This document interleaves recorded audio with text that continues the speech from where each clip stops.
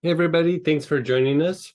To this morning, we're gonna pick up where we left off. We're gonna revisit the number 3 with the hyssop. So just like we ended yesterday, pull out your hyssop and we're going to continue our process.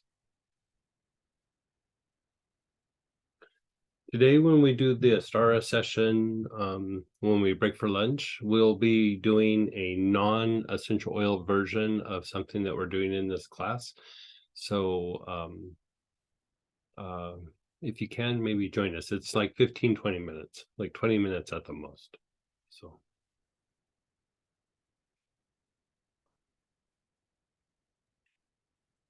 And again, that's page 3. yeah, yes, page 3, top of page 3. Okay, so you have the hyssop, and we're just going to revisit what we did. Let's go ahead and have you work on one of your goals or the things that you would like to have healing for, some area you'd like to have healing. So just visualize what you'd like to address, just like we did last night. Reflect on it.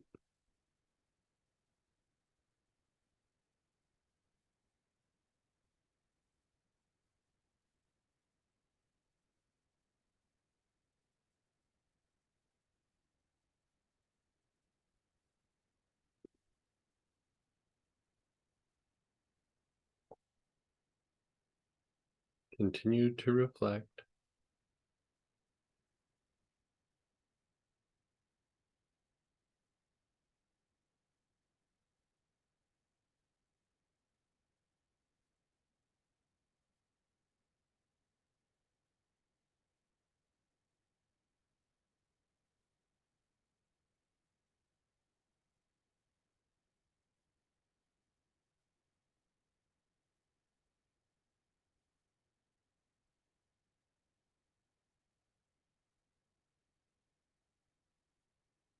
Okay, now let that go. And your awareness is below your feet, down about 2 feet, 24 inches or so. And you're inhaling the hyssop with your awareness below your feet, from the bottoms of your soul down about 2 feet. You're focused on that area and you're taking nice, long, slow, deep breaths.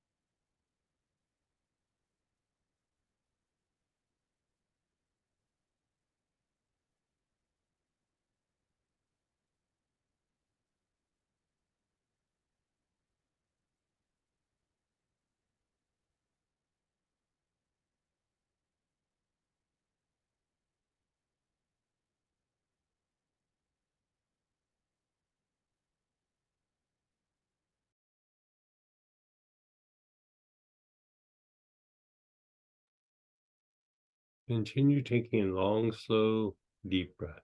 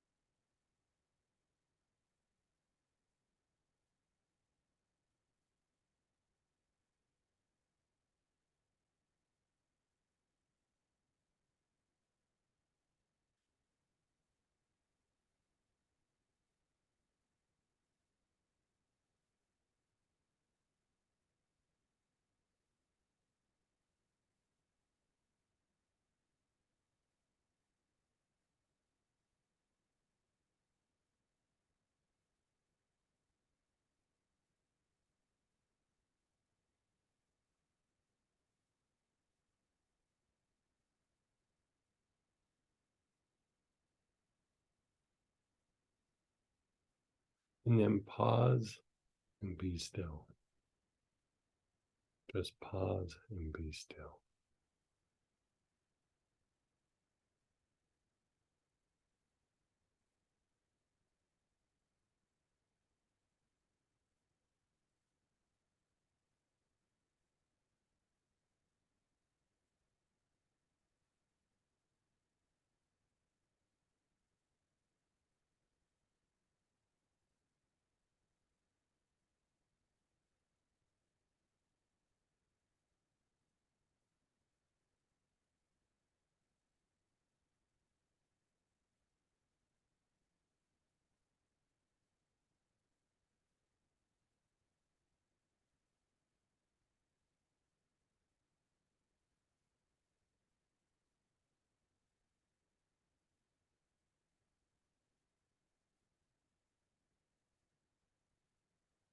Again, your awareness is below your feet, about 2 feet or so. And you're inhaling the hyssop.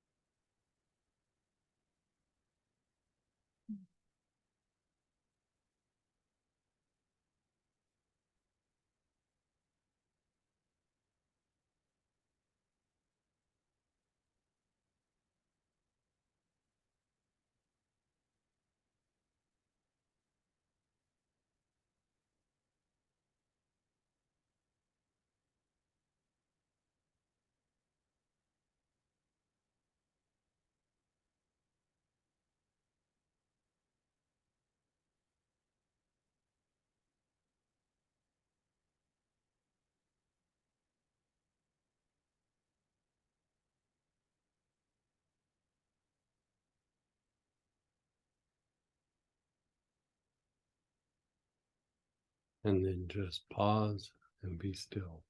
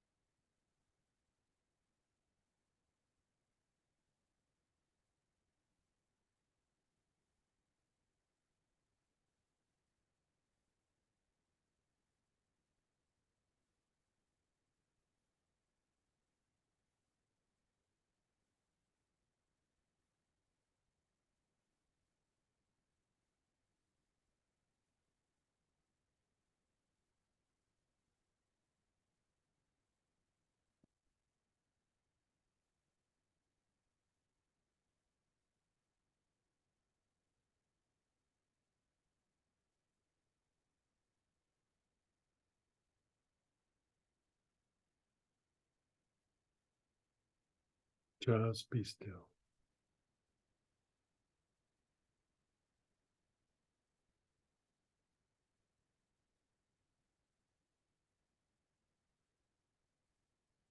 Put the bottle to your chest, your chin down, and do 8 or 9 of the materialization breaths. Inhale, hold your breath, head up, exhale. Down, inhale, up, exhale. Do about 7 or 8 more.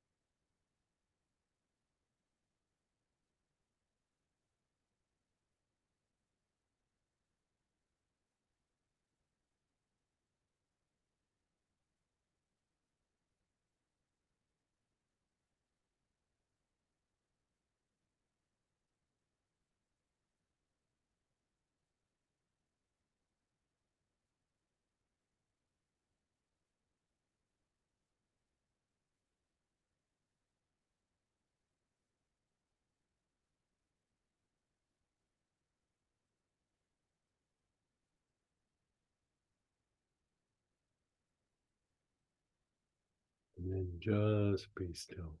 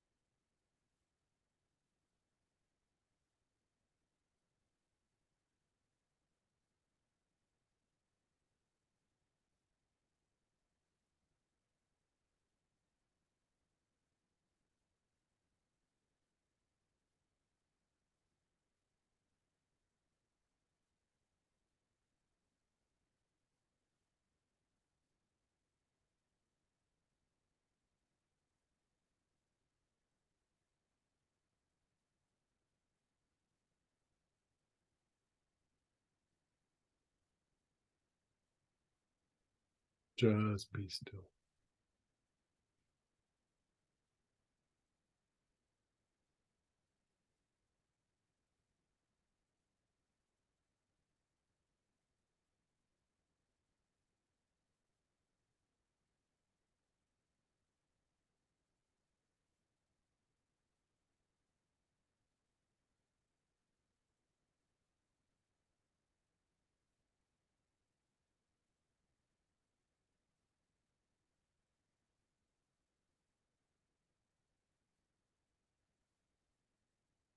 Let's do that one more time. Bottle to the chest, chin down, 8 or 9 materialization breaths.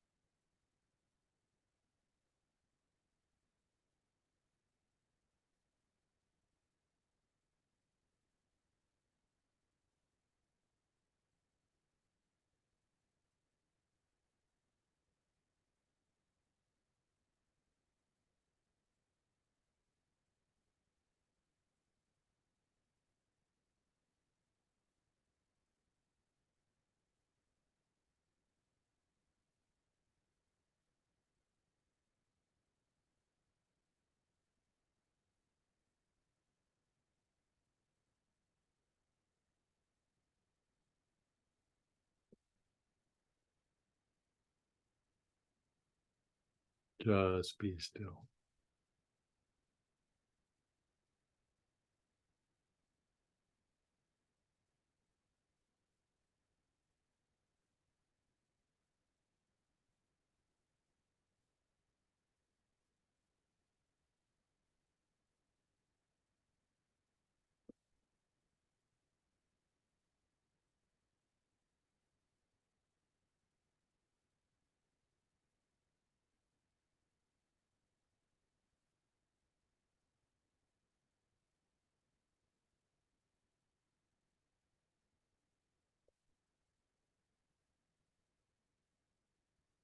And your awareness is on your forehead and your back head at the same time. You're just letting go with your awareness on your forehead and your back head, just taking long, slow, deep breaths. Not focused on anything, not visualizing anything. You're just letting go.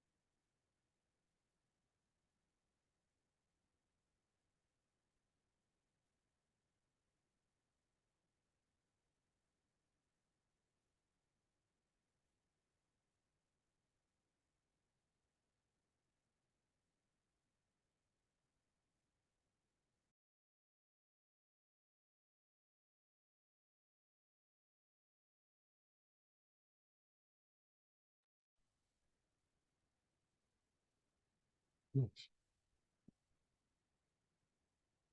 Your awareness is still on your forehead and back head.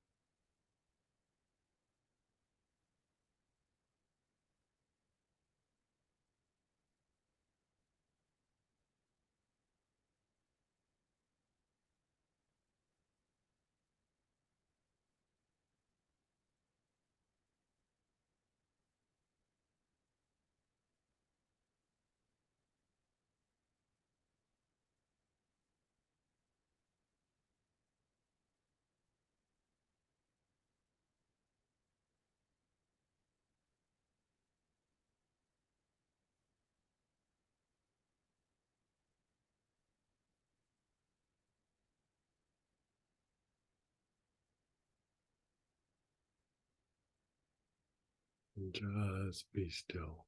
Just be still. Just try to let yourself relax as much as you can and be still.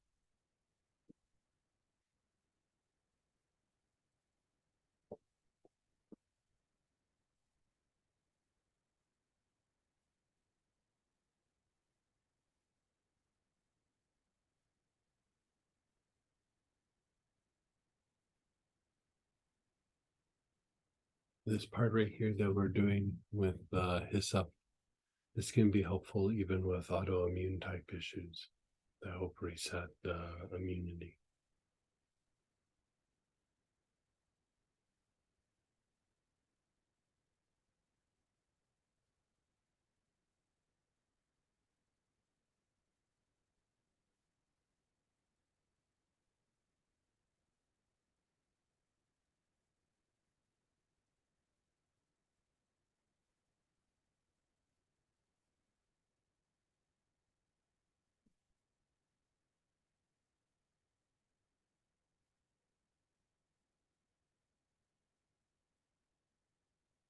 Again, your awareness is on the forehead and back head.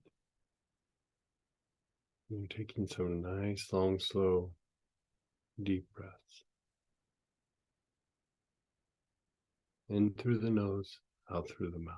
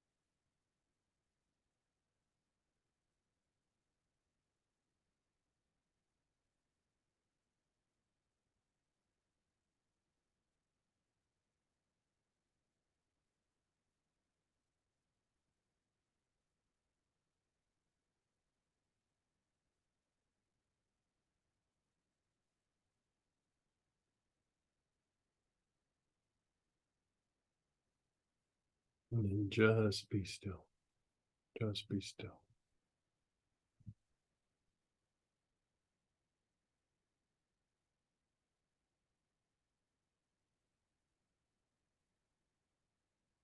Notice your body, your emotions, your mind. Like we were doing all day yesterday, check in with feeling, especially the feelings that you were working yesterday. Try to tap into those feelings.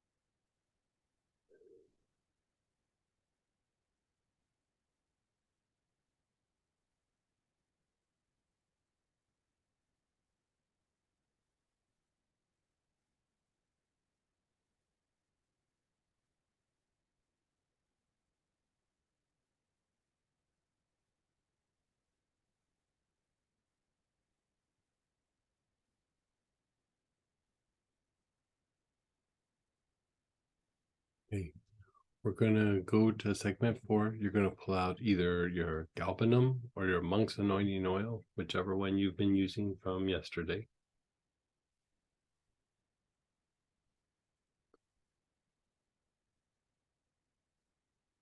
And here your awareness is on the back throat, which is the middle of the back of your neck.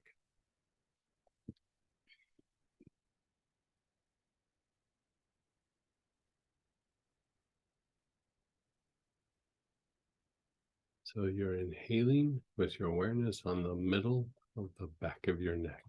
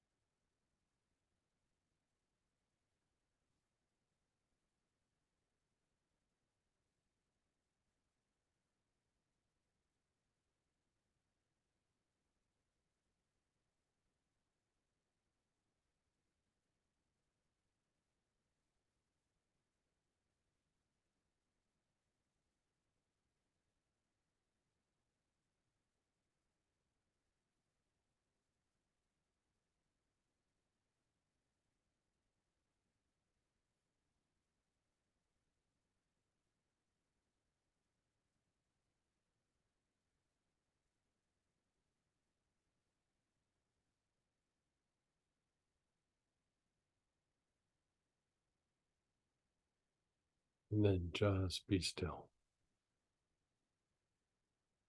Just be still.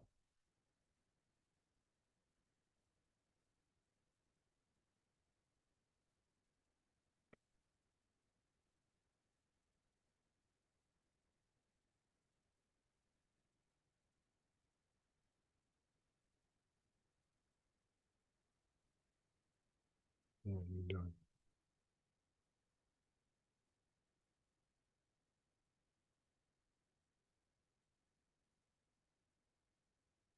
Knocking you out a little bit. Mhm.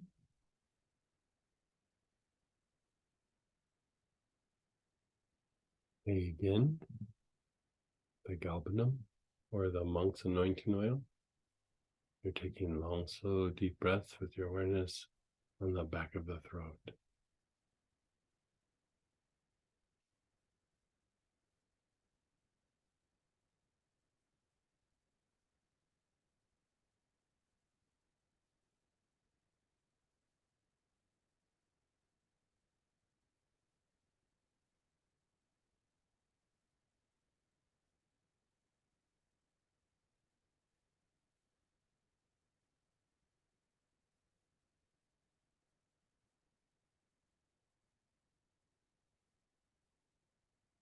Keep doing this. I'm going to keep talking. But at this point, when you're doing this on the back throat like this, you're integrating like change that you're making in the body or shifts that you're making in the body.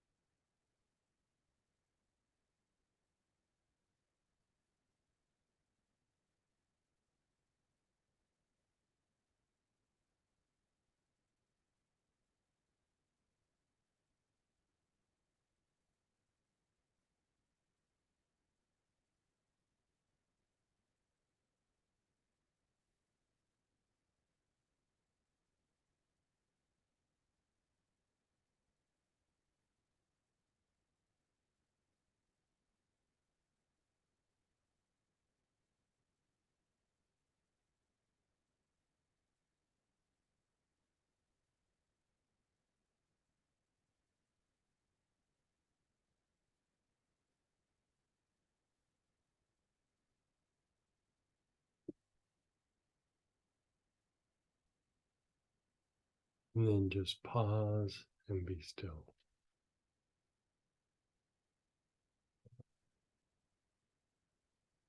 Just pause and be still.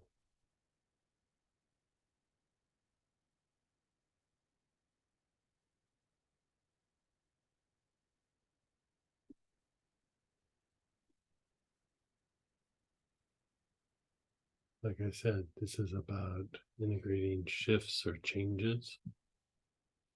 And so you just got to give the body a little bit of time to integrate, process.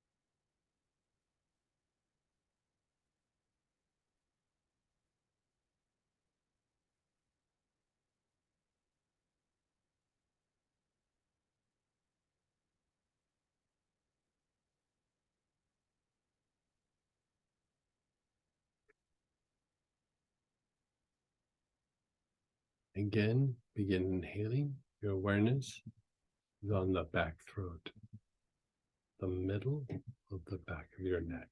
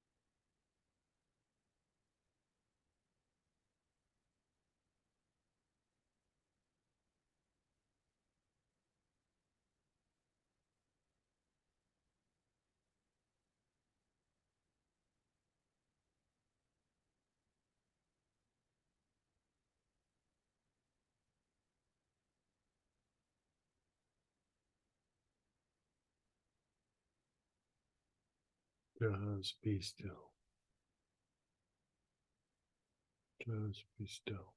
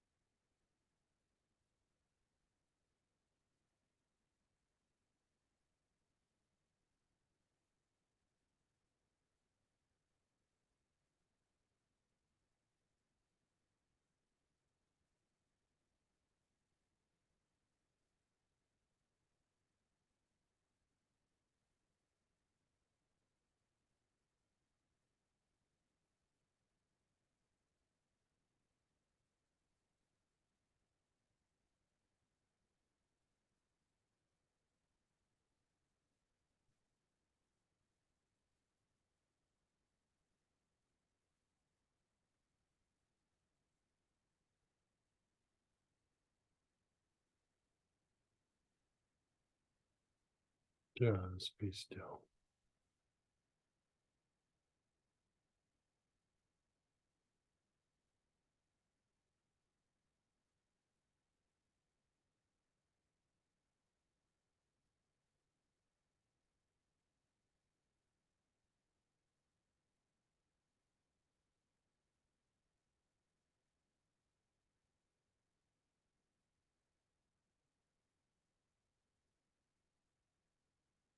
Okay. We're going to take a little break and come back straight up on the hour. And we're going to start segment 5. So I'll see you in about 15 minutes. Let your body rest a little bit. And we'll see you in 15 minutes.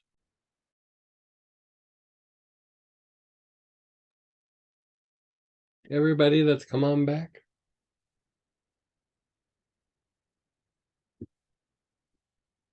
We added just that one extra little piece that we didn't do last night with the galbanum or the monk's anointing oil on the back throat. And that kind of amps things up a little bit, you could say. So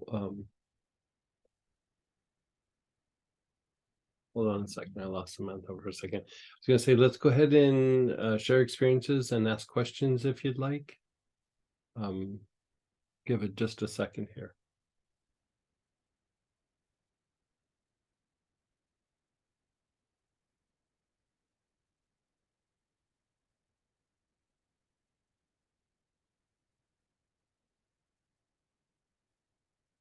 Hold on just a second, my apologies.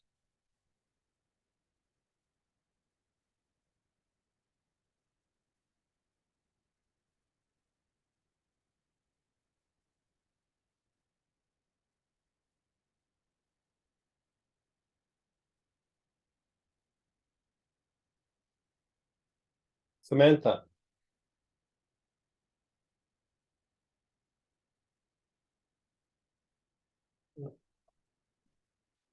Well, let's just go ahead. My apologies. We'll move on to the next piece. We'll move on to number 5.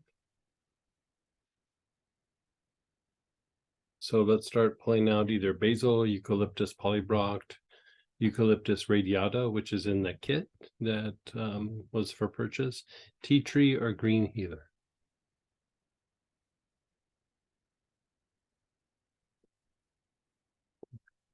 Okay, we got her back. So let's go ahead. Let's share experiences. Are you okay? Get back in your body. Yeah. Can do this part though. Okay. Go ahead. Sorry, Samantha's not completely back in her body. Ask questions or share experiences for this last process. Go ahead, Peggy. Thank you, thank you, thank you. You know, my glass is overflowing most of the time. And again, another wonderful class, and going back and doing that last step really, I don't know, kicks it off even higher or deeper or something. But and I realize I'm kind of giddy. I'm not, I probably like Samantha, I'm not quite back in my body, but it is very powerful and I'm loving it. And I can hardly wait for the rest of the day to just be absorbed, you know? Yeah, like Wonderful. you know, it's like what we did last night, but that one little extra step with the back throat with the galbanum and the monks anointing oil. Yeah. Samantha rarely has this issue of not being in her body, but like on break, she went and took a nap, and You told us to. You told she us to be kick yeah. back Yeah, something and that little piece is very, very potent. And there's actually a stronger version of it, but it's too early right now. But you know, eventually we'll do the stronger version of it. It's just a different oil on the background. But the idea is very powerful. prepping the back throat for this because it has a lot to do with integration. Yeah, and the shifting that you talked about. Oh, that was one of the things I was going to say. After you said about the shifting, my neck audibly adjusted all by itself. It was like, what vertebra was that? Good. Very good. Thank you very much. And go ahead, Teresa. Hey, Teresa. Hi. So a moment of self-confession. I was out in that last step around, I left off, I think, while we were doing the brain, and I think you moved on to the back throat. And also, did you focus on a word too? So I just want to know if we just did so we did the process that we ended with last night with the hyssop, and then we added the segment 4, which is just the galbanum or the monk's anointing oil and inhaling on the back throat. And it really helps to integrate like the shifts and changes that you're trying to bring about with the previous step. And it can really knock you out, you know. The segment 3 with the hyssop can knock you out, but the step with the galbanum and the monk's anointing oil, okay. I don't know that Samantha's still completely back yet. So do you suggest that I go back and just do that part? I literally was out. I woke up when you guys ended the class. Yeah, like you could do it maybe while we're doing a little Q&A. It will probably make you a real, like, because anytime you're making a shift or change and it's integrating, you know, your body kind of goes into a much deeper rest and repair mode. So you kind of like almost like shut down a little bit, or you go into that like, you know, where you're in between like rest and or sleeping and being awake. But you go kind of deep, kind of quick, and it takes a little bit for your body to integrate it and everything, and then you can kind of move on. But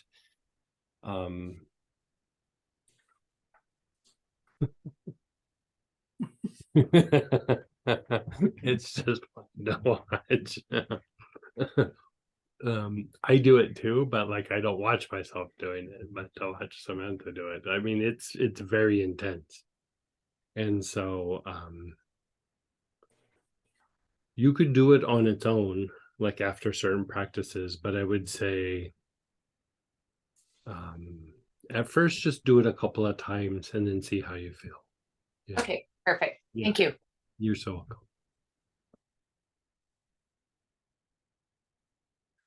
Someone said my neck is really sore and stiff on the left side. Is it related? No.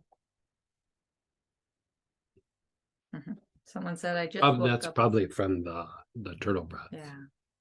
Yeah. Really liked the addition of the last part with the galbanum. Yeah. It's leading up to a bigger and deeper practice. Again, There's not more technique, it's just different oil to be used there, but the galbanum and the monk's anointing oil, very solid choice for that. You got to let your body get used to what's happening there before we start doing something stronger. Someone else just woke up as well. Yeah, like there was a reason why I was giving you guys a break. Usually we fire through this part before lunch on Sunday, and then, you know, but that little piece is very, very intense. Very, very intense. You could say that it's almost a practice unto itself. Just that one simple little step. Go ahead, Dorothy. Hey, Dorothy.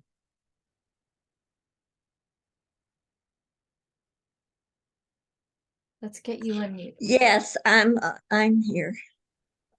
I have a question about, I didn't have that oil, Mm-hmm. or either of those oils, but I muscle test. I've been doing muscle testing for years, and I got Artemisia, and I just wanted your opinion on it. Muscle testing is not a good thing to do for this particular thing, because muscle testing is asking the body questions, and the body naturally resists the higher soul. So the thing with muscle testing that's good about bringing balance for the homeostasis mechanism for the body, but for this kinds of things, it's not a good application.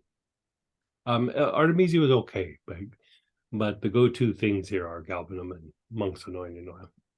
Yeah, there's not a lot of substitutions there. Actually, Yeah. if I was going to order one of these, Either it way. would be, get the monk's anointing would be more. They both work really well. They both work good for pain and pain management. I mean, they work for a lot of other things. Either one would work. Like they're both solid choices. Okay. And my thinking was, well, if I got the monk's anointing oil, it might cover more other things or whatever. Both would. Yeah, both. I would. see. Yeah. Okay, thank you. You're so welcome. And then go ahead, Deborah, then Dan. Yay, Miss Deborah. Hey, Greg. How you So I doing? I'm good, thanks. I slept so well last night and then Yay. felt very energetic this morning. So I feel like something really shifted in a good way. Good. Yeah. And then I wasn't able to join the beginning of the practice this morning, but I was listening through it. Mhm. And when I joined in, I saw the blue pearl when I like right away, and then it shifted to other colors of the same sort of thing. Mhm. So I am guessing this is just more of a quick shift of opening up. But my main thing that I woke up this morning thinking about was what does that mean when you say that we're need to build up to hold more of this energy, and maybe The energy body needs to get used to it. Like you know, the energy body, it's like anything, just like, you know, if you think about like exercise or something, like on your bike, you know, before you go out and ride 100 miles, you got to ride 20 miles a couple of times, and then maybe 40 or 50 miles, and you're like, oh, that was a lot, but then I gotta one day I'm gonna hit that 100-mile mark or whatever, and it's just like a building up so your energy body can handle it, you know, because you're bringing in a higher vibration energy. You're bringing in more light, which is also displacing things in your body, and you don't want to throw your body in a crisis. You want to just kind of keep stepping up the action or the activity for a little while. And that thing with the back of the throat,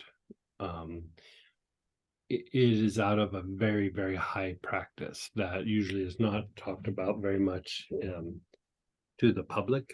And there's usually, like without oils, there's this little technique that you would do, but here with the oils make the shift happen so fast. I find a lot of times the oils are like used in particular ways are stronger than sometimes some of the meditations that I would do, like because you're having the experience and you're shifting your physiology almost in the moment, where with meditation you have the experience and then eventually you're trying to bring your physiology back on board, just like what Dorothy was saying, like with the muscle testing, like the body at first is not on board. Like you really have to teach the body like how to interact with these things. Like you have a new puppy, you want to teach it to pee on the paper, and then after a while it gets it right. The same thing with your body, you want to teach it to do certain things, and then after a while it goes, oh, this is what we're doing, and then it just kind of goes along. But at first, it's not naturally inclined to have expansion of awareness or expansion of consciousness, or the things that happen in meditation, even a shift of perception. Really, the body's not too on board about that. That's why a lot of times you have a realization and you tear up. Like your emotion and mind, you get it. Your body is like, oh, but we were doing that for so long. Like, I was really attached to it, or I really identified with it. And that's super, super normal. I mean, we're all wired that way. And so when you're working this, you just have to let your body acclimate to these new things. I mean, I've been doing this for decades, and I still I did a little process last night where, like, I'm laughing at Samantha. I knocked myself out as hard, if not harder. Like, what was it, like 8 o'clock last night? I was like, I gotta lay down for a little while. And when I woke up, I was like, where are we? Like, I don't even know where we're at. And like a little bit it went by, I took a salt bath and like I was fine again, but like I went deep fast. And I did something that was a little bit new and my body wasn't acclimated to it. So it was So, it usually throws you into like a really deep like sleep. And the reason being is you're going so deep into the intuitive mind that the logical mind just almost kind of kicks off a little bit. And so yeah. so like when you're doing the um I apologize for those people that don't know anything about Arhatic yoga, That's okay. but when you're doing that practice, they warn you about signs of around the Kundalini syndrome. And so are there any things to be aware of if Yeah, I decided Kundalini to push syndrome is myself? right. Kundalini syndrome is more overactivation of the lower centers. And that's one of the benefits with working with the plants. There's significantly less potential for that because the plants are shifting the body almost simultaneously. And so the thing that I would say could happen is sometimes shift happens so quickly that it can be a little bit hard on the mind, just because we have our opinions and our viewpoints and we have a hard time like making it work or letting it go or something like that. And so like if you start to feel a little like this is going too fast, usually if you just take a little tiny bit of a break, it will acclimate and then you can move forward. One of the things that really accelerates all of these processes is the work that we've been doing with the three brains. The three brains really help us move through and shift very, very quickly and integrate very easily, you know, with or without oils. And so yeah, it's a little bit different parameters versus like just doing straight up meditation. Yeah. Okay. Well, that takes a little bit of the apprehension away. Yeah. Thank you. And if you think about like a lot of ceremonies through the ages, even through ancient times, they always burned lots of incenses. They always burned lots of, you know, they were always using plants to a certain extent, and even sometimes plants were like ingested, or you know, it was to augment the practice and minimize the side effects of having a really deep experience, you know, because the thing is if you just have a deep experience, you know, a spiritual experience, it can be a little bit hard on the body.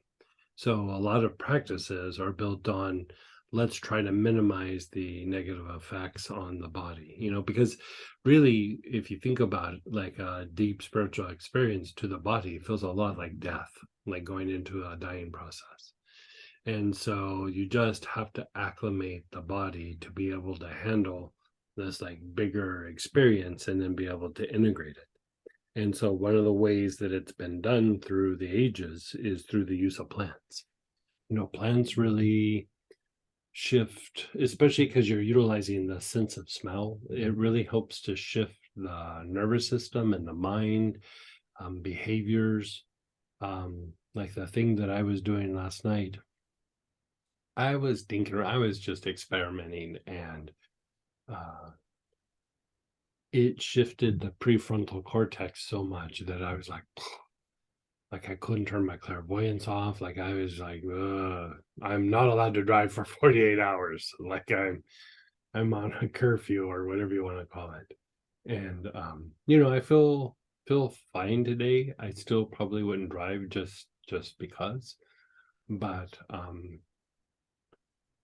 part of why that was able to happen so quickly was there was a shift and an integration almost simultaneously, and it was because I deal with plants.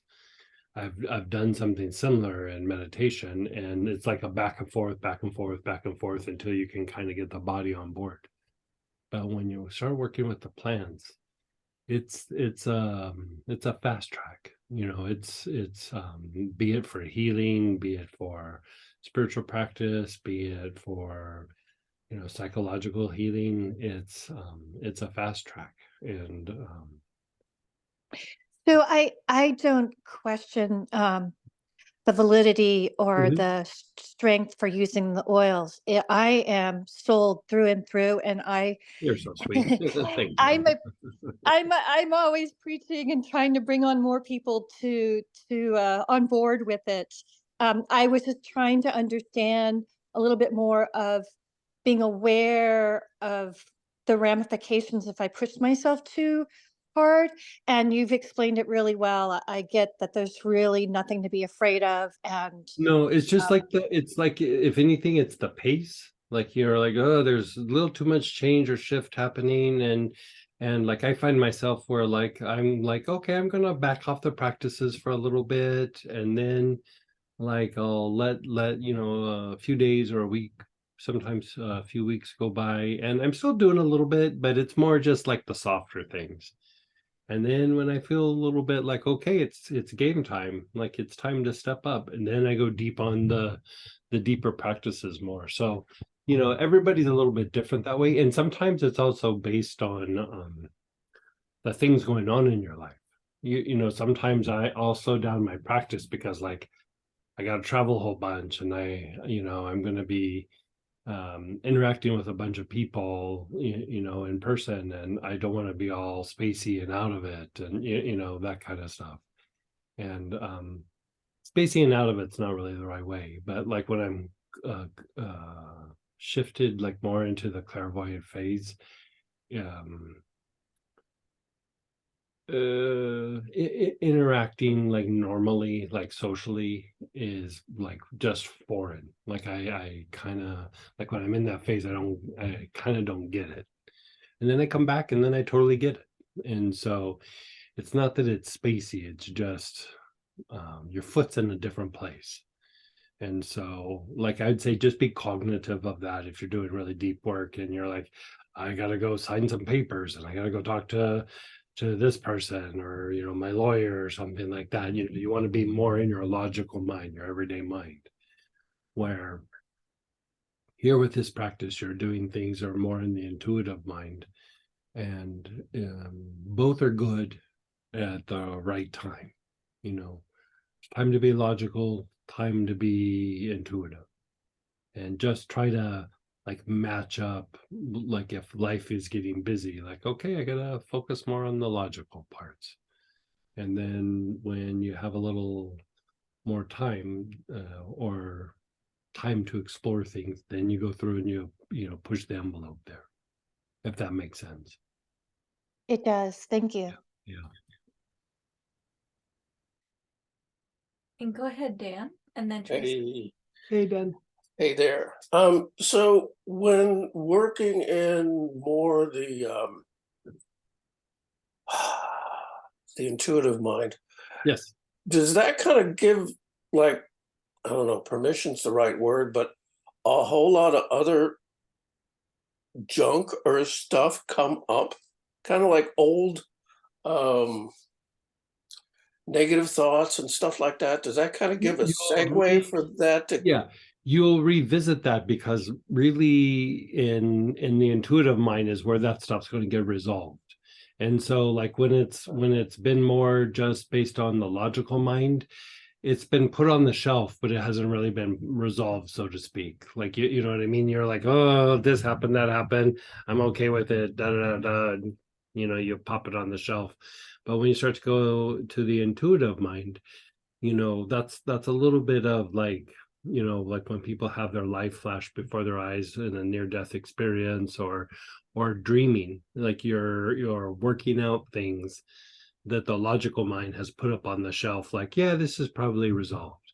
So it's a very common thing where people will say, like, I don't understand, I've been working on this for years, which is true, but more from the logical side. And so when the intuitive part comes out, the intuitive part of the mind is really the part that cleans the counters, mops the floors, cleans the toilet, all that kind of stuff.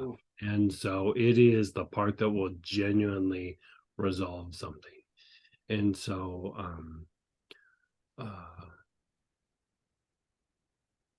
it's not so much that it's bringing it up. It's like when you're going deeper, it's in there. It's just we're usually not super aware of it, because the logical mind also is doing a lot of things and is kind of focused on things, and it's not that it gets distracted, it just kind of turns away from it. Okay. And the intuitive mind kind of embraces it all. And so it will just start resolving something.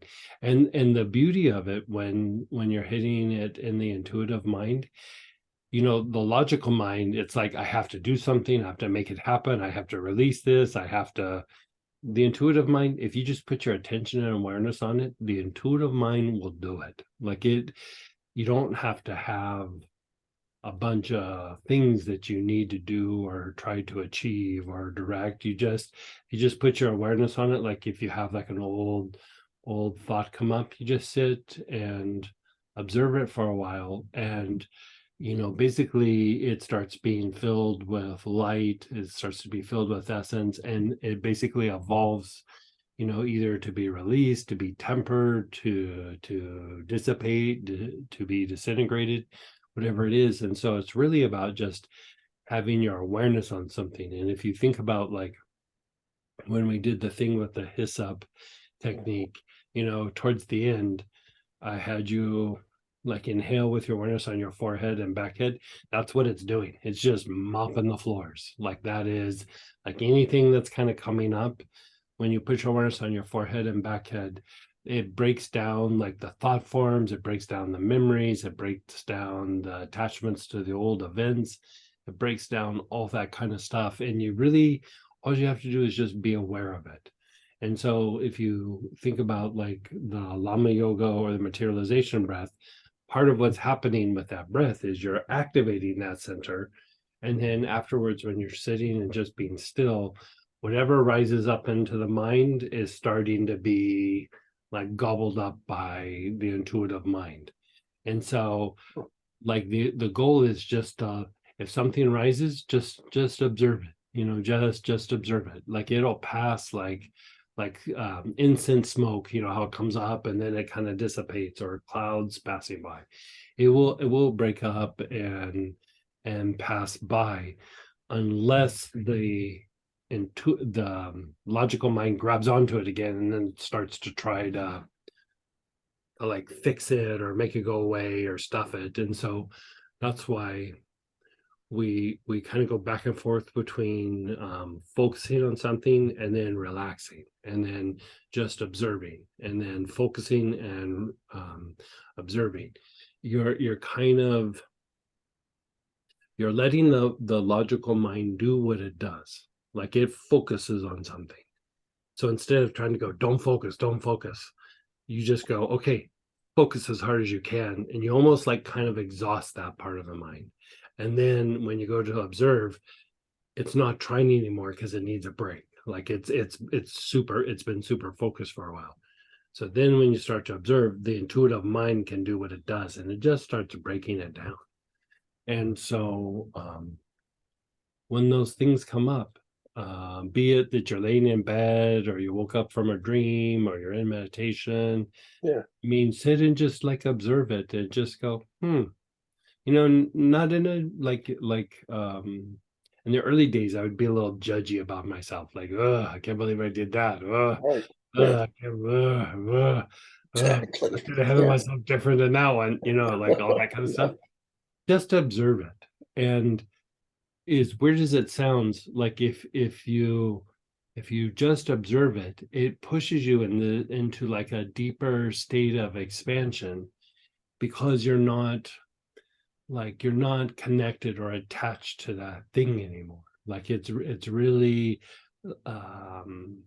expanding your awareness, your consciousness, your perceptions. And you'll notice that at first you're like, ugh. And then after a period of time, even though you look at it, you don't quite have the reaction, and your perception of what happened changed, you know, because like I'll go back and I'm like, I can't believe I did that. And then I'll go, but I was 22. Of course I behaved that way, you know, but like now I would be like, can't believe I behaved that way. And then when you hit that period of being in the intuitive mind, I was like, I behaved like a 22-year-old. Like, of course I behaved that way. You know what I mean? And so you kind of cut yourself some slack. Like, and you don't even have to make yourself do it. It just starts happening where you're like, yeah, I get it. I was in a weird place, and I was young and I didn't have a lot of experience, or you know, I was hurt, or you know, whatever it was. And even that is like the cultivation of intuition, which is really what we're like another word of calling wisdom. Like you're cultivating a wisdom of sorts. And in a way, you could say that wisdom is like those things that have caused us pain, or that we've done. It's almost like they just are dying away. Like we're letting them go, letting them die off, letting them be a thing of the past rather than still dragging it into the future.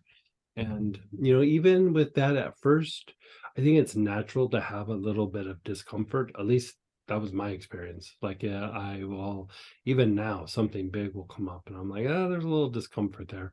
But if I sit with it, the discomfort goes away kind of quickly and it begins to shift and move.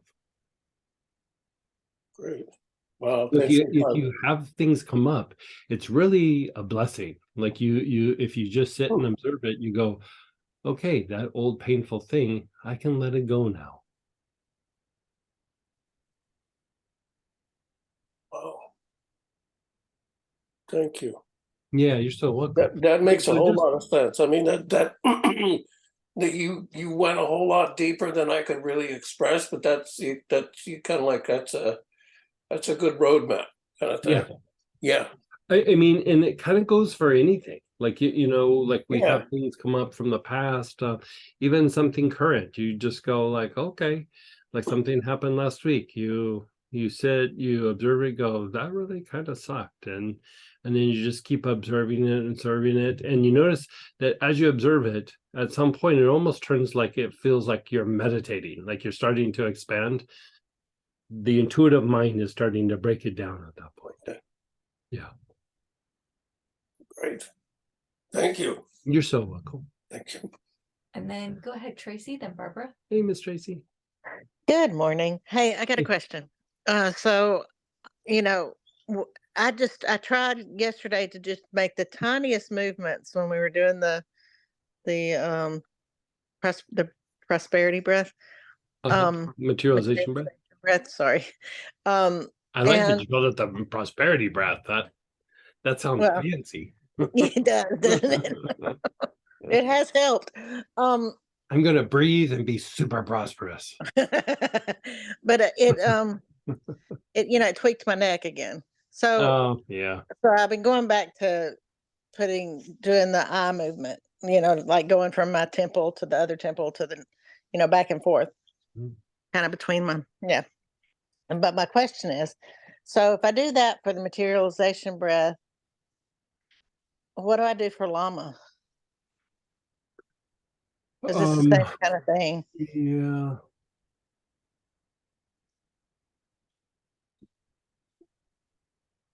I mean, there's simple ways and there's complicated ways, and let's talk about the little bit more complicated way.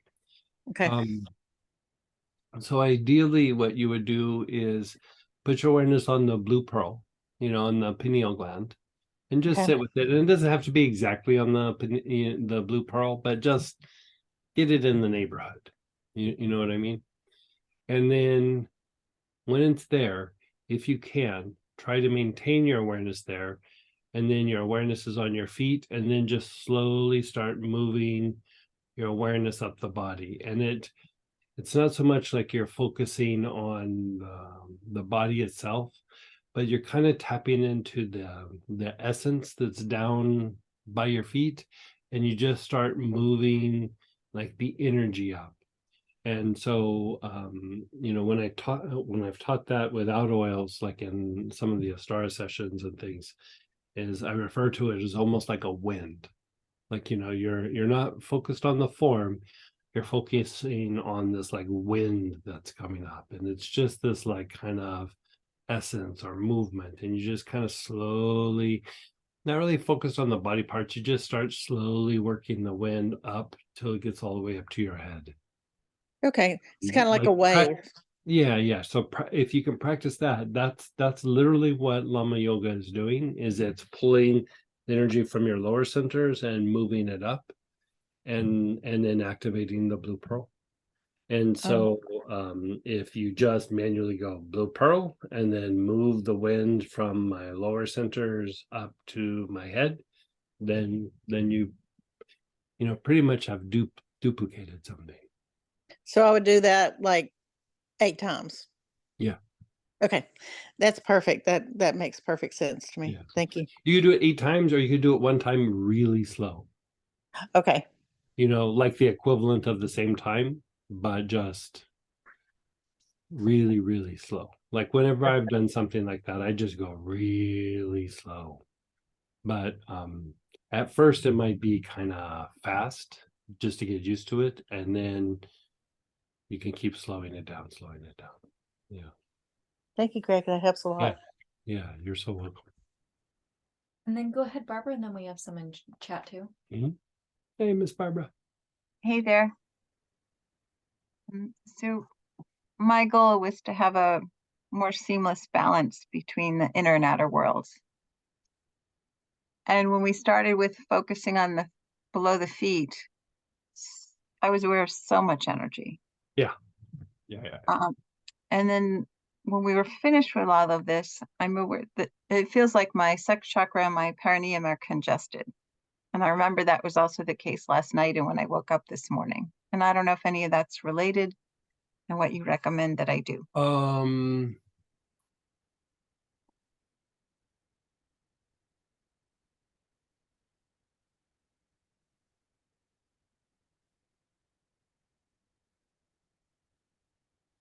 Anything else feel congested? Like, let me just look at you.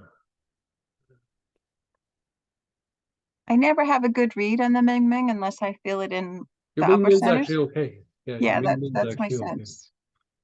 Um, No, it just feels localized there.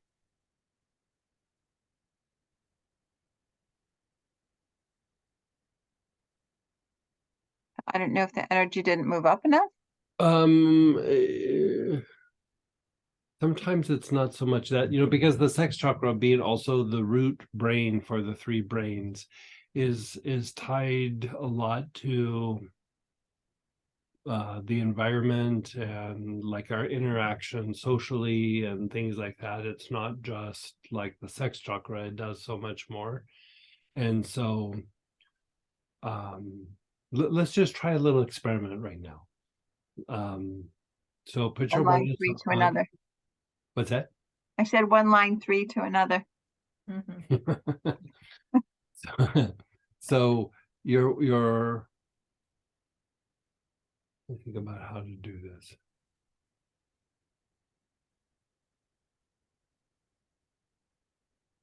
Is it all related to that sense of all that energy coming in with awareness? It's definitely energy moving up. You're breaking up. You're breaking up a lot of old energies and elementals and things that when you're doing that thing down below your feet, you're basically like breaking up patterns and then moving it up. And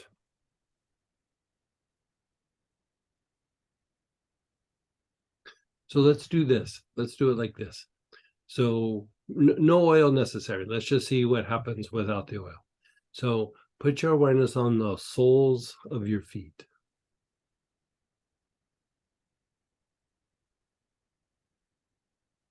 You're just keeping your awareness on the soles of your feet.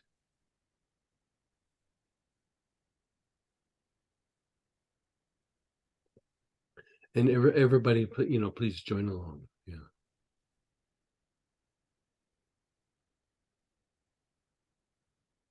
And then move your awareness up to the sex chakra.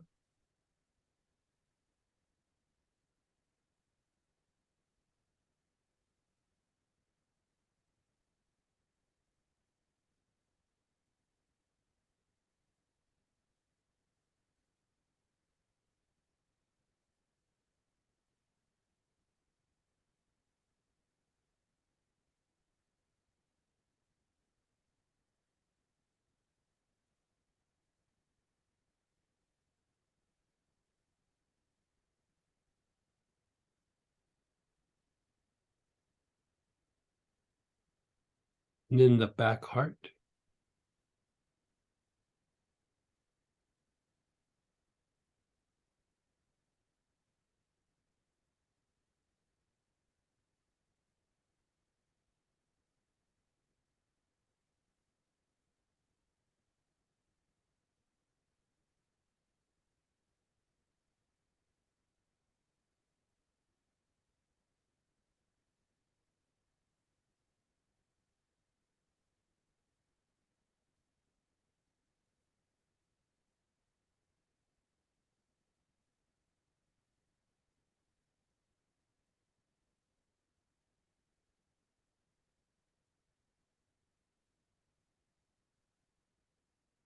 The back throat, the middle of the back of your neck.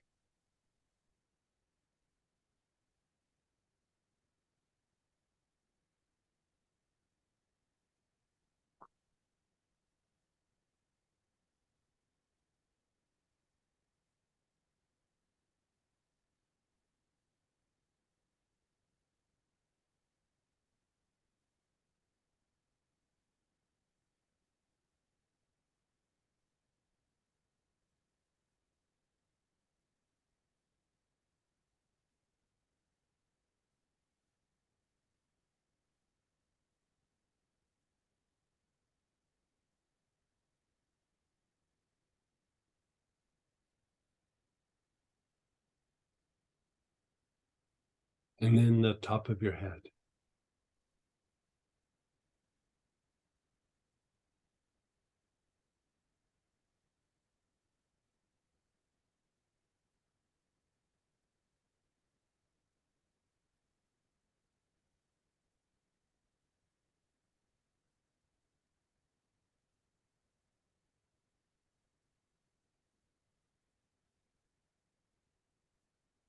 And then just let go.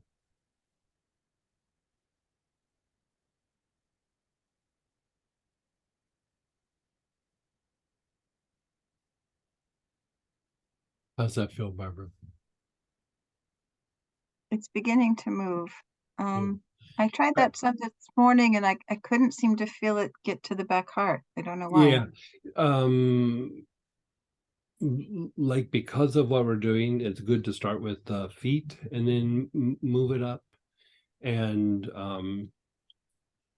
the issue can also be sometimes that because there's a like a play between different energy centers. Like, you know, like at the beginning of the day, yesterday we did like, okay, recall a feeling in the solar plexus, but then move it up to the heart, right? So those two are actually opposites, and there's a play between the sex chakra and the basic chakra, where the sex chakra is tied a little bit more to like the stress response and things like that, and the basic chakra is tied more to just the elements that are attracted based on whatever the sex chakra does, right?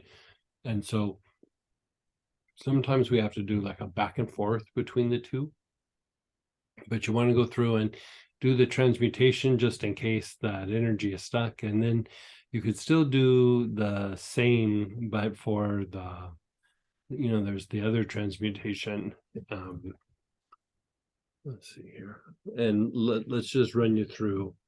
So put your awareness now on the basic chakra,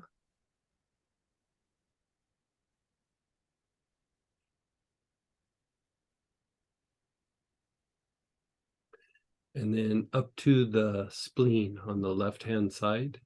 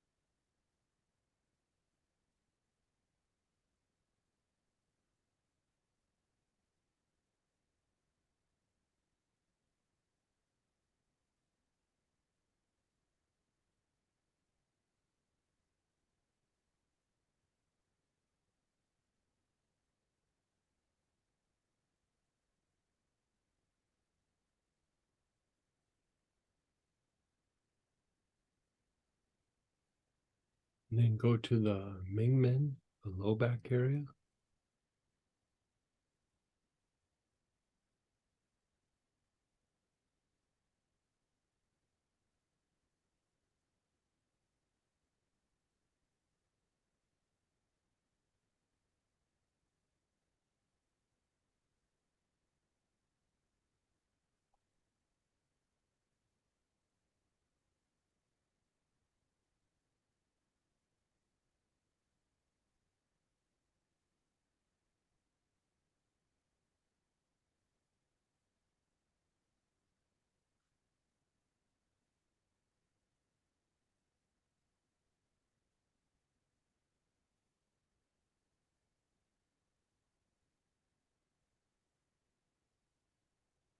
And then up to the top of your head.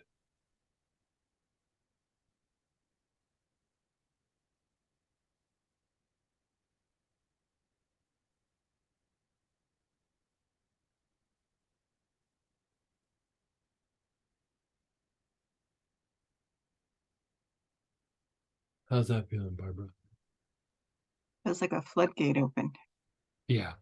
So you know, the thing with that last pattern is it's a way to, you're flushing things out of the form, like out of the body, and you're flushing things out of the aura.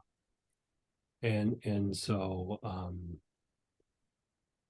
sometimes it can be congestion that doesn't allow it to go up, but also there's like some, you know, blockage or something that's happening, and just you go through and, you know, it's usually one of them, you know, and the other one being the Mingmen back hard crown. But like when I was looking at you, that didn't look like it was the issue. I think So that's the one I was trying to do and nothing was moving. yeah, nothing was moving. Yeah, that makes sense. Um, you know, they're all doing slightly different things, but the one where you do sex, back heart, back throat, crown, it really is transmuting a lot of the instinctual responses and the stress response. And here, you're helping to break up like the elementals that have been attracted through whatever events, conditioning, emotions, repetitive thoughts, whatever that is. You're flushing it out, and you could say your aura has like a resonance to it that like attracts or repels certain things. And by going through and doing that basic spleen, Mingmen, and then crown, you're cleaning up the body and the aura, but you're changing the resonance. And sometimes the congestion is not so much like you said, there's congestion in the perineum and there's congestion in the sex chakra. It's not so much what's in your energy body, but sometimes it's externally what it's connected to. And so by going through and like doing that piece of the basic, the spleen, the Mingmen, and the crown, you're in a way kind of detaching, you know, you're detaching from something so that it doesn't keep like coming in. Just like how we have cords to people, we have cords to like kinds of elements or elementals, we have cords to past events, we have cords to things that have social interaction that are not very personalized. It's not like you go, oh, that's about this or this is about that event. It's just sometimes exposure to things. And so the transmutation with the sex chakra doesn't really reduce that a whole lot. It reduces our response to it, but it doesn't like detach it. You know what I mean? Or when you do the basic spleen, Mingmen, and crown, it's like it's hacking it off and sending it on its way. And so sometimes the congestion is more about the external than it is the internal. And given what you are working on, that's probably why that kind of came about. Okay. I could certainly feel the difference, and thank you so Yeah. very much. Yeah. And you know, you have your fancy purba. You could go down and like disintegrate, like just, you know, do the downward motion in and around the sex chakra and then on the basic, but also you could do the purba, like visualize and do the basic, the back spleen, the Mingmen, and then the crown. And you know, in that transmutation, you know, that particular transmutation, the front spleen is very good, right? But the back spleen is a little bit stronger. It's just it's you really have to like kind of practice going to the spleen a lot to be able to pinpoint that back spleen. So a lot of times I'll just say go to the front spleen. But if you're really going deep, it's more on the backside. You know, you don't really have a marker, like you just have to go to the front and then find it on the back. And so after a while, you get used to finding it. It's stronger, you know, not massively, but enough to where like hit the back spleen instead. Thank you so much. You're so welcome. Like any sort of practices where you're doing like detachment or you're working on any sort of releasing attachments or something like that. The pattern, the purba, using the pattern or certain oils on that pattern can be very, very helpful. Like aloes on that pattern oh, super good for releasing attachments. Yeah. And the oil transmutation itself, which pattern, or does it, it's not so much the I pattern, would it's still do what the same pattern, like the basic spleen, Mingmen, and crown with aloes. Yeah, dollars. Okay, yeah. thank you. Yeah. You could do it with Bakul, but Bakul is not gonna. You could do it with Bakul, but Bakul is not necessarily gonna do a releasing of a like what we're attached to. It's like hard to explain. It's almost like it takes that attachment up into the ethers and brings it down and like almost like changes it and then goes like, there you go. Like it almost like I like for my inner practice, I always like associate it with like going back to getting the dog to potty on the paper. It's like showing the consequences to the dog, like you potty on this paper, you get a treat. You don't potty on the paper, you don't get a treat. Right? The Bakul almost reduces the tendency rather than what's happened, where the aloes releases what's happened. Aloes is very good for, because we talk about opposites a lot. I'm sorry I'm going on these weird tangents, but I don't know. But we look at the nervous system where there's rest and repair and fight flight, and then there is in the somatic nervous system the somatic nerves where you're sensing and then you're taking action, right? And then in the homeostasis mechanism there's establishing balance and condensing, and then you have expansion and letting something new in, right? The thing with like deeper meditation, there is what is associated with form would be Mother Nature, and then with essence would be the Buddha nature or the Christ consciousness. And so aloes is really good for unwinding the effects or the attachment or the reaction to Mother Nature. And if you look at what Mother Nature is, it's like in nature, it's all like conflict that's resolving itself. A coyote's chasing a rabbit, a plant struggling for water versus other plants. It's just all these like kind of conflicts, where the Buddha nature is more about like oneness, right? And so you're kind of going back and forth between the two. And so the aloes is actually tied more to the Buddha nature, and the use of myrrh is tied more to Mother Nature, but the aloes kind of cleans things up, a little bit better. The myrrh kind of helps to harmonize the conflicts that we would experience in nature. But that's why they put on Christ, when they take him off the cross, they put both aloes and myrrh on his body, like all over his body. And the theory is that it helps propel a person to much higher levels of consciousness.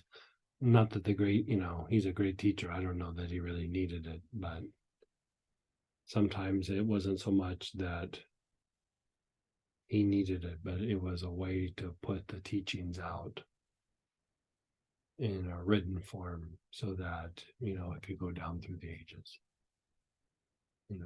Christ did that often. Like things that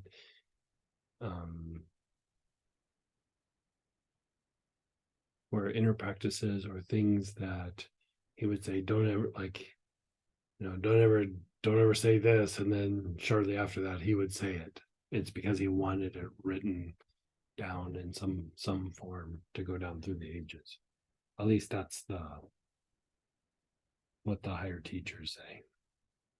Because We call him Christ. Other teachers call him by other names.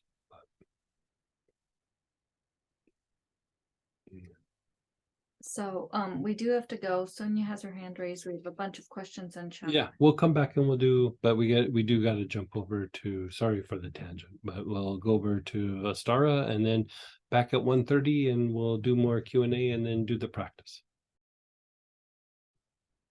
Hey, everybody, let's come on back. I think we left off, we're in the middle of Q&A and sharing experiences. So if you had your hand up or... Yeah, go ahead, Sonia. Hey, Sonia.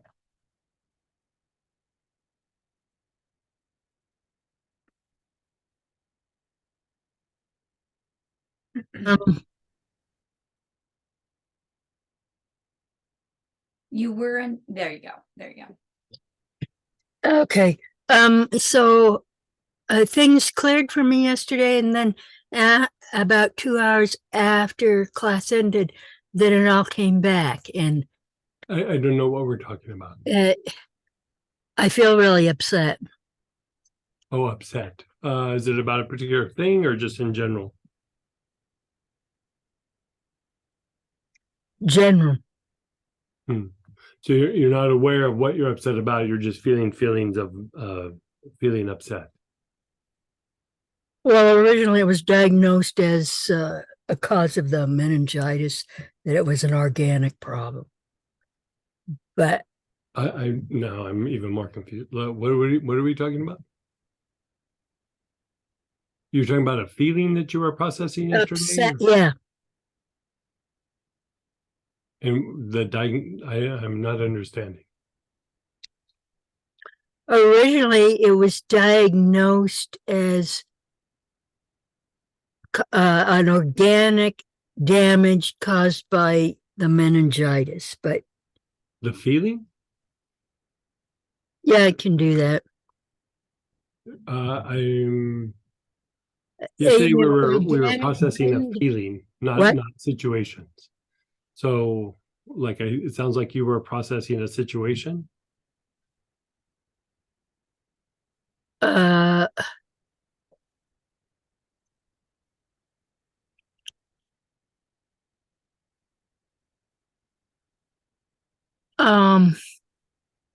Well, brain damage is a situation. Brain damage can cause depression. I'm aware of brain damage, but like I don't think we were doing the same thing. Like yesterday we were processing feelings, not situations. Well, the upset is a feeling, and it was originally diagnosed as a cause of the meningitis. A feeling was the cause of the meningitis? Yeah, it can cause a lot of different kinds of mood disorders. Okay. But anyway, it's not really making sense, but early to me, like, I'm sure if we talked it out, but sounds like we're jumping around a bit. Like if you're having some upset feelings, why don't you go back to the very beginning of what we did yesterday and start with just that first segment.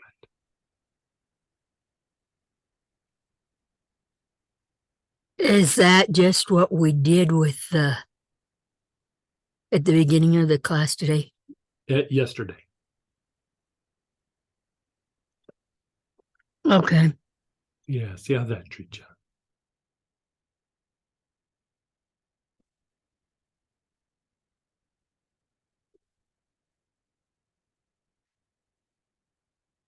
Someone said, I wasn't feeling much of anything during class yesterday.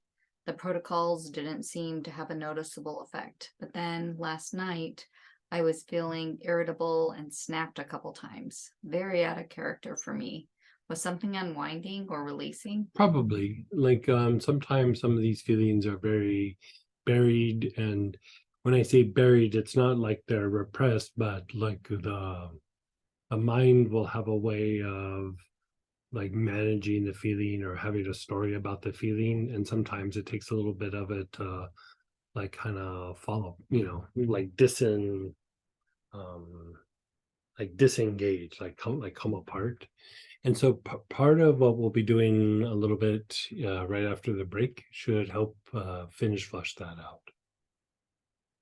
Yeah. I took a walk after class yesterday and then fell asleep so deeply for 4 hours. Good. Then I had a problem sleeping through the night. Any suggestion on what to do when that happens? Just use things to help you relax. Like sometimes you do such deep sleep, you kind of wake up and your body's kind of reset a little bit. A lot of times when we fall asleep, it's based on fatigue. And you might just need to calm the body down again. Yeah. Doing this process yesterday, I felt like I was in between worlds and I heard other people's chatter / voices. Not sure if it was audible or mental, wanting to understand if those are thought forms getting disintegrated or snippets of memories coming out that don't belong. Could be either, but most likely it's snippets of memories. Sometimes when we go through and we hit the intuitive part, we experience more of a bigger bandwidth of situations where in the moment we're kind of focused on what's happening, but then when you shift over into the more of the intuitive mind, you hear more of like a bigger spectrum of what's going on, and that can come through in memory. Yeah. It feels like my sex chakra and perineum have been congested since last night. Is that? Oh, I think you already. Yeah. Right. Yeah. Okay. I was a little out of it. That's a really helpful explanation on the different minds that you did earlier. Oh, good. See that smile.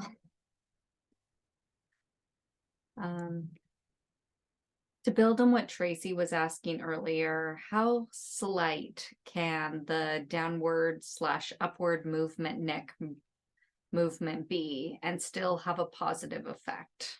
Just a little bit of movement does anything, but I mean, the goal is to do like the bigger versions of it. So if you're having a really hard time with it, I would say just don't push it and go ahead and do that version that I described for Tracy.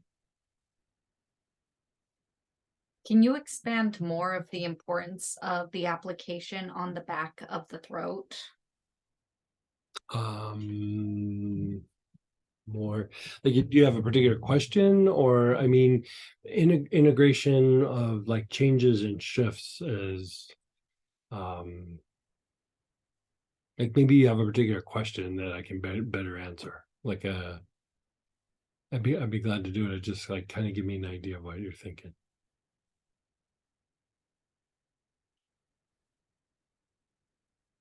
And if you want to type in or unmute yourself, either way is fine for us. And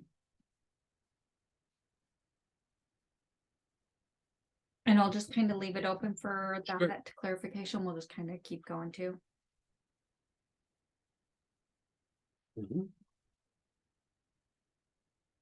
Sorry, you'll have to re-clarify because this was before somebody asked what was the sequence we just did. This was last, so just clarify. We'll be able to help you there.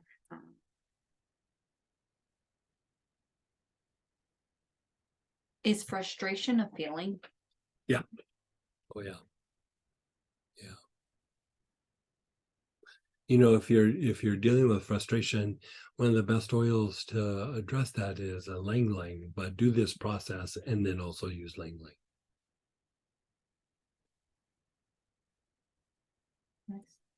When you say visualize below your feet, do the feet need to be on the floor, or what do?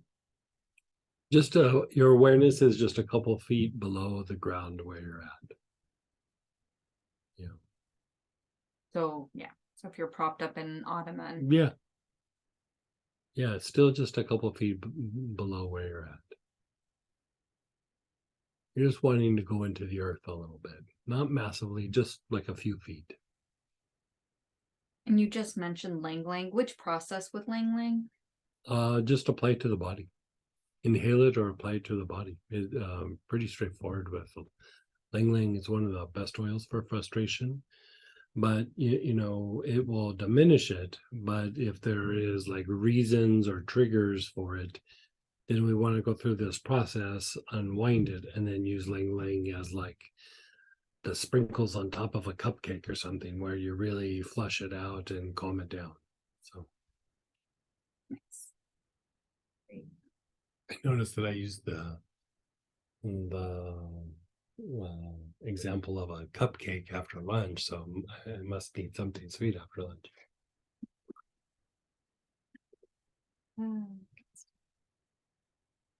All right, good questions. Thanks for the shares, guys.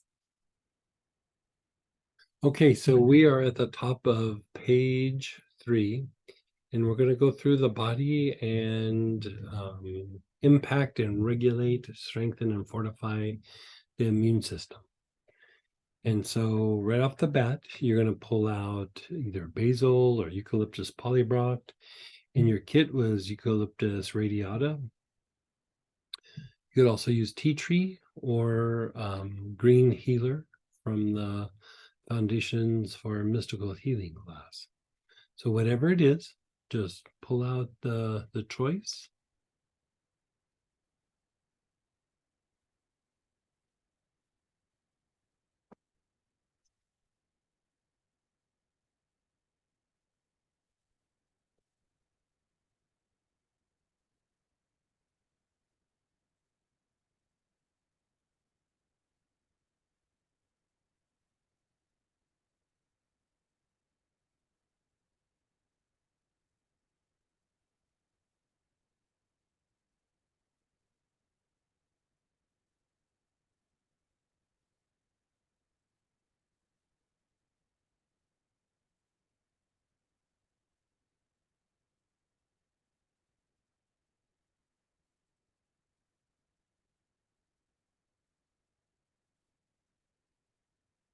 Okay. First off, just notice how you feel. Notice your body, notice your feelings, even notice your mind and your thoughts.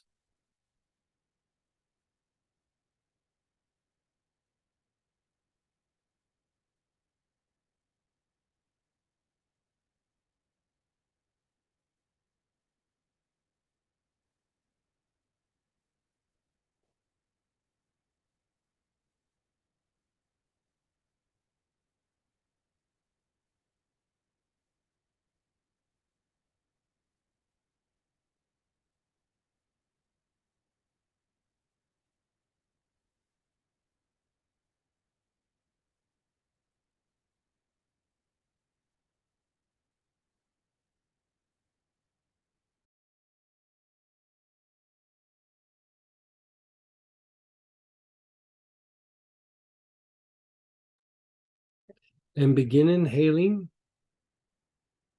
Your awareness is on your thighs.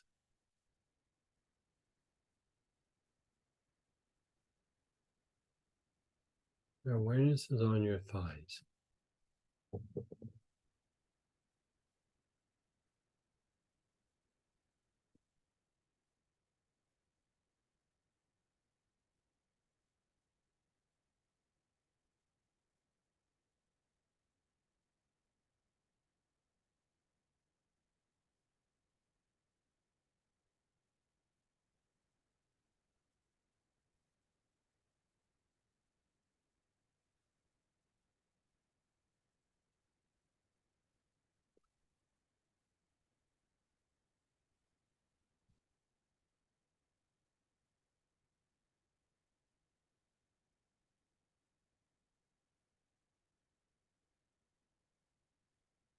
You're taking long, slow, deep breaths. Your awareness is on your upper legs.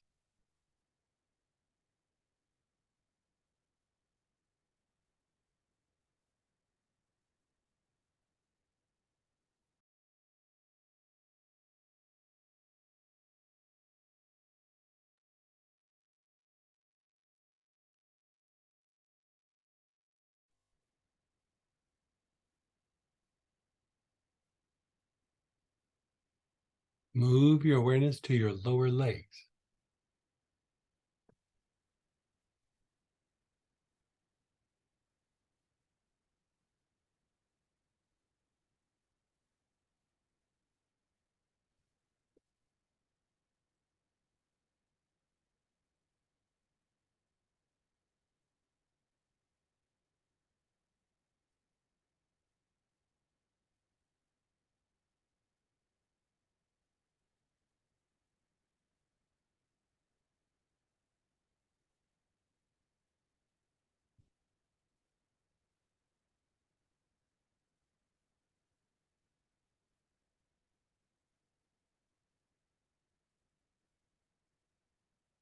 And then move your awareness to your feet, the whole foot, each of your feet.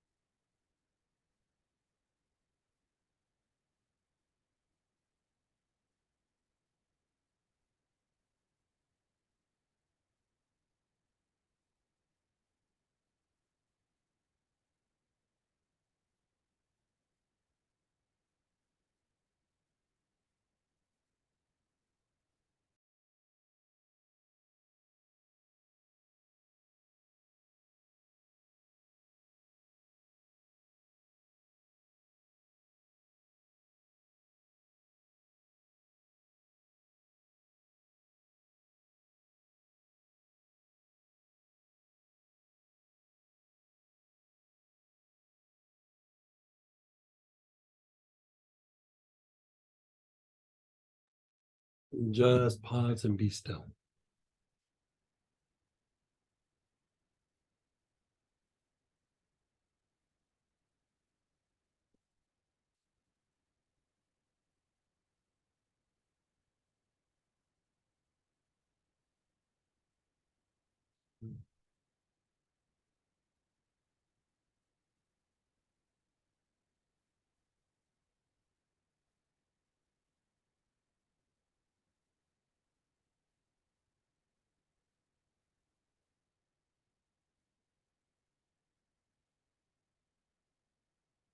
Just let go.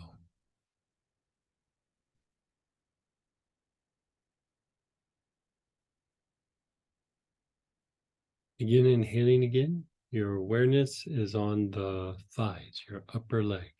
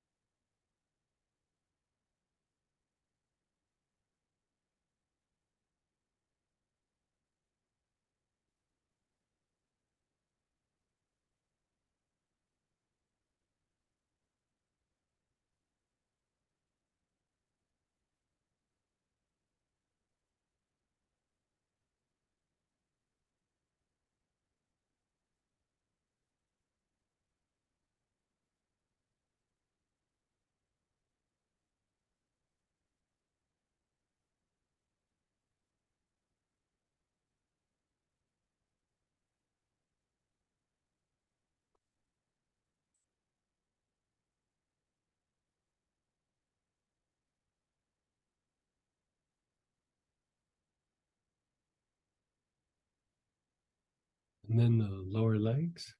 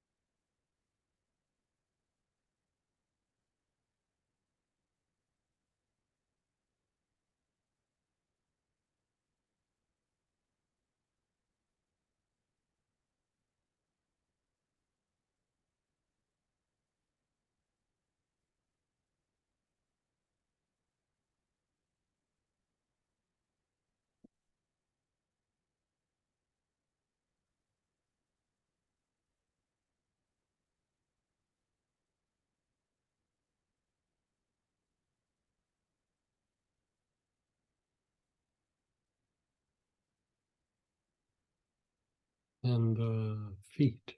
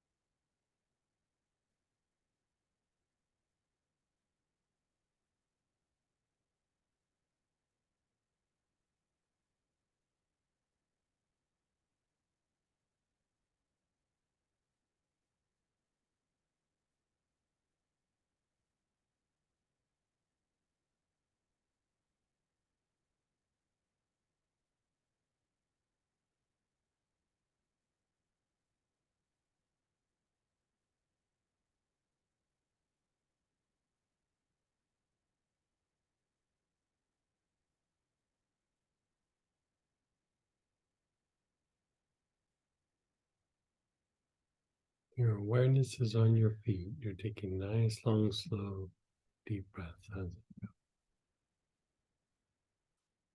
Yeah, nice.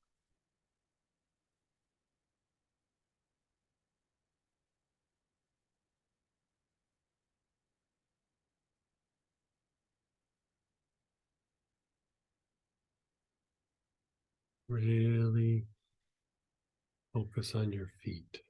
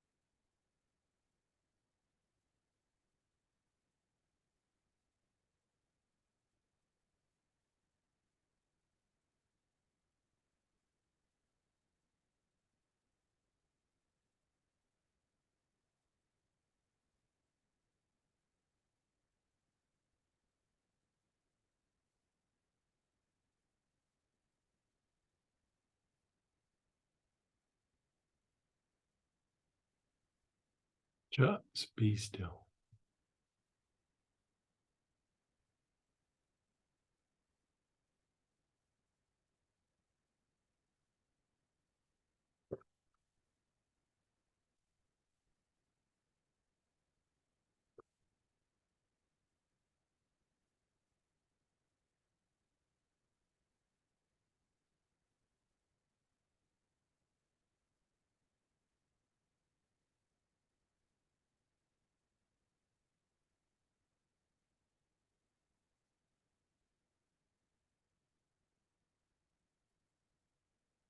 Let's do that one more time because it just feels delicious. And begin inhaling. Your awareness is on your thighs.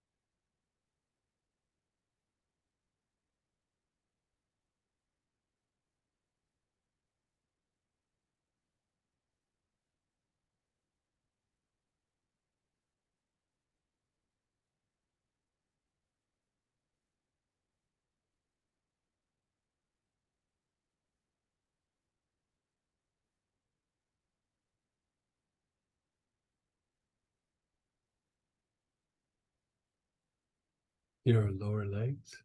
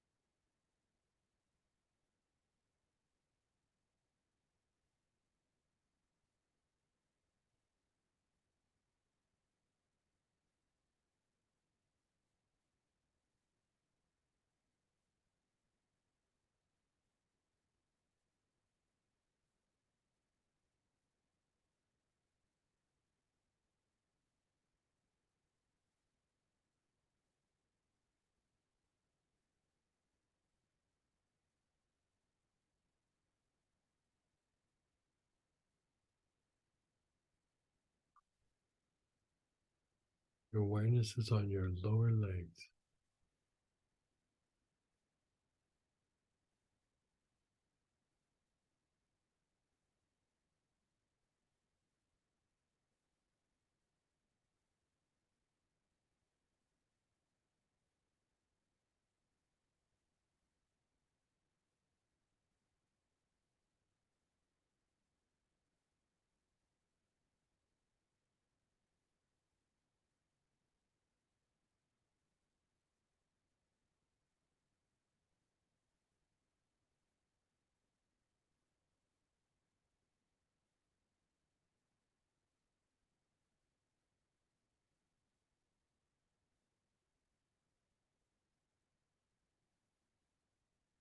And your feet.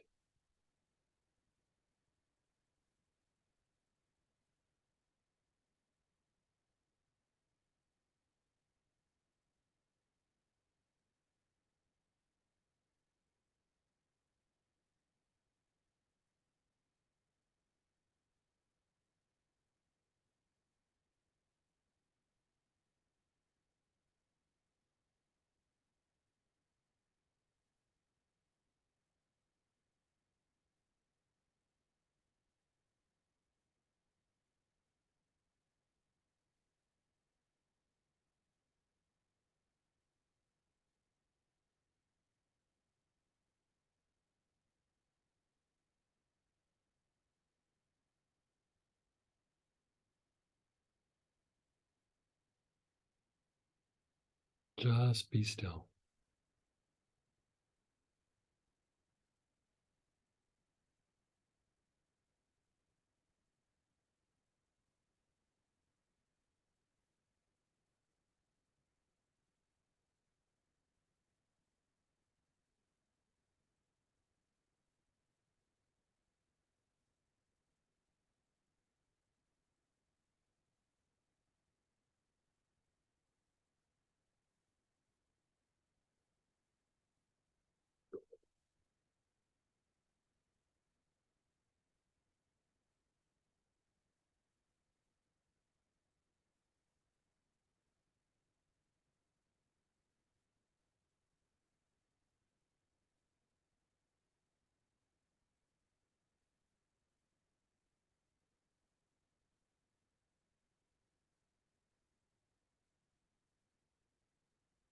Begin inhaling. Your awareness is on your upper arms, from your shoulder down to your elbow area. Your upper arms, front, sides, and back.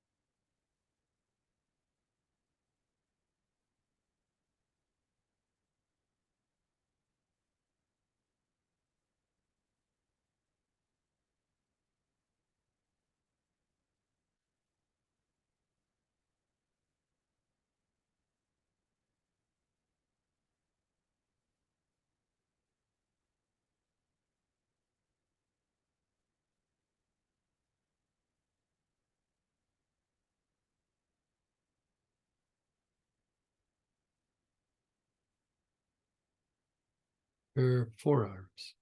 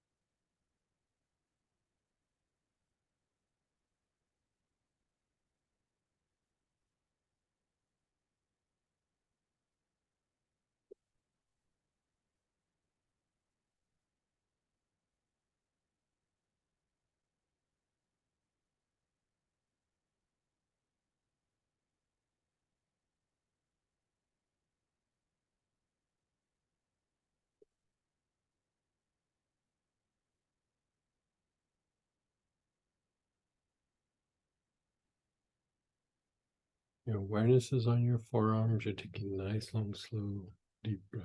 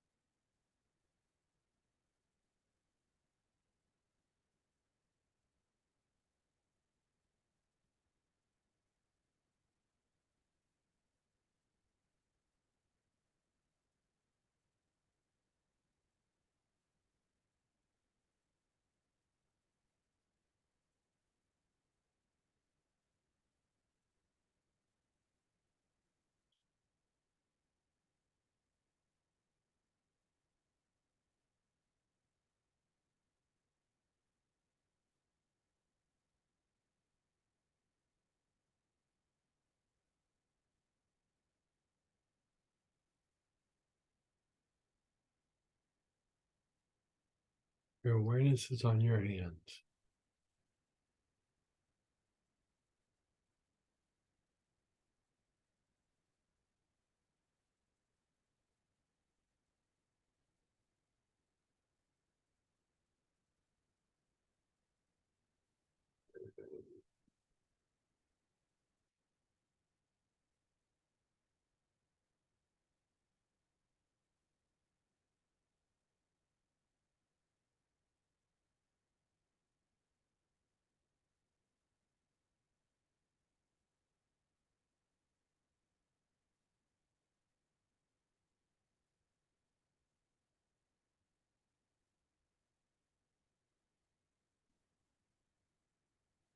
And then pause and let go.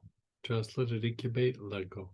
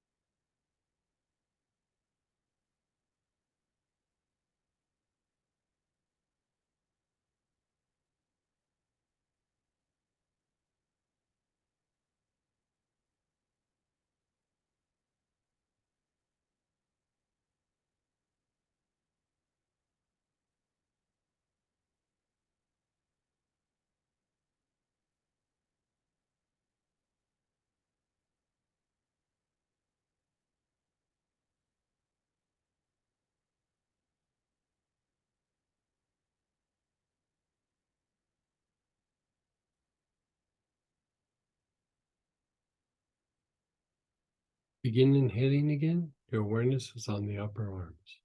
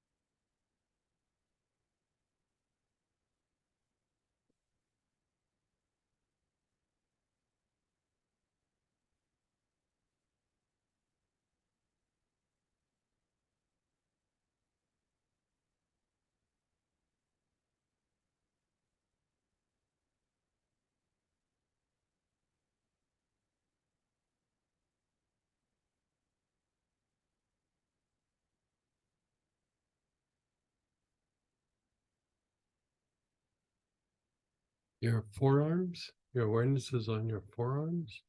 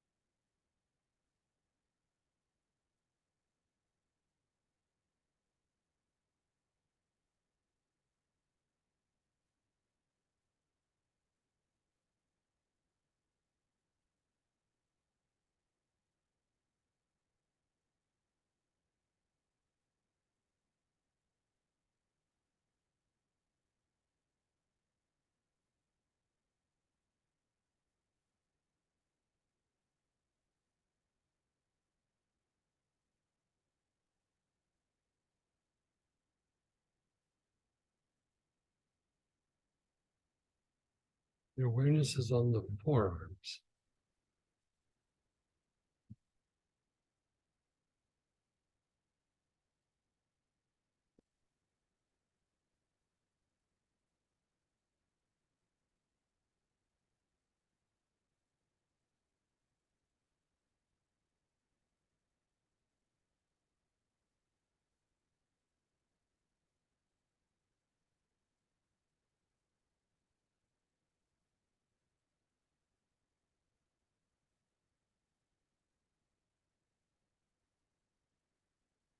And then the hands.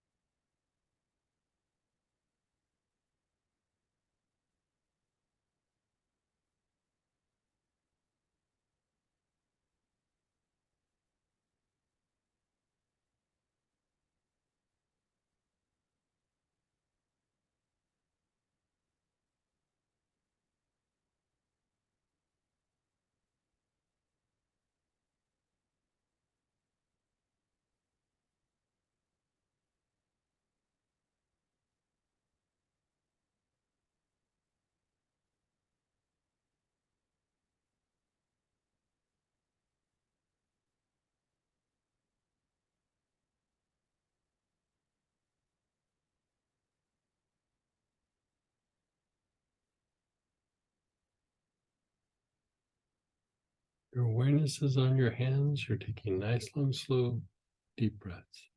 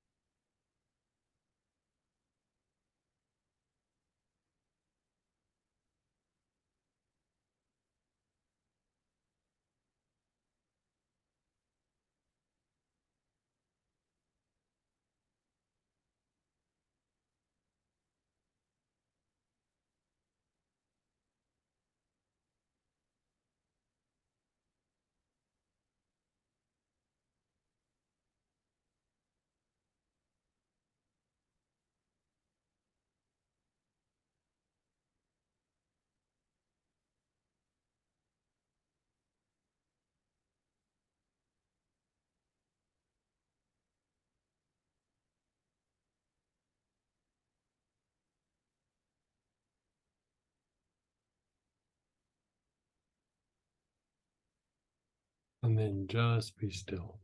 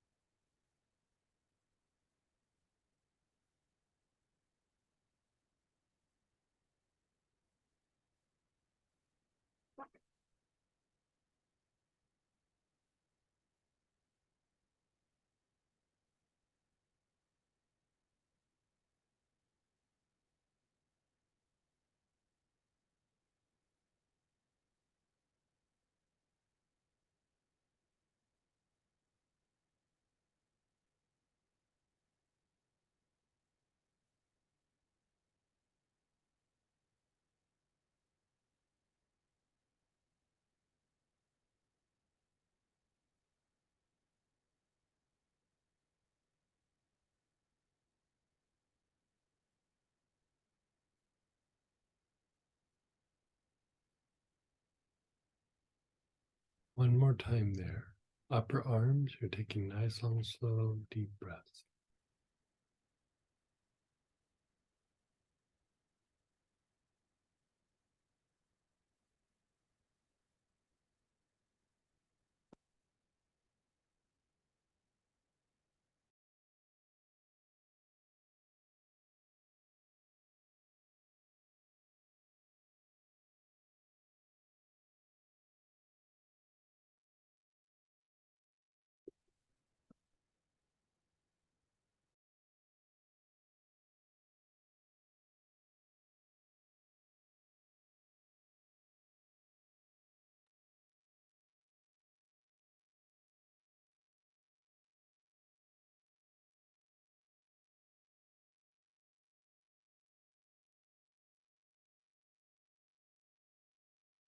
in your forearms.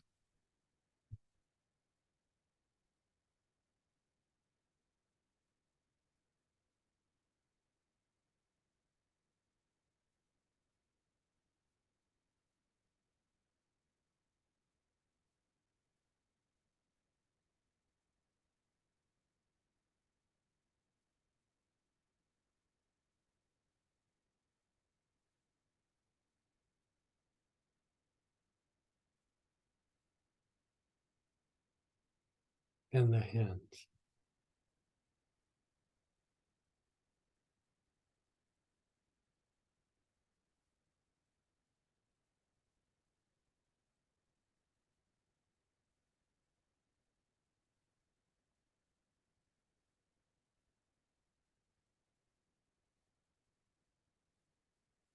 Just be still.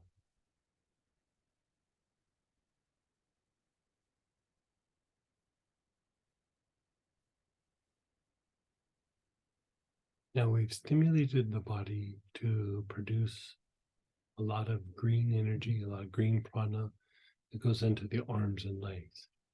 This next piece, we're going to take oils that generate red prana and put it in the joints. And first off, whenever you mix a green and red in this manner, it produces light. You know, the production of green and red. We talked about it in last weekend's class, in the body mapping class, but bottom line is it produces light. But also, you know, for a while, we just go through and we clean up the arms and legs. But when we start to activate the joints, when we start to put more fortifying energies in the joints, it helps us to process light, it helps us to process energy, and it helps us to process lower emotions, move them to higher emotions to a much higher degree. So this combination of working with the green and then working with the red is a very potent part of this process. So in that, red healer is the blend, black pepper, cassia, cinnamon, tamala are single oils, and also rosemary, which rosemary is in the kit. So pull out which oil you're going to use. Yeah, you can apply red healer topically to the joints if you want to be fancy, like only if you want to be fancy. Same with rosemary. I wouldn't do the cinnamons or the cassia or tamala just because they might be a little sensitizing to the area, but black pepper you could. I mean, it's not part of the technique, but it can be done. So begin inhaling with whatever oil you're using. Your awareness is on the armpits.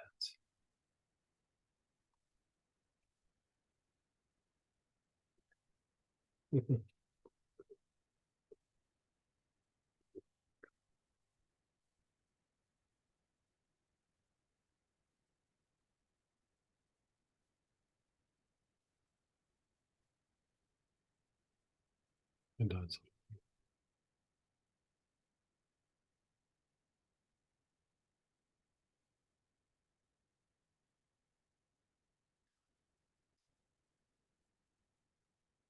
The elbows. Your awareness is on the elbows, especially the front side where the crease is.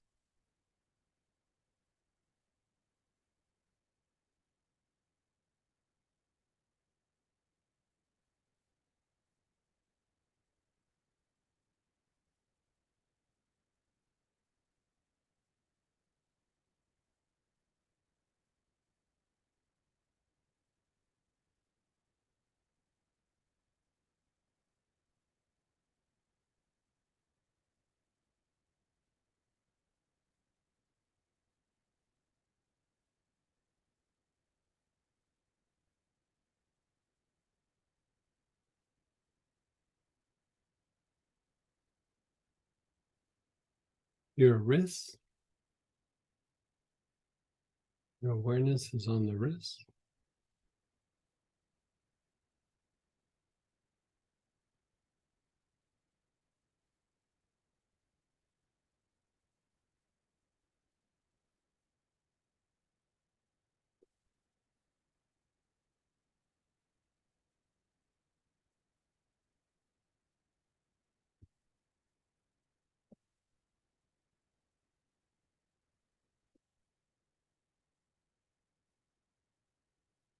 and the palms of your hands.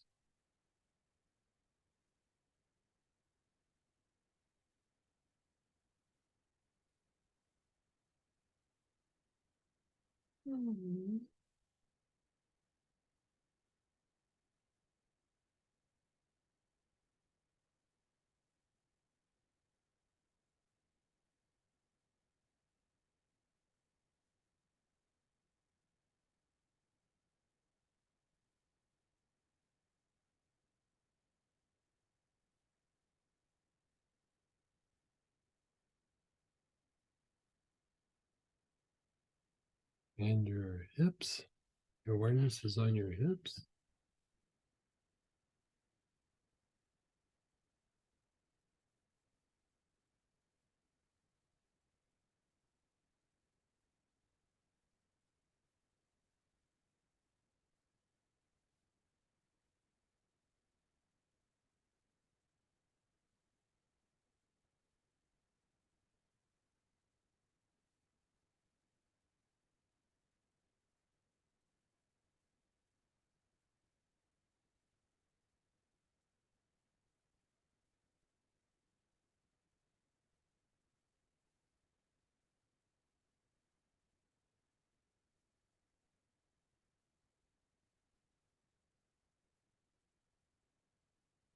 The knees.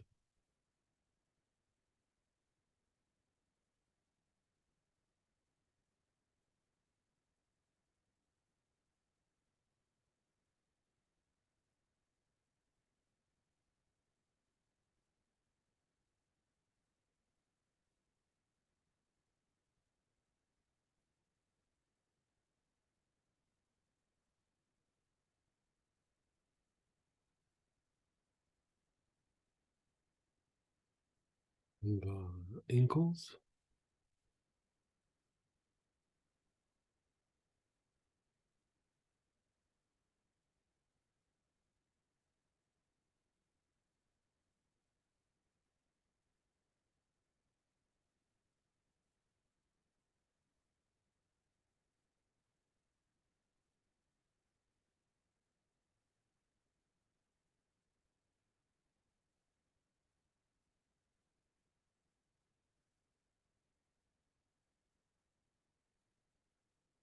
And the soles of your feet.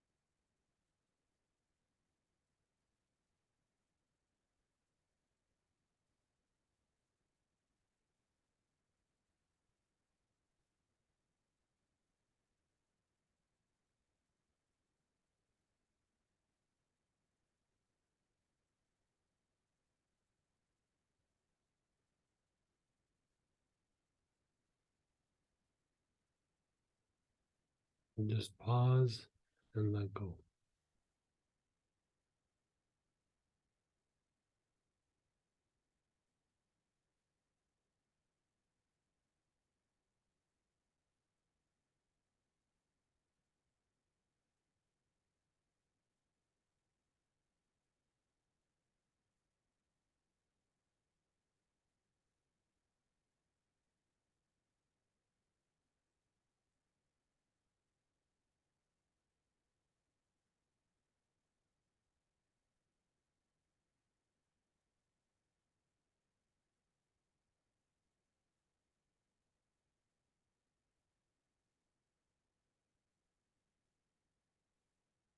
And again, begin inhaling. Your awareness is on your armpits.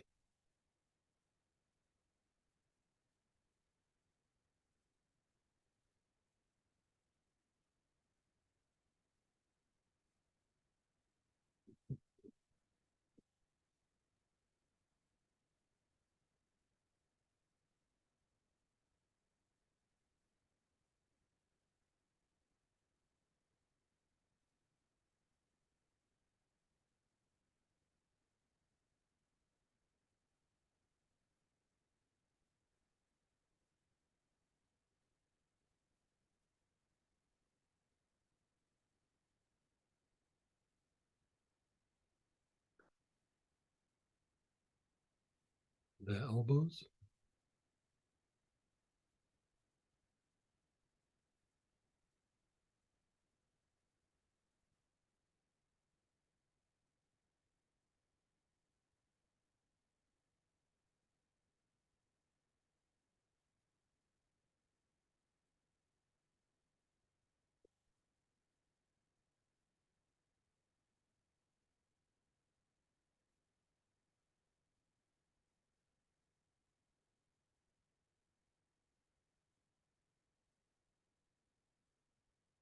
Wrists.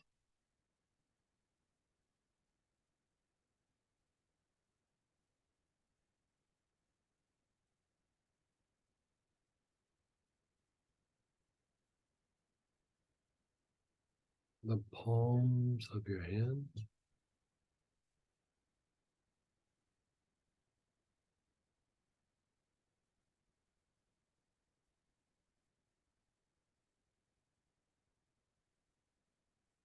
The hips.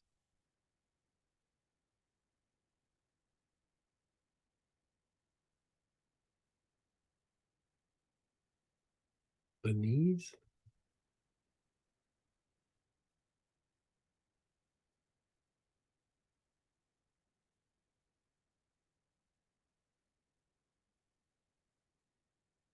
What are you noticing? I'm just scared.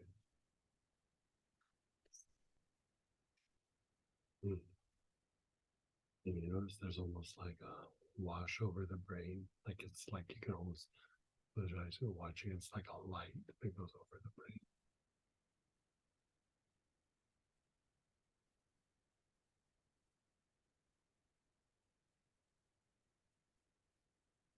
Like it's almost like a wash of like stresses. That just, you know. And the ankles.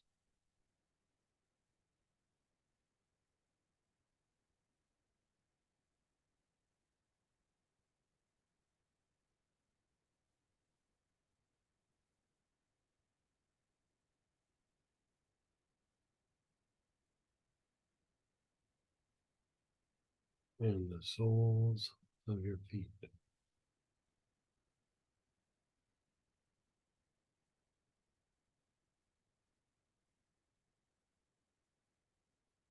And then just pause. Notice your feelings. Notice your body. I was just telling Samantha. This thing where we play with the green and the red like this, it hopes to transmute and elevate the feelings. You know how we talked about, like, okay, let's elevate the feelings out of sadness to joy, out of hatred to love, you know, whatever it is, whatever the feeling is, you know, you're sliding it from the lower to the higher, right? But this also changes your instinctive response, which is tied to the stress response. And they're like Samantha was saying, she feels stronger, like she feels a lot stronger. And you know, stress can accumulate, and the stress response can get very agitated, where it starts becoming easier and easier for you just to like, ugh, you know, where you used to be able to handle this much stress, you're down to like handling this much stress, right?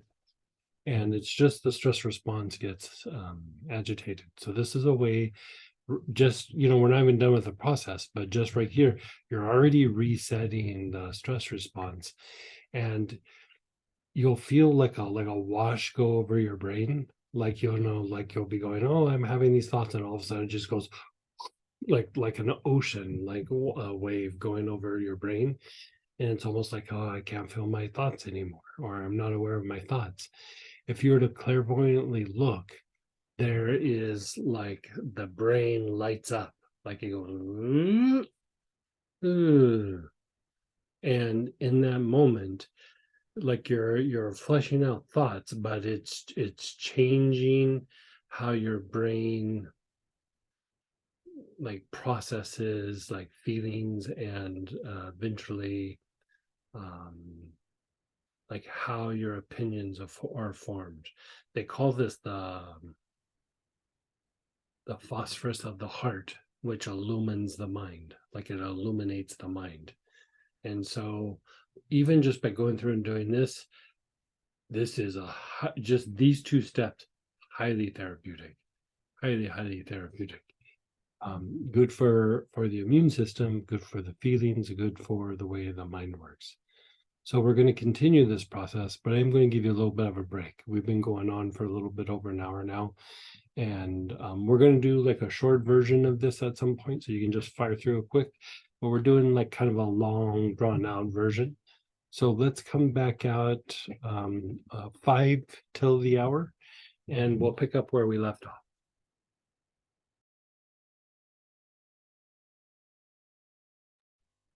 Hey everybody, we're at the top of page 5, and we're now doing the pelvis. You're going to use some form of orange. So orange healer, coffee, Idaho tansy, juniper, lovage, palo santo.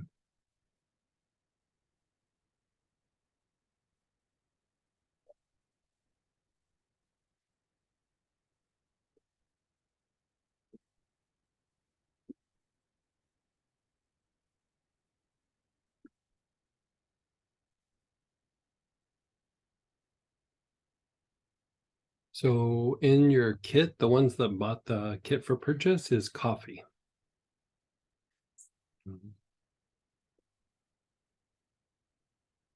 Begin inhaling. Your awareness is on the front of the pelvis, not just the sex chakra and the sex organs, but the whole front of the pelvis.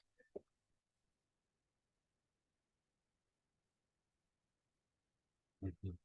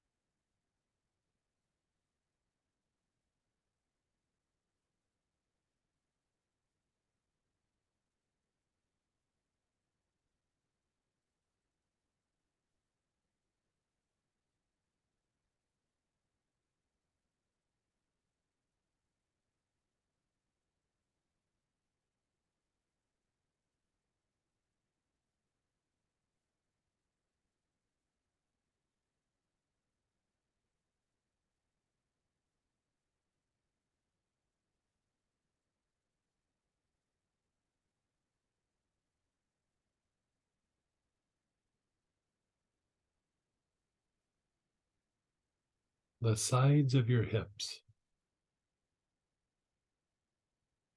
Your awareness is on the sides of your hips.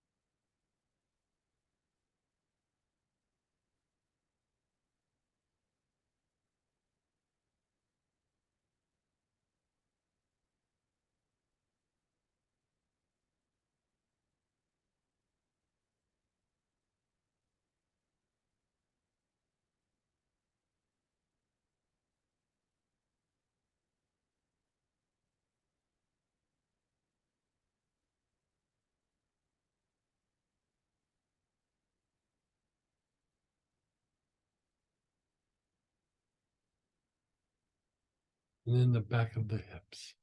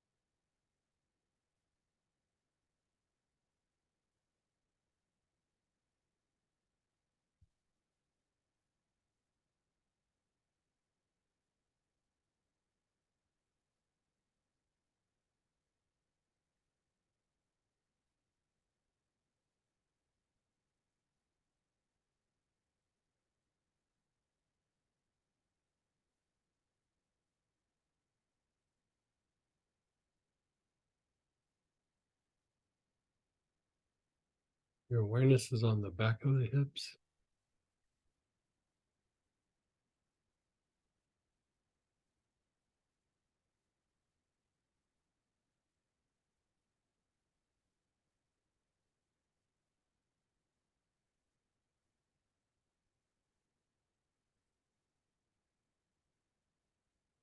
And then just be still.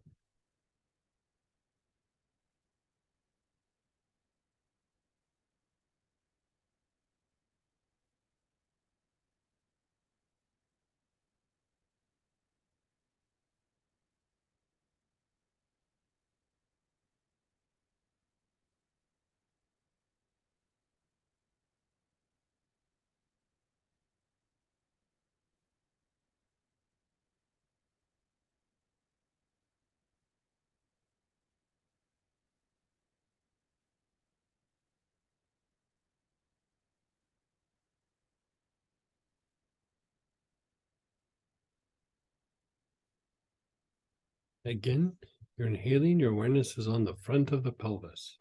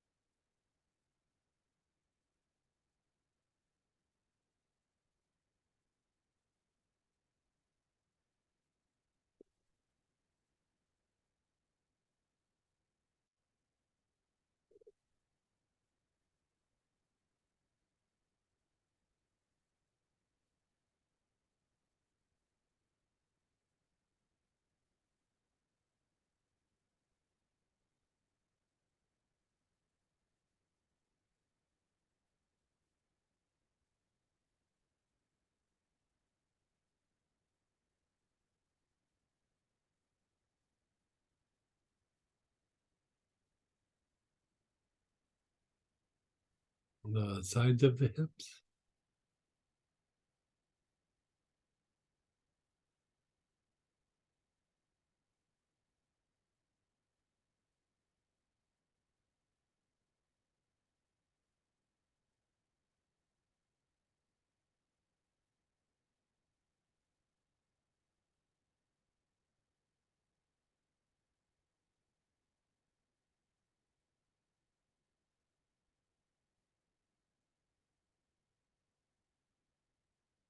And the back of the hips.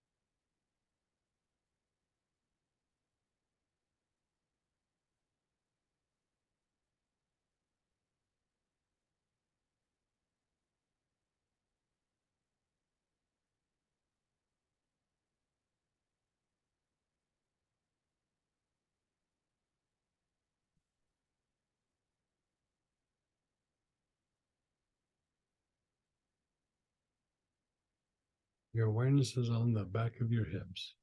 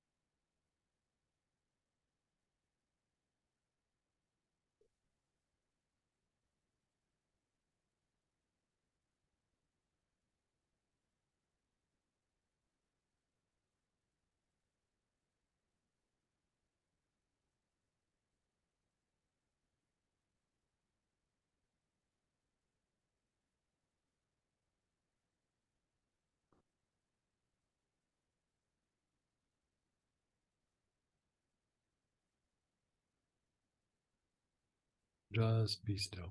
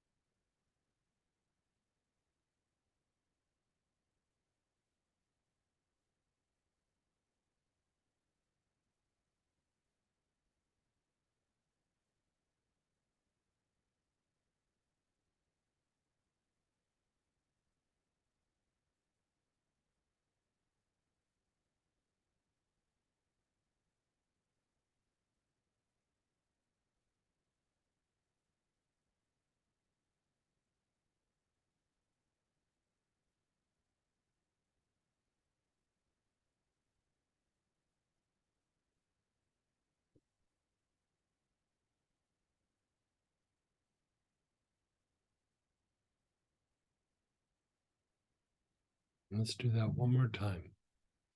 Front of the pelvis.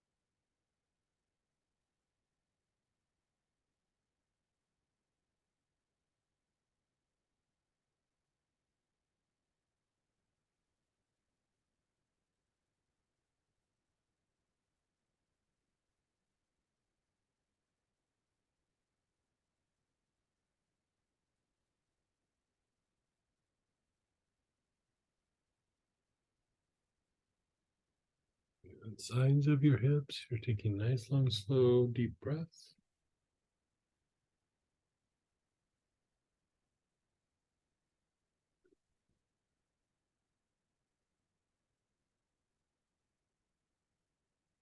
And then the back of your hips.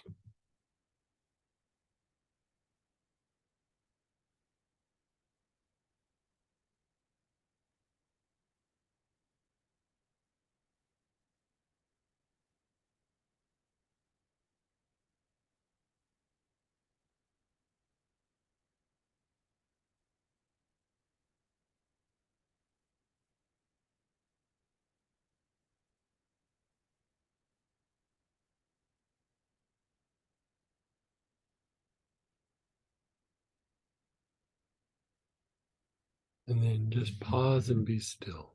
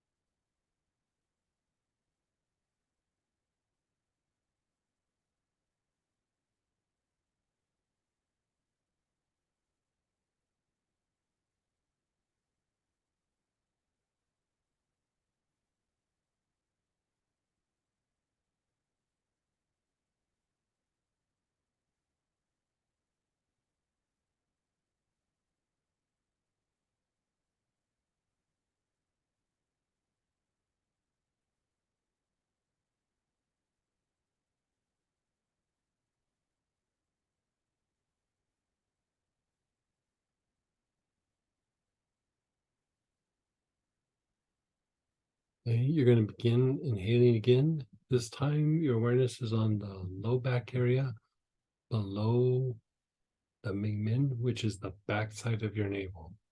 So from the backside of your navel down to your hips, you're inhaling.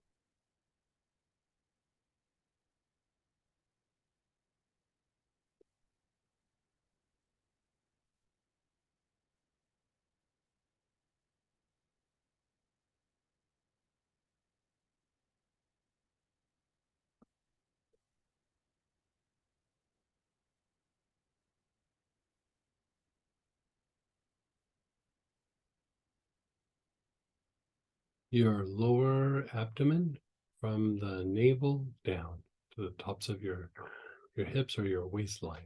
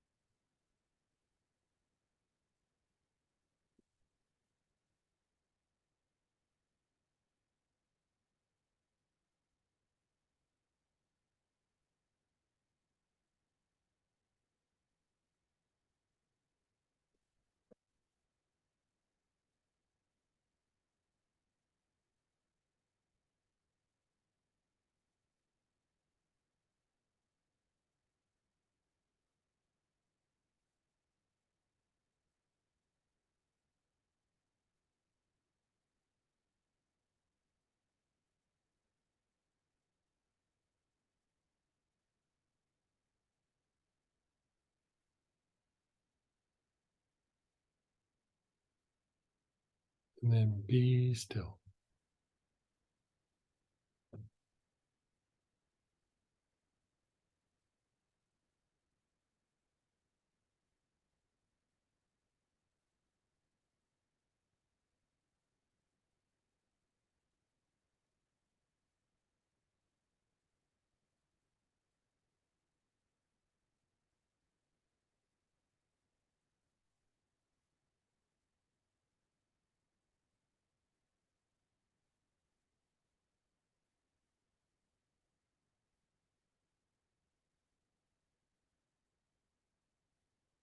Again, your lumbar area across your low back, below the backside of your navel to the hips.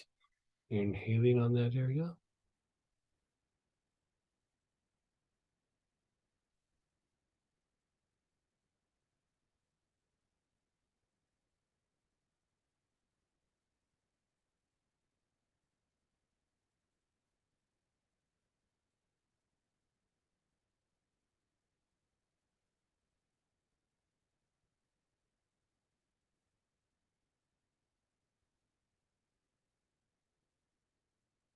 How's that feeling?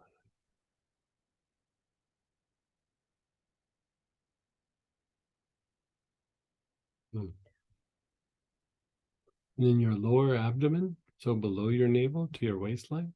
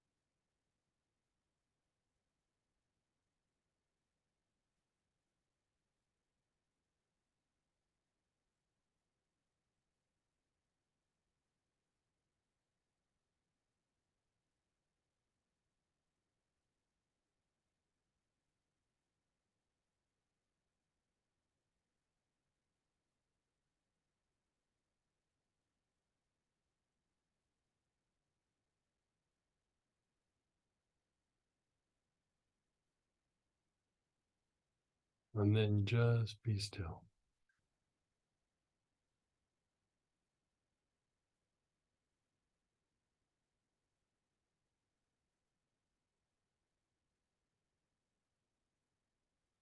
And you're going to pull out either blue healer, which is in the kit for purchase, blue cypress, blue tansy, dark blue tansy, Cape chamomile, German chamomile, Gardaldo, milfoil, yarrow.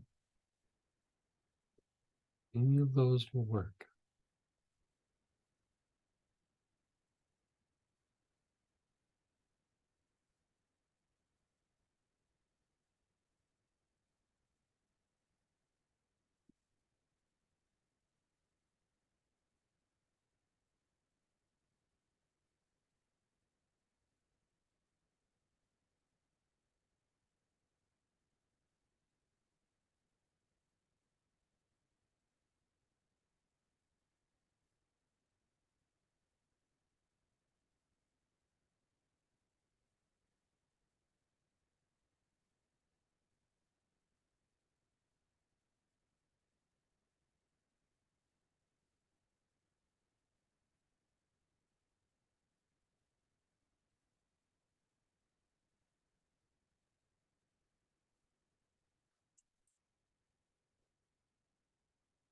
If I don't have anything else.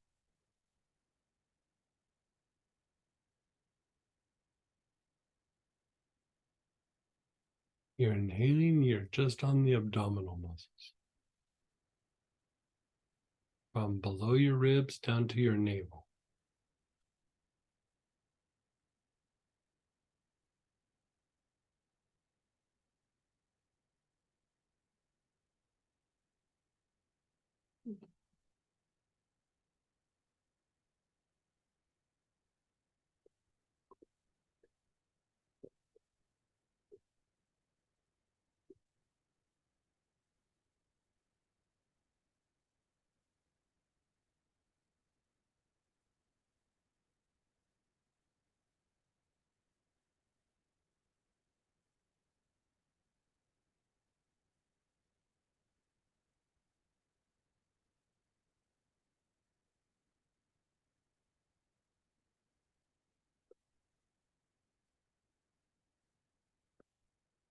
And then pause and let go.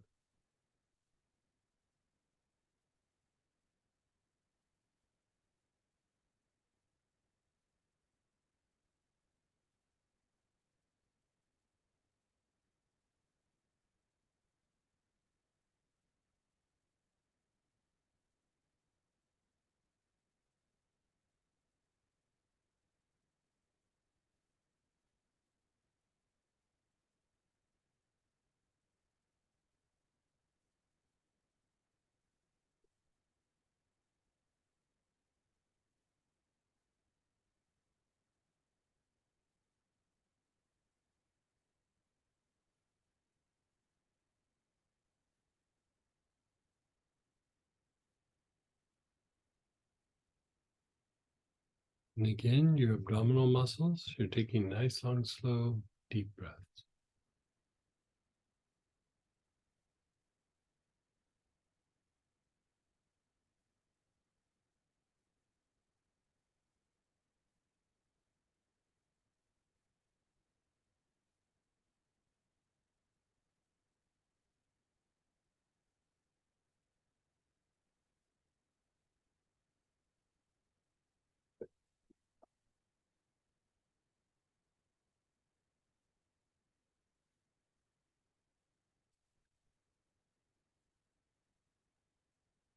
Mhm.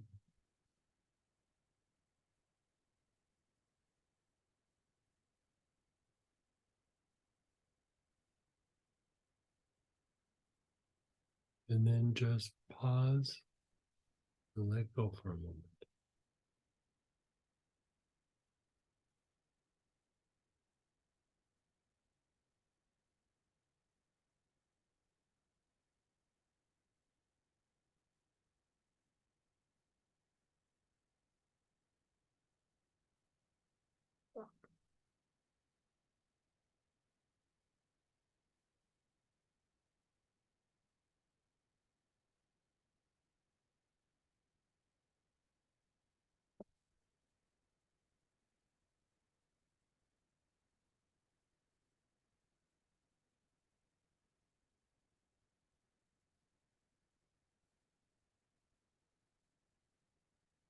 And one more time. Inhaling your whole abdominal area below the ribs, all the way down to the navel.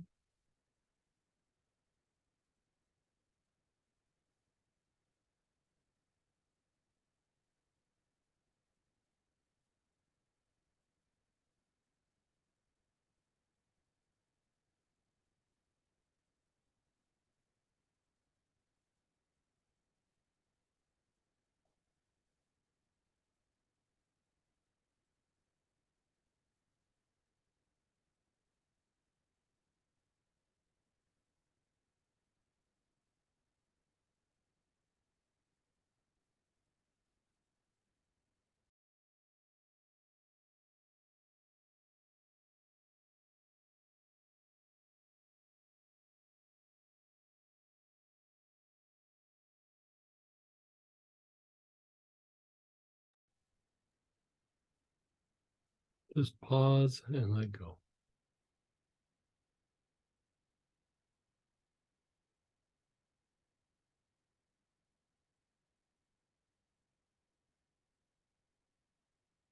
Okay, so now we're going to the mid back, upper back, and you're going to choose Gold Healer, which is in the kit for purchase, Chakra Root Cleanser, Poplar Balsam, Aloes, or Acacia.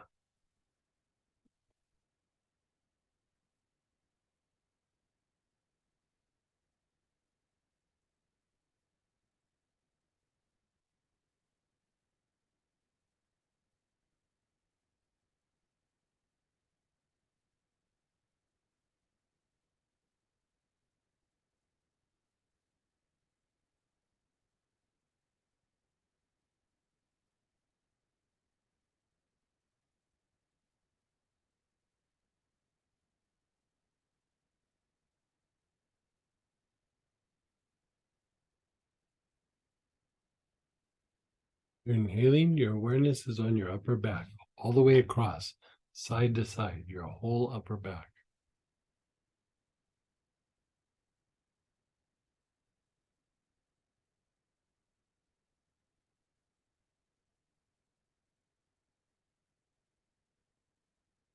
I lift up the chest.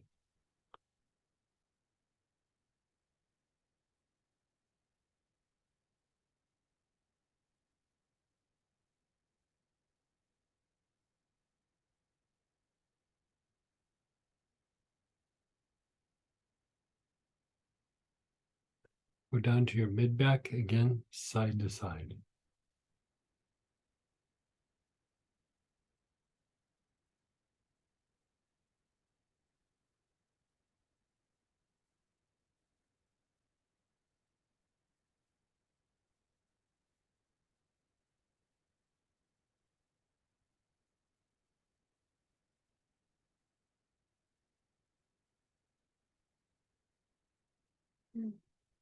And let's add, I apologize, I left this out. We'll adjust it in the booklet. But your chest.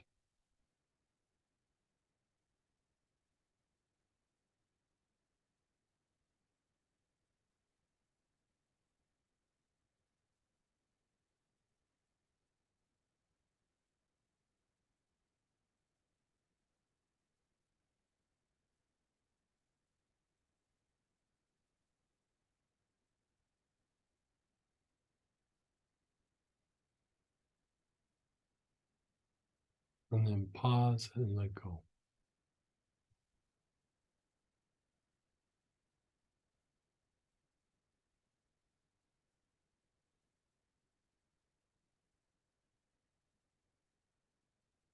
Again, begin inhaling across your upper back, side to side.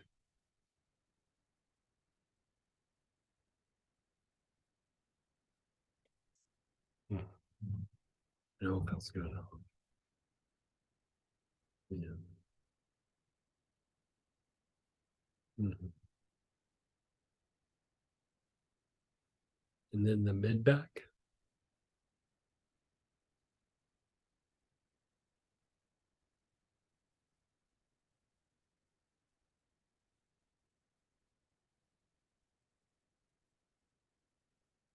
And then your chest, your whole upper upper torso on the front side.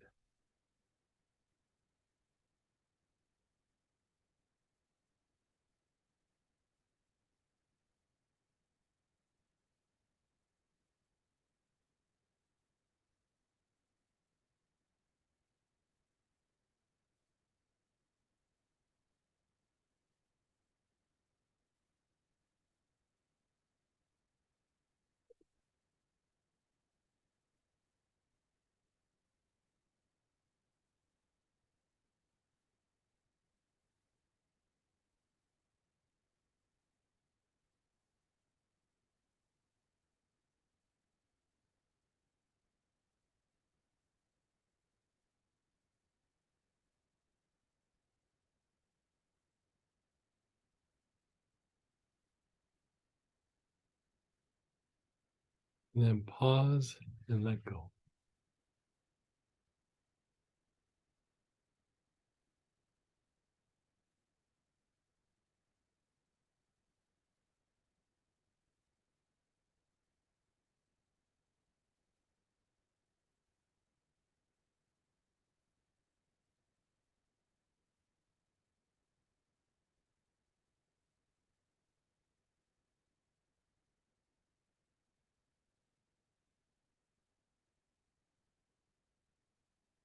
Okay, one more time. Your upper back.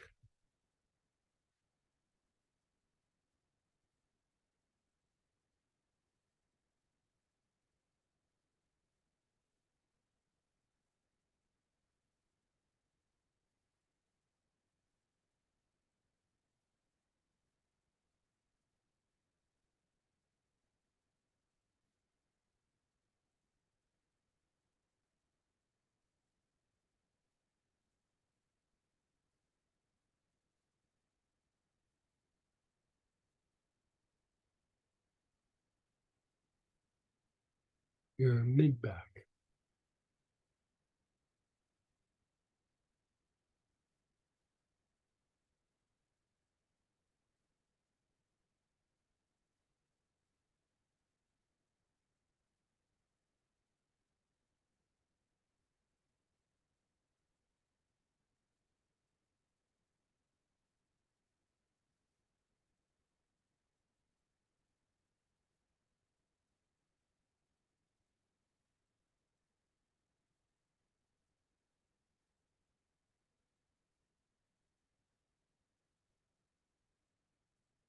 In your chest.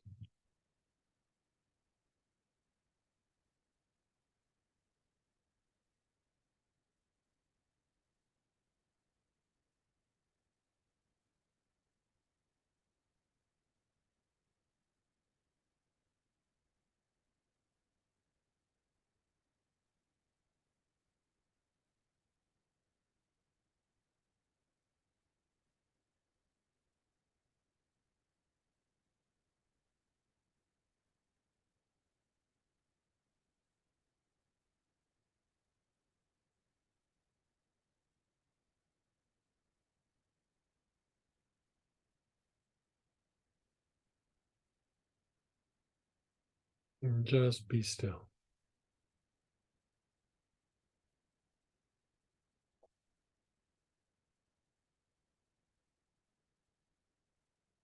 Same oil that you're using. Now do the sides of your body. The sides of the rib cage all the way down to the tops of the hips. So your armpits, down the side of your body to the tops of your hips.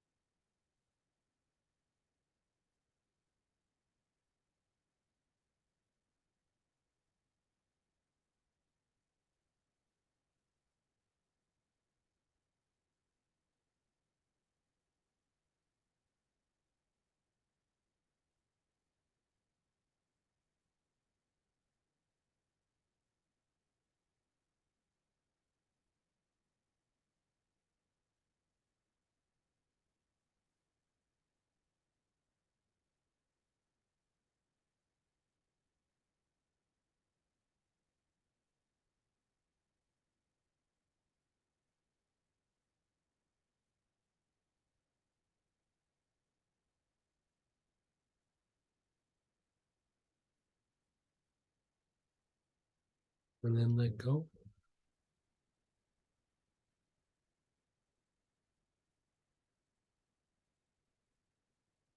And then again, sides of your body.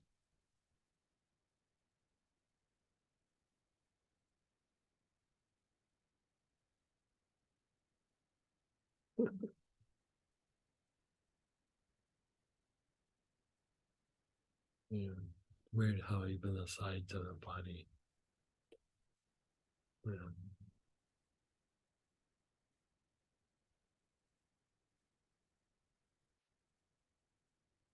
And then let go.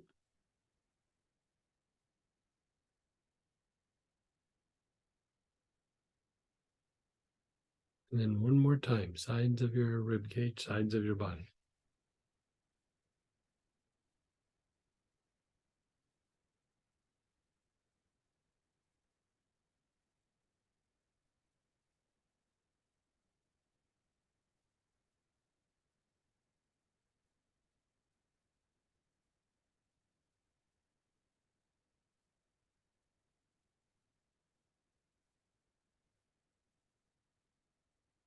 And then let go.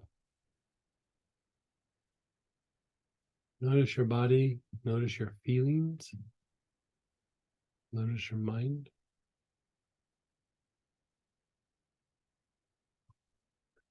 Hey. Maybe we'll yeah. We're doing like kind of a long process, and so normally we'd fire through this whole thing, but I'm going over on each. So let's take a little bit of a break. We're almost done with this part, but let's come and get back again at 5 till.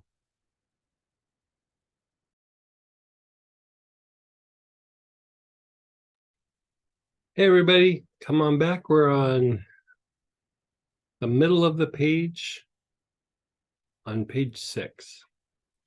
So here we're looking at pretty much almost all the different sages. Spruce, any of the spruces, Sitka, lavender, lavendin, sage supreme, and violet healer. And the kit for purchase is sage triloba, which is a fancy sage. So pull out your sages.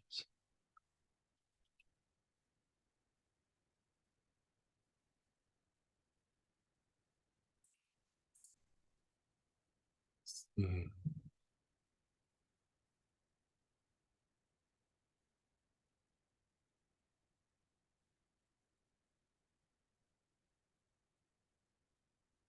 And you're going to begin inhaling. Your awareness is on the tops of the shoulders. So you're like up here, like from the base of the neck all the way over to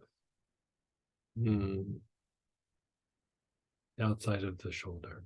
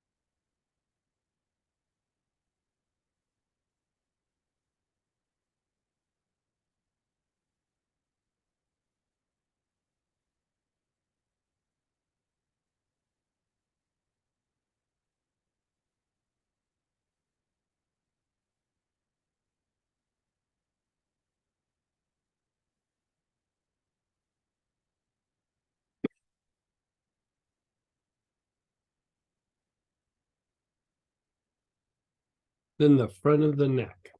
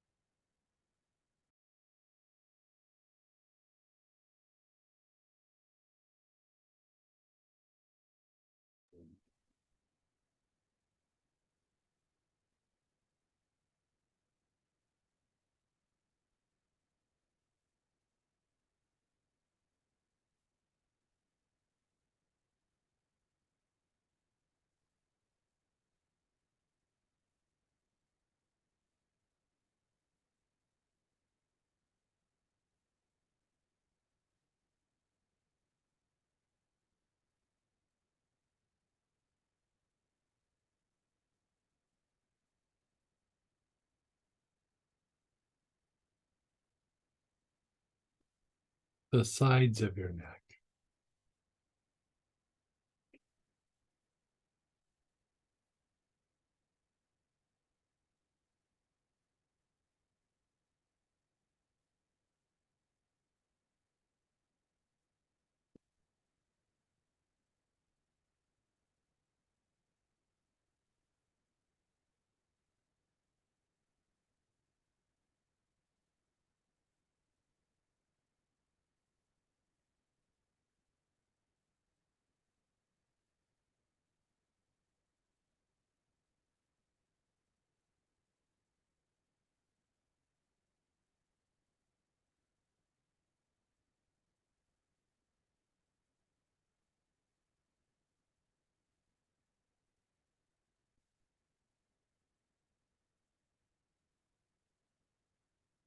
The back of the neck.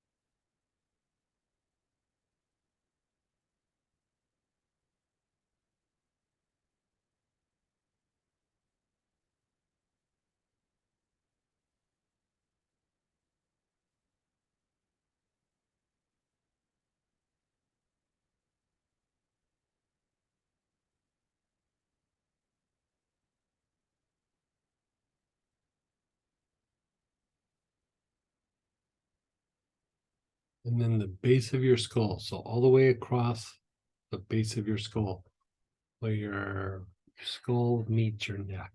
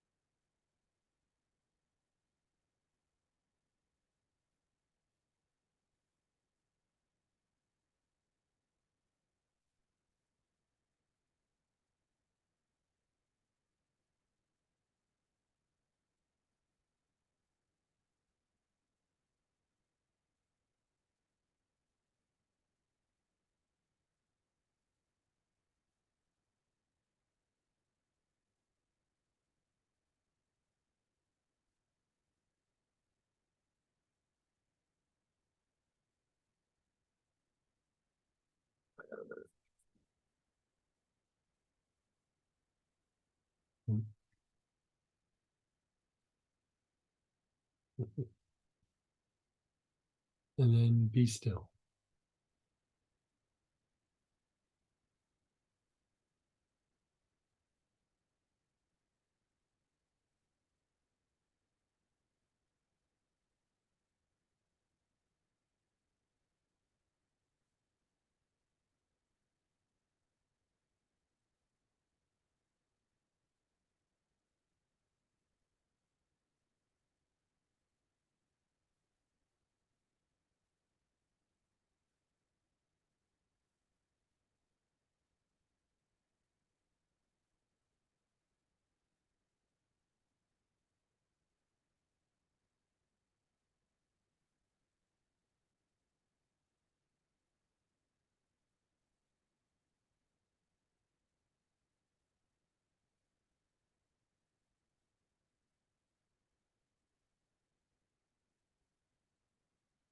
Again, across the tops of your shoulders.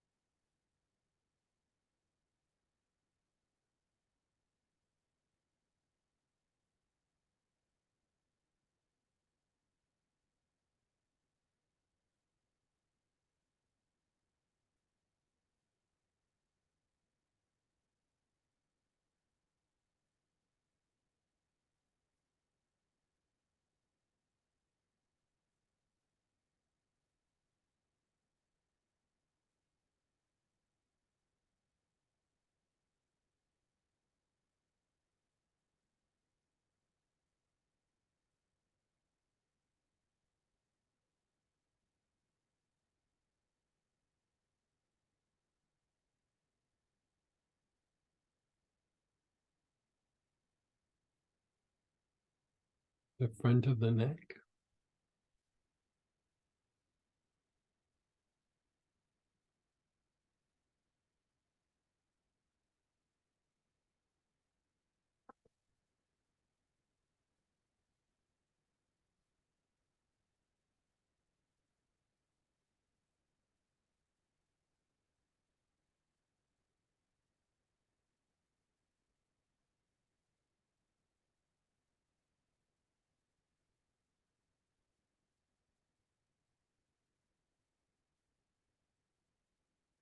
The sides of your neck.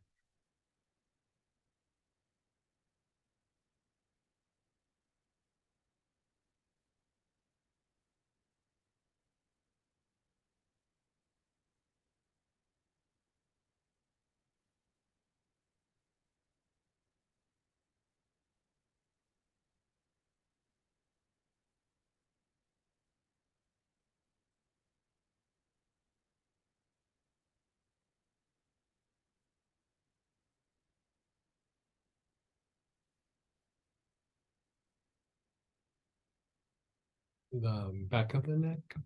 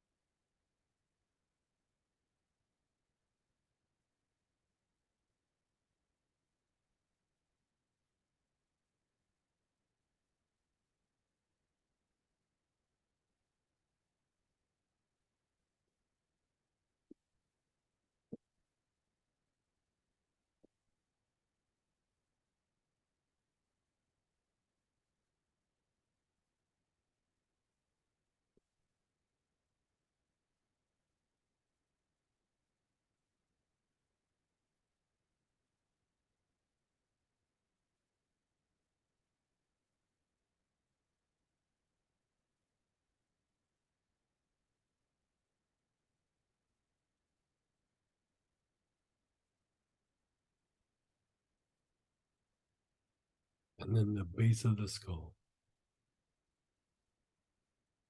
What's that feel in your neck?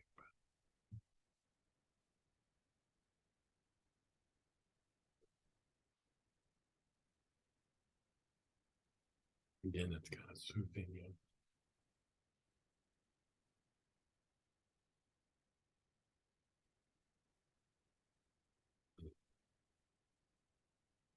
Your awareness is on the base of the skull.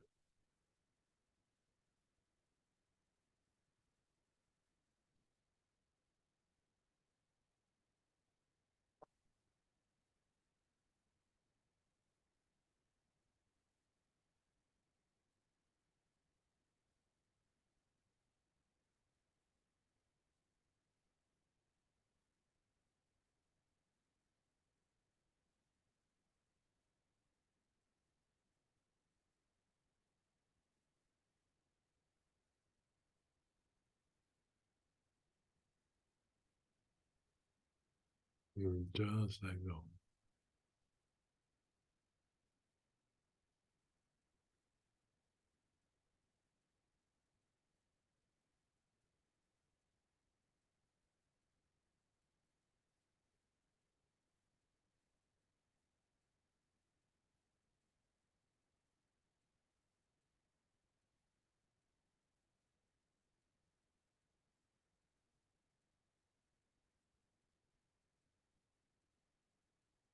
One more time. Inhaling, tops of your shoulders.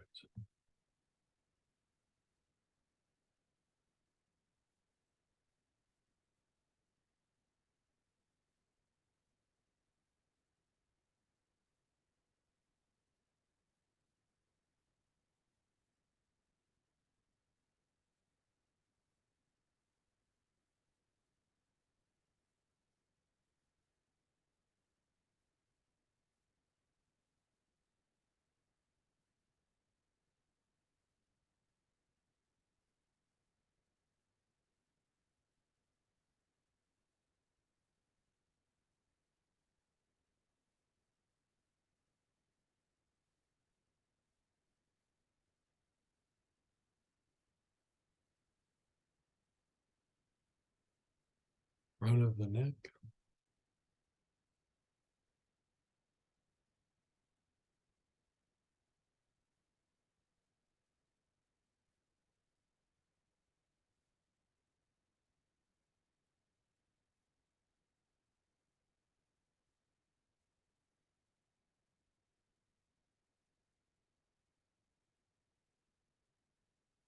Sides of the neck.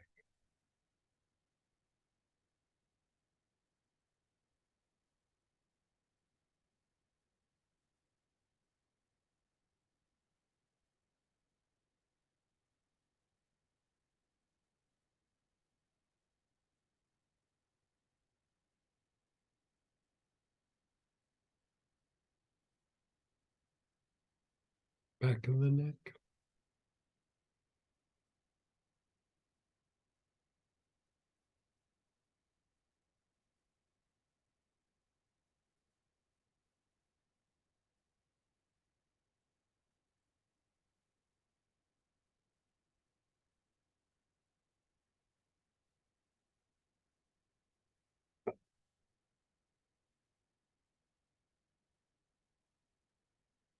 You're at the base of the skull. You're taking nice, long, slow, deep breath.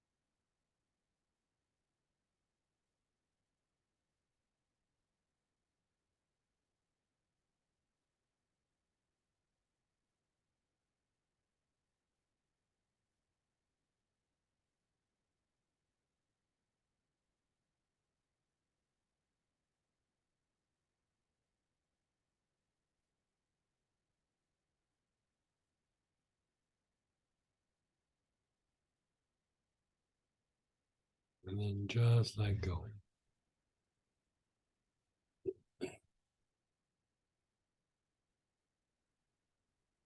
So we're going to move to the last piece of this segment, the head and the jaws. So in the purchase kit, you could use either Davana or ginger lily. I would use Davana, to be honest. Both work. Tuberose or sacred blue.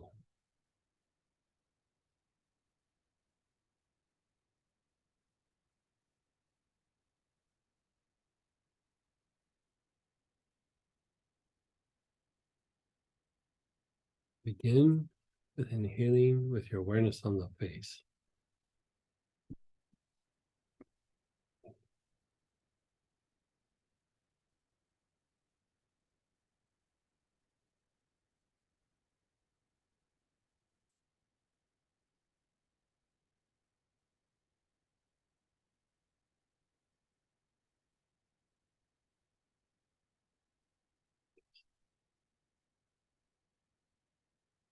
And then sides of your head.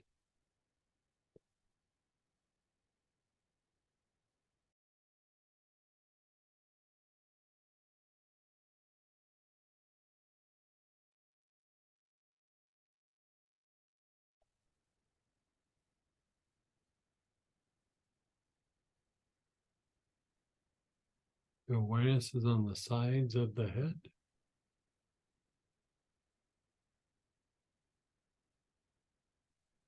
The back of the head.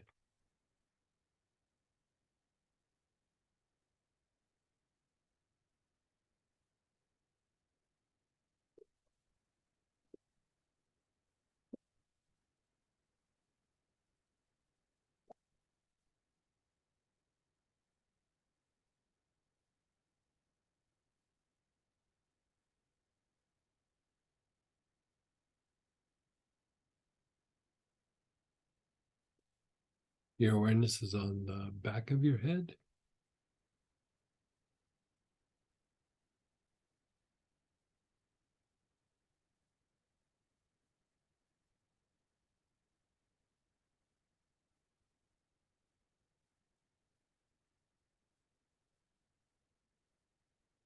And then the top of your head.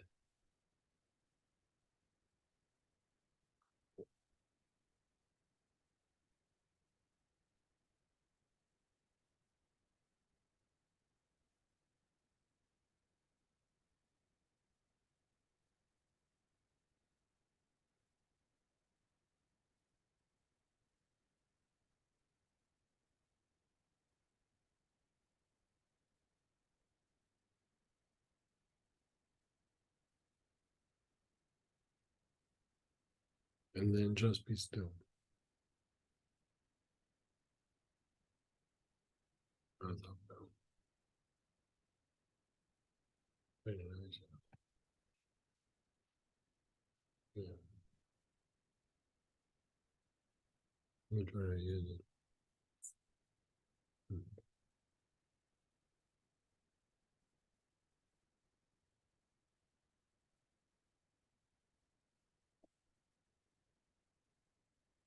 Again, you're inhaling, your awareness is on your face.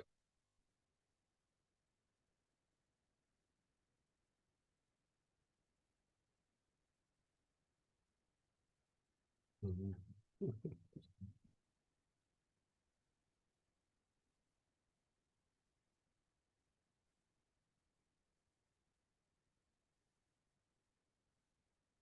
What little bag is that?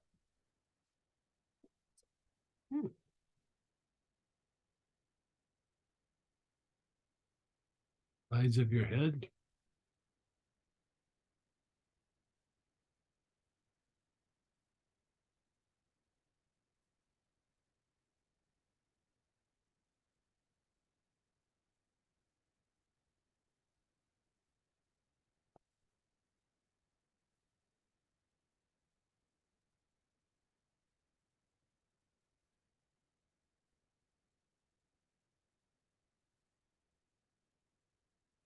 The back of your head.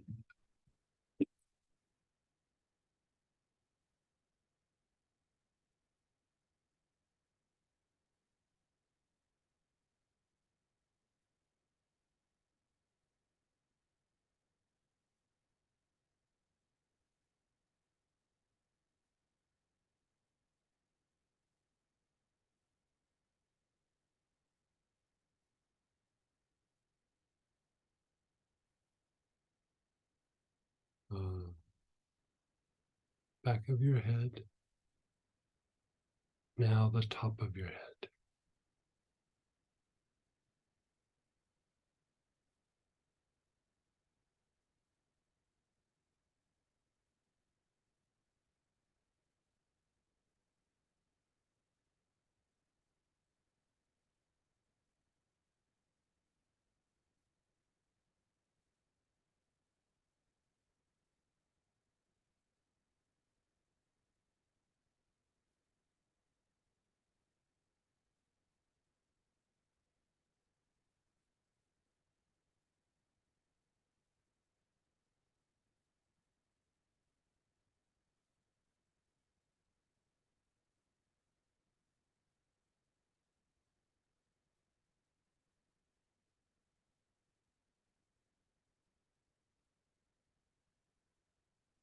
And then be still.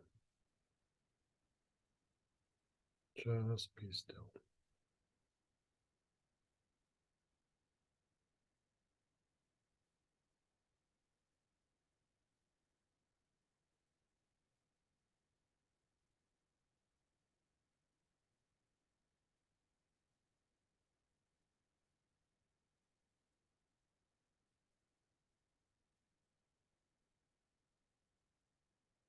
Notice how you feel.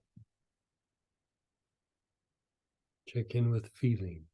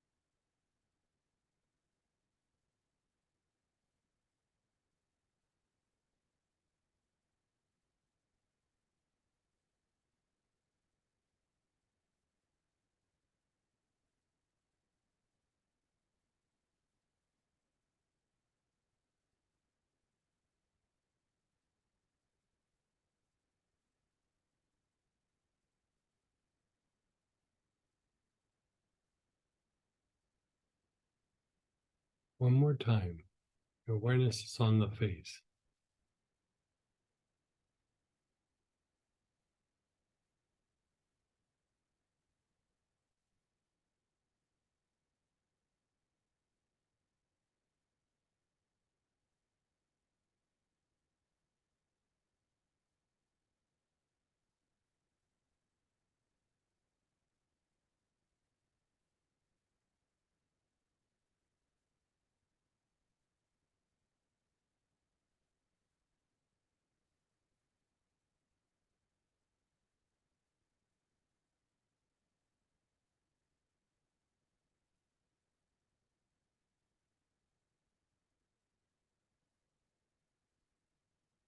The sides of the head.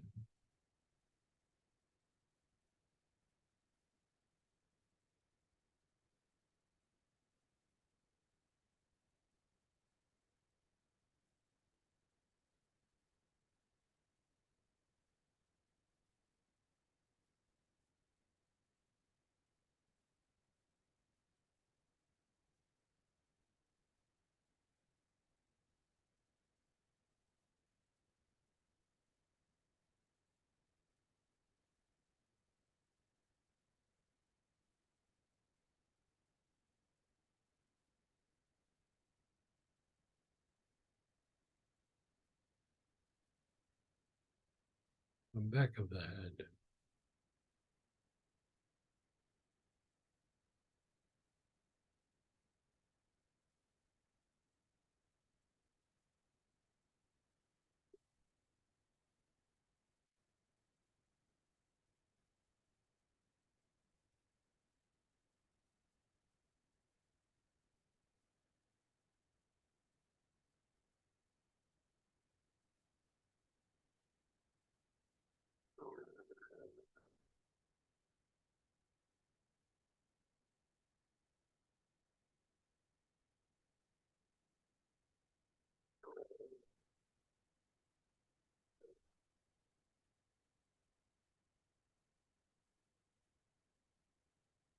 The top of the head.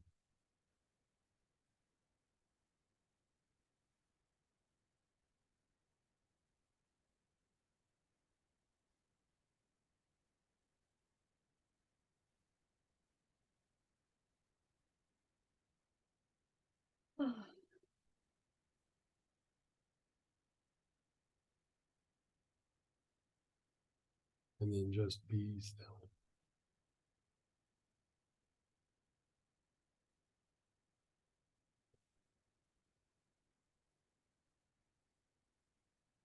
So that segment can definitely be done on its own. It's very fortifying to the immune system. It helps to elevate feelings. Very, very soothing. It calms down agitation in the body that would cause the immune system to go into an autoimmune phase or just get super agitated. Sometimes even fatigue is overactivated or hypervigilant immune system that you just need to calm down and then fortify.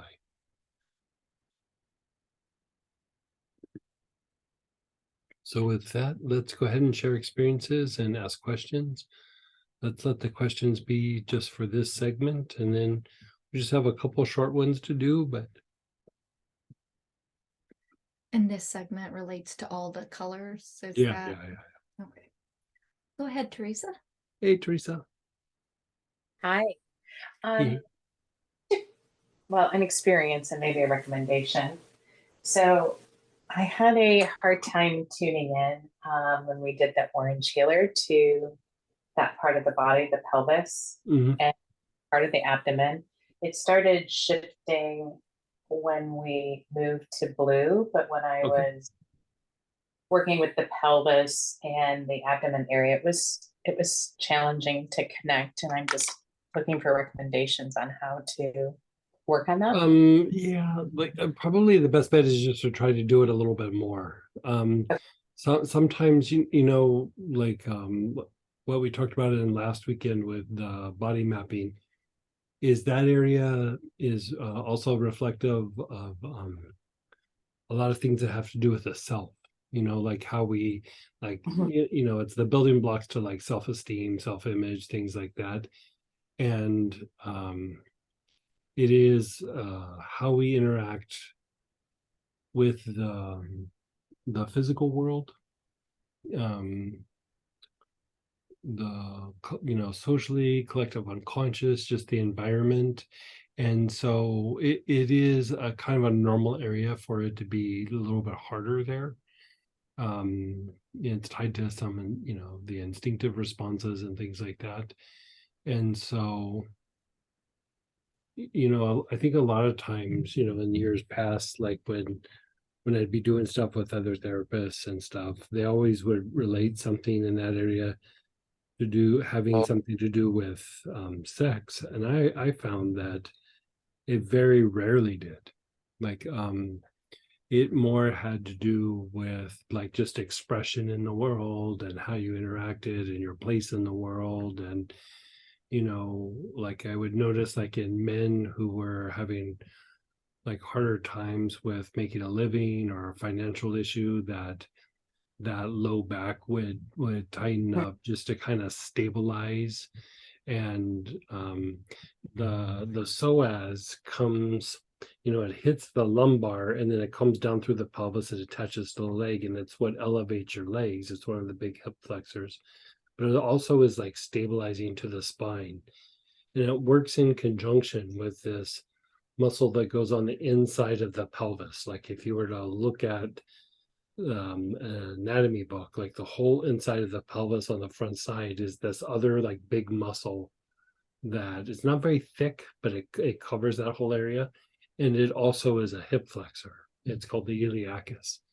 And most times when we're having an issue there, it's usually more muscular than it is anything. Like it's usually more like psoas or the iliacus, which both are about stabilizing like our foundation, you know, physically our foundation, the bottom of the spine and the pelvis and the sacrum, which is the tailbone area, and giving a foundation for the movement of the legs and things like that.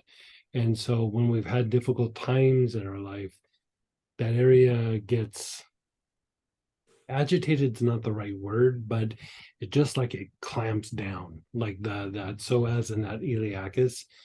So you know, I used to have conversations with this osteopath, and he'd go, how many people do you think have a psoas issue, you know, that are walking around? And I was like, I think everybody does, like, you know, bottom line. And then later, some studies were coming out about, you know, herniated disc and low back stuff. And it was right along with what we were looking at. Like it was, you know, almost everybody has this like low back thing because it's about stabilizing during times of chaos or negative events or things like that. And so I'd say probably out of everywhere, that's the hardest area to work. And it's just going to be a little bit of practice.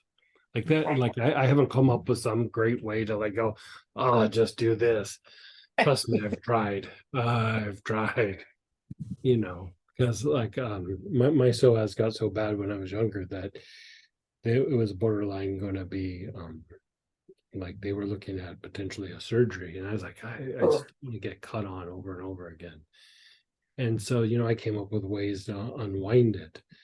But you know, working with the oils, they have gotten significantly better. And it's just some consistent work. Even the stuff like when we work with the hyssop and stuff like that, it's relaxing the psoas.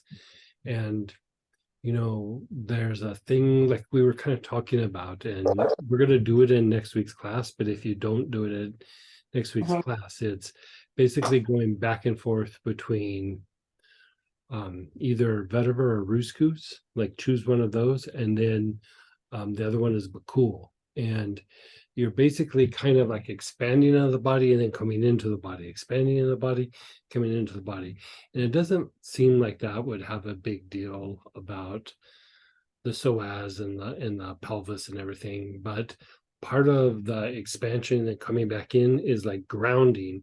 And for you to really genuinely ground, that area has to really relax, right? When it's not relaxed, it really is like you're kind of not grounded, or you're a little bit out of your body a little bit. And so that whole idea of using the Ruskus or the vetiver, it just keeps you going deeper into the body to relax and to ground. But in doing so, it's relaxing the pelvis, like, because you can't have one without the other. Yeah. And so here we're just kind of trying to clean it up and reduce agitation. But like, if you really are like, that's my issue, like for me, that's one of my issues. Like, I have a low back thing. I have like psoases that are they used to be pretty bad, and they're significantly better now. But like, I'm always using Vetiver, always, and it helps. But I found when I did the back and forth, it was like doing it on steroids. Like, it was just so much stronger, so much better, and it even makes me sleep better. Wow. Yeah, That was going to be my next one, but I think that is connected. it's probably related. Yeah. You know, the psoas, the diaphragm, and that muscle in the neck that we talk about, if any of those are agitated, it really does throw off the nervous system. Like, it you know, it causes like a little bit of a, to say fight flight even doesn't do it justice, because it throws off the somatic nerves, how they like kind of sense and then take action, just throws the nervous system off. And so the more that you unwind that and relax the neck, the diaphragm, and the hip flexors like that, it really gives you a very deep level relaxation, reduction of tension, all kinds of things, even anxiety. I noticed when I was younger that if my psoas was bad, I was anxious. And if I could relax my psoas, back then I was doing like exercises and stretches. And if I could relax the psoas, my anxiety would go down.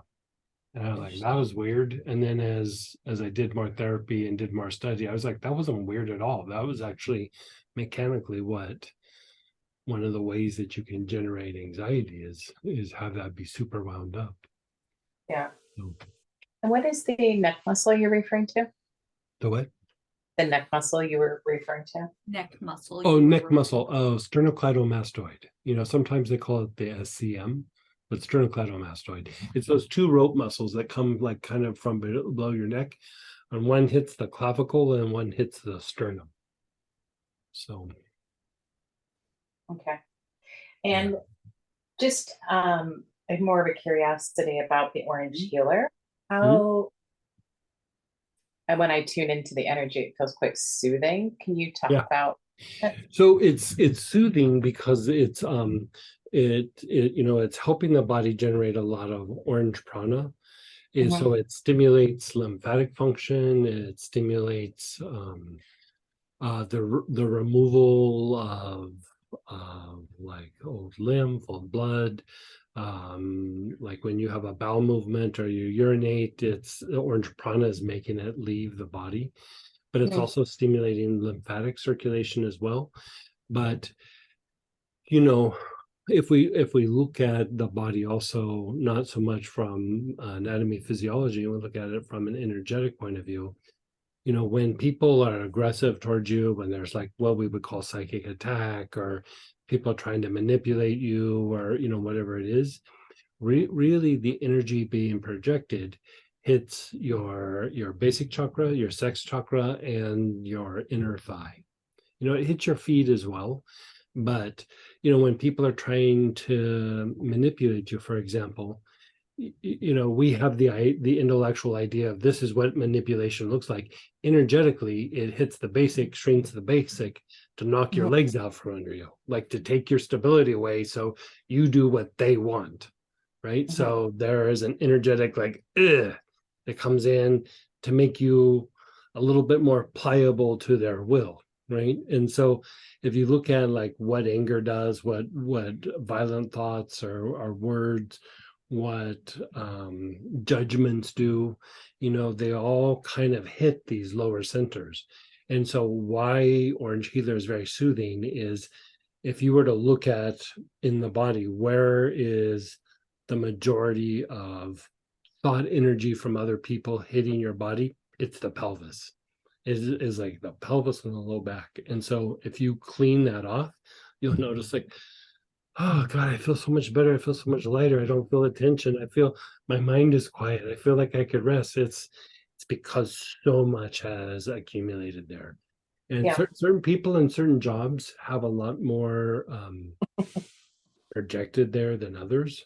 And depending on the job and what it is, or sometimes even your personality. Your personality maybe is a little bit more outgoing, or maybe you have a little bit more higher moral standard, where when people feel like they're doing something wrong, they kind of like start poking at you a little bit. And so keeping that clean, it's a full-time job. Like, it doesn't have to be like something that you have to totally fixate on, but you'll notice that when you clean up that area, you feel a lot better. You feel a lot more like soothed. Your body's able to relax, and you'll notice that like the lower emotions, those feelings that you're feeling, aren't as low as they used to be. They're not as negative. Like sometimes when you feel things in the solar plexus area, which is lower emotions, it's really more the basic chakra and the sex chakra, and then the solar plexus is reacting. So like you'll clean the solar plexus and you're like, I feel a little better, but not much. You clean the basic and you go, oh, I feel way better. It's, because people are trying to knock your feet out from under you, or be all judgy. So you don't step up and, be yourself and perform like you should, or, whatever it is. Like, it's just how things play out in nature. Yeah. Yeah. What kind of work do you do? I'm curious.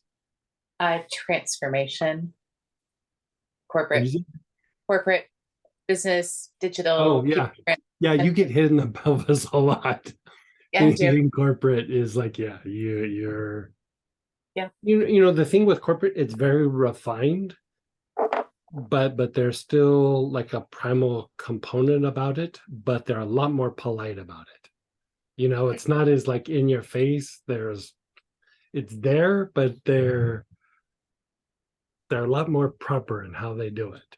Like still there, but it's maybe on the human presenting, on the psychic plane, it's very different. Yeah. Yes, I would agree. In fact, sometimes it's worse. Yep. Yeah. Yeah. And I think this kind of leads to the one question I had, and I'm sorry, I missed this. This is what this is for. Yeah.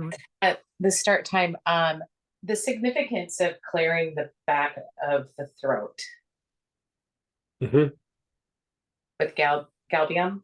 Can you expand on that a little bit more? That resonates with. So on one level, it's about integrating the shifts and changes, right? So we're doing things, we're doing healing, we're doing releasing feelings and elevating feelings. But also you could say, if we flip that around and said, but what's the negative side of that? Going back to the projections or the influence of the environment, that also is how you would integrate things that maybe aren't so good for you. Like somebody being super hostile, aggressive, or being in an environment that's kind of toxic, or just being in an area that is just super low vibration, like being in an area where historically there's been a lot of like fighting and war and things like that. Part of how those things enter, those energies from the environment, they enter in through other places, but how they get integrated into the body depends on how clean and how regulated that back of the throat is. And so part of it is you're letting something go when we work that, and part of it is you're integrating something more positive. It's also tied to the connection between the higher soul and the incarnated soul. Like your crown, your forehead, your ajna are all associated with the higher soul. From the heart down, like in Kabbalistic teachings and Buddhist teachings and Christian teachings, inner teachings, the heart down is associated with the incarnated soul. The bridge between the two is the throat. They'll say the throat, but it's actually the throat and the back throat. And so the more that these are refined, the stronger the connection between the higher soul and the incarnated soul, so that the higher soul gives better guidance and better, like, kind of, you could call it like protection for the incarnated soul, if that makes sense. And so that whole throat and back throat, especially the back throat, very, very important. And if you look at a lot of esoteric writings, they mention it, but they don't usually go into it very much. Even if you look at the caduceus, the caduceus is, look here, like this. You see, it's like the little staff with the wings, and so the pineal gland is at the top of the staff, which is like a little ball or a little pine cone on the staff. And then you see the wings, and then if you hear the explanation, the wings are the potential for spiritual liberation. It can symbolize that. It can symbolize the ability of consciousness being able to leave the body. So like in meditation or prayer, or experiencing deep levels of love, consciousness can expand out of the body, right? And so you would think that those wings are on the pine cone itself, but if you look, they're below the pine cone. And the reason they're below the pine cone is they're tied to the back throat. And so all of that ability to expand out of the body is tied to the energy of the body being able to move up and then cross the throat to go into the upper centers, then to expand, right? And so if that area is really blocked up, or if that area is full of stuff from other people, or just not really regulated, your ability to have that expansion is diminished. So you're left with the processing, the feeling, the information that's really generated by more of the lower centers and not the upper centers. And so the expansion of awareness is not just you're expanding out just to have a good time, in that the lower and the higher mix, and then it comes down and then it reboots the lower centers, so to speak. Yeah, makes sense. Okay, perfect. Thanks. Yeah, you're so welcome. Very much. And then go ahead, Ralph. Hey, Mr. Off. Hey, Greg. First How'd off, you question do from, today? well, we'll get to that. Yeah. So question from last night, that you brought up the Bakula and The used Bakul? the Bakul, and its big claim to fame is expansion and things. Yeah, it doesn't get used for a whole lot of other things other than like an anointing oil of sorts. Okay. Yeah. I don't have any. Is a bee choice ginger lily hyssop or Yeah, spruce? ginger lily, lotus, aloes, all of those would be solid bee choices. Okay, ginger lily, aloes, white spruce. White spruce. I mean, if you didn't have any of the other ones, that would work. Okay. You Okay. know what else would kind of work that you might have is it's still a bee choice, but Peru balsam. Okay. Peru balsam still shoots energy up. It just doesn't move it all the way up through the top of the head. But, if you get the energy up there, given your practices and everything, you could probably follow the rest of it out. Okay. You know what All I right. mean? Yeah. And as far as today was going, well, I was doing great till we hit orange healer, and that was like a super hard landing for me. Yeah, yeah, yeah. So I just went back and redid page 4 with the Okay. green and the red, and Yeah, yeah. I'm doing better now. Yeah, yeah. So with I would say orange healer, I probably- just need to suck it up and keep doing orange Yeah, healer well, till you I could get do it- through you could- whatever. You could do it that way, or just do some things that clean up the basic. You know, Okay. clean up the basic. You know, either with healing or using oils like frankincense or spikenard or tobacco. You know, use something that you have, and Okay. just focus on the basic and clean that up. Yeah, Okay. yeah. Frankincense is a very good choice for that, by the way. I Okay. use frankincense for that a lot. Okay. Yeah, in fact, like it wasn't last night, the night before I took a frankincense bath, and I was like, man, I feel like a better person. Sounds delicious. Yeah. So for orange healer, I don't have any of the color pranas right now. So I Use grabbed like Palo Santo, like use Palo Santo or Lovage. Okay. Yeah, you have one of those, I would imagine. Yeah. Yeah. Yeah, just use I that. grabbed coffee because it was one that looked like the right one to use, but maybe Yeah, it wasn't. coffee is very strong orange prana. Very Okay. strong. Okay. Maybe it was a Yeah. little, maybe I leaned on it a little too hard this time. Okay. It will get things moving. And the thing that's really nice, more than some of the other oils with coffee, is it stimulates more of the superficial lymphatic movement. Mhm. And so like you use that on the area, when you're done, it continues to work. Like, and so you know, keep doing that a little bit. Like that's good. I mean, you could even use that to clean up your basic. Yeah. Yeah. Okay. Yeah. All I right. think I told you guys, like I did coffee baths like every day for like 2 years, because you know, like I don't know about you, but like I was just at this point where like something's got to change. I don't want to be, I don't want to be where I'm at anymore. Like, you know, not Yeah. out in the world, like just in here. Like I'm done. Like something needs to give.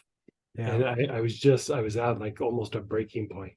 And I did coffee baths for a while, and it was a game changer. You know, it wasn't immediate, but like over a period of time, it definitely changed the energy body and the physiology so that I could shift out of my funk. Okay. Yeah. All right. Thanks. You're so welcome. And then go ahead, Dan. Hey, Mr. Dan. Hey, thanks for that coffee tip. That's kind of cool. Yeah. Yeah. One thing was, You know, eight drops. I'm gonna go off on coffee for a minute. yes, please. Eight drops of the coffee oil is the equivalent to 16 ounces of the instant coffee. And so back in the day, I used to put a thing of instant coffee in the bathtub. Wow. And the 8 drops is a little bit stronger. So if you do more, then it's stronger, and then it doesn't leave, you know, your bathtub looking like the inside of a coffee mug. Right. Okay. Yeah. So 8 drops in a tub is I would do 15, but like 8, like you hit that 16 ounce instant coffee, like you're energetically about there. okay. And then anything after that is more. And Okay. back in the day, we didn't have the coffee oil, and so every day I'd have a 16 ounce thing of coffee. And Wow. yeah. Wow. Oh. Yeah. There was the thanks for that. There was the when I started on the lower legs, when we went into green healer, Mhm. there was a lot of yawning, and I wasn't sure if it was like right after lunch kind of thing. There was like No, that's super soothing, and like you're breaking stuff up that allows your body to relax. Remember, a lot of times, like things that we have in our arms and legs, you know, it's just like the conditioning that happens for life. It will accumulate in the arms and legs because it's an extension of the basic chakra. Yeah. And so by using the green, you're just breaking down, because even when we clean it up, there's always deeper and deeper levels to go. And the green really breaks it down so more can come out. And Okay. then when that happens, you'll start transmuting like I use the word transmuting, but it's more about elevating those feelings. They'll just start elevating on their own. Like even if you don't do any other practice, they'll just start elevating. Okay. And so you're just making some sort of shift. Right. Yeah. Okay. Good. Because it wouldn't even. There's several things that I do on a regular basis. Cleaning my arms and legs, cleaning my basic, there's several things that just like almost daily I do. And the reason is because of that. It's like even after a while, you'll maybe let it go for a week or two. You go, yeah, I'm feeling pretty good. And then all of a sudden you'll start feeling kind of heavy and like, God, what's that feel like? I can't feel that.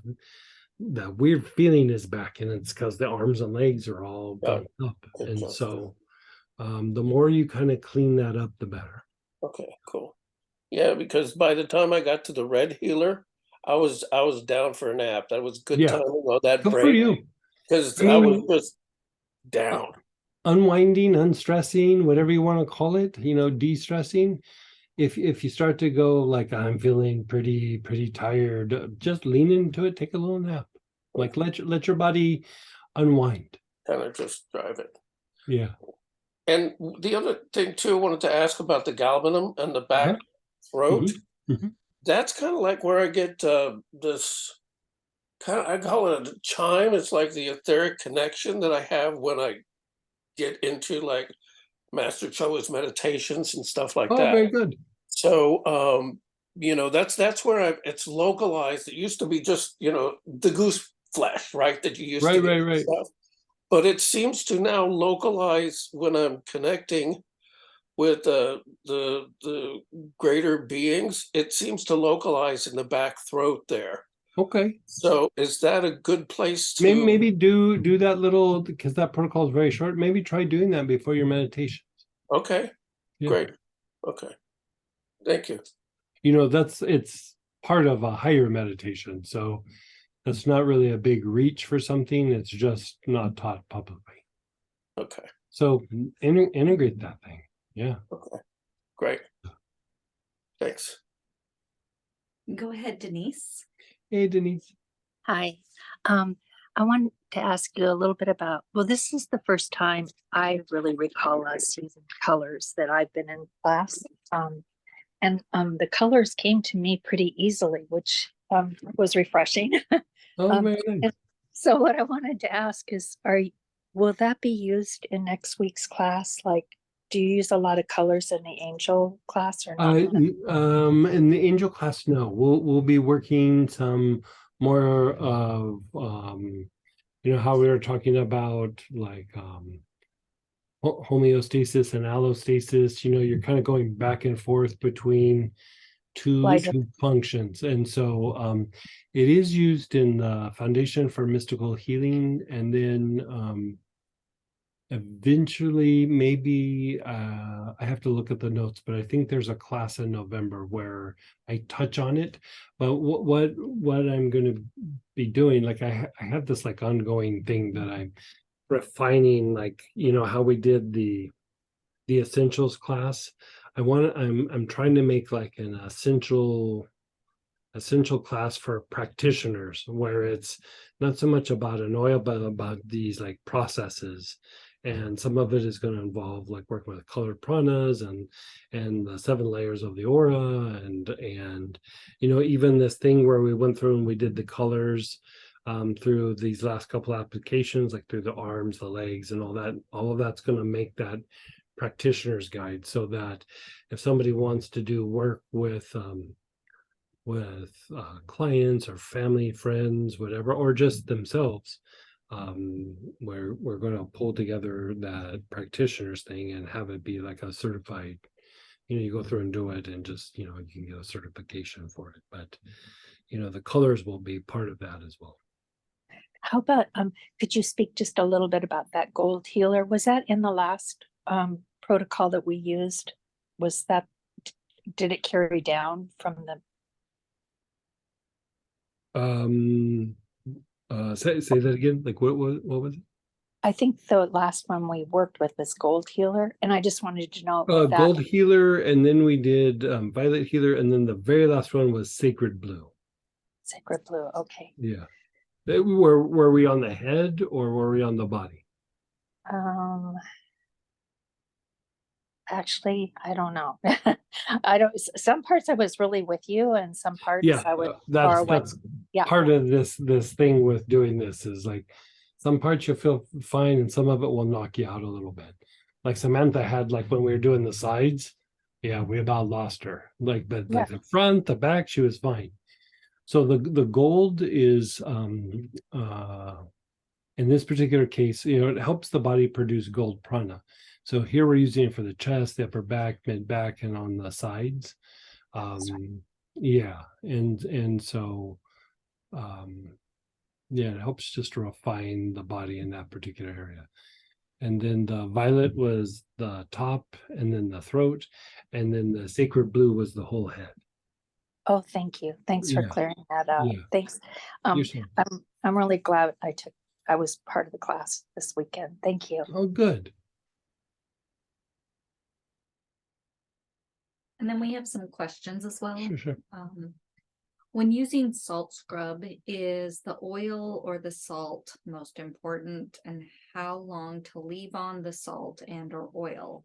But both are important. Like you can do a salt scrub with just the salt and, like some liquid soap or shampoo if you want to make a little bit. But the oil amplifies the effect, so both are cleansing. I would leave it on for a couple minutes and then, wash it off.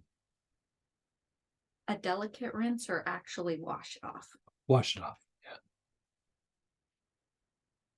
I remember in prana healing, no more than 20 minutes for coffee bath. Otherwise, it drains your good prana. Is that still true? It can be a little depleting.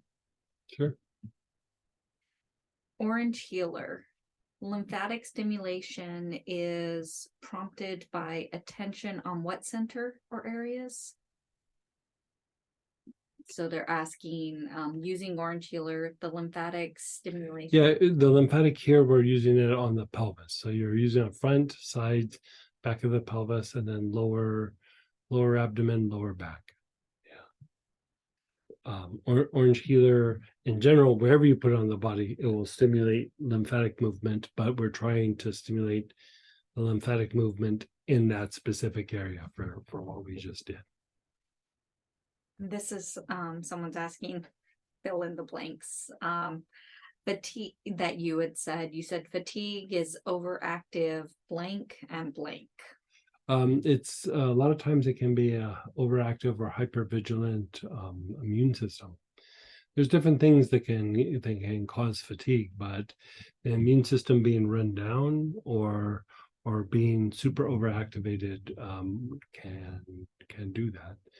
And so, there's other things as well. But one of the things that you look at when treating fatigue is where's the immune system, where's the nervous system, where's the endocrine system. And usually by then you have usually resolved it, the fatigue.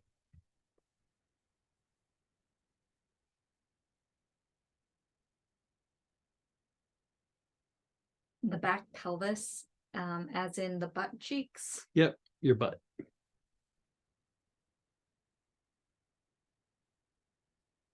Yeah. So, okay. So how about we'll just do, we have two little small things to do, but this next piece is segments of the aura. Instead of just cleaning the aura, we're going to look at it as segments.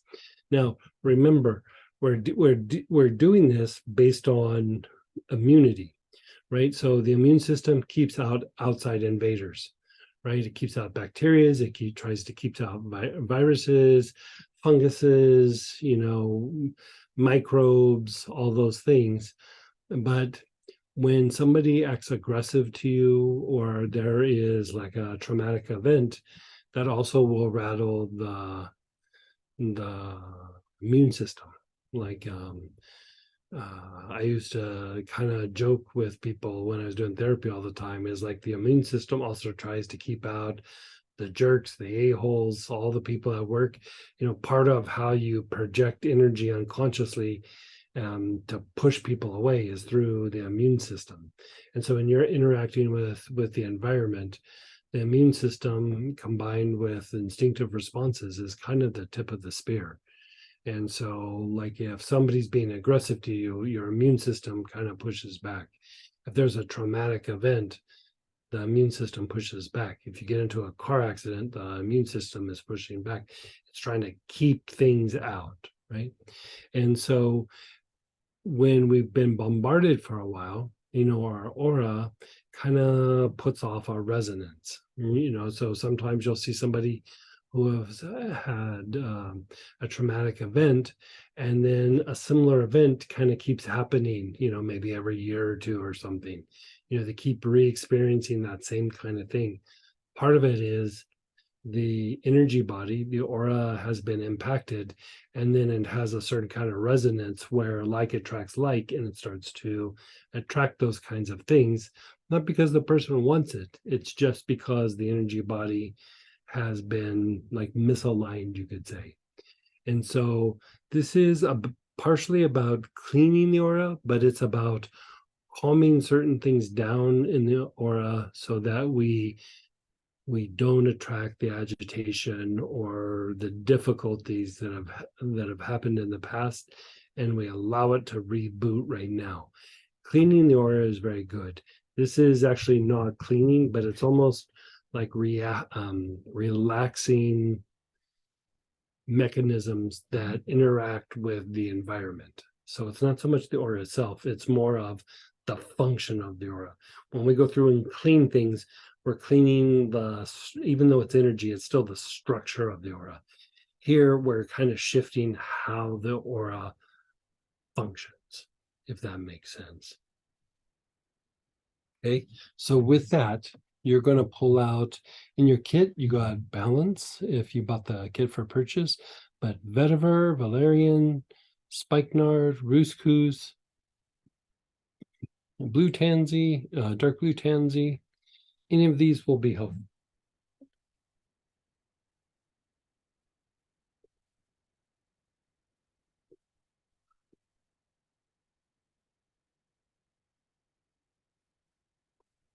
And your awareness is just on the front of your body, your whole body, your face, your neck, your chest, your abdomen, your pelvis, the front of your legs, your shins, the tops of your feet.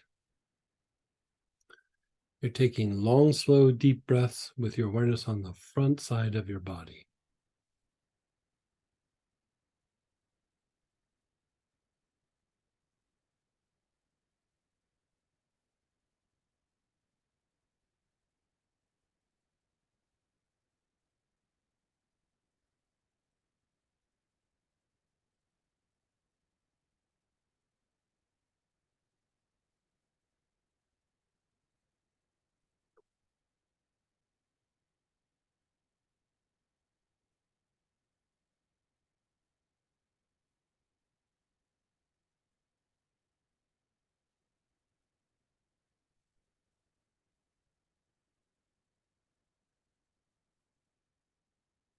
Now go to the back side of your body, the back of your head, back of your neck, your upper back, mid back, low back, your butt, the back of your legs, your calves, all the way down to the heels.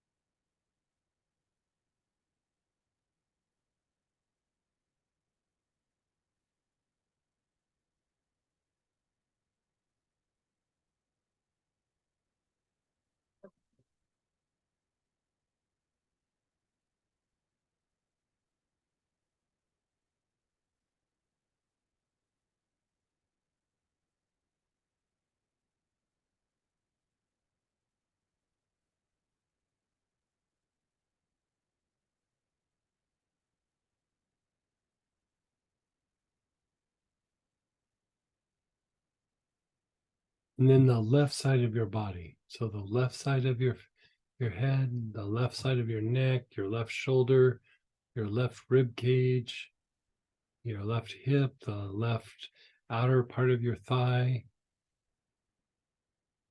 left ankle, left lower leg. You're just on the left side of your body. You're taking nice, long, slow, deep breaths.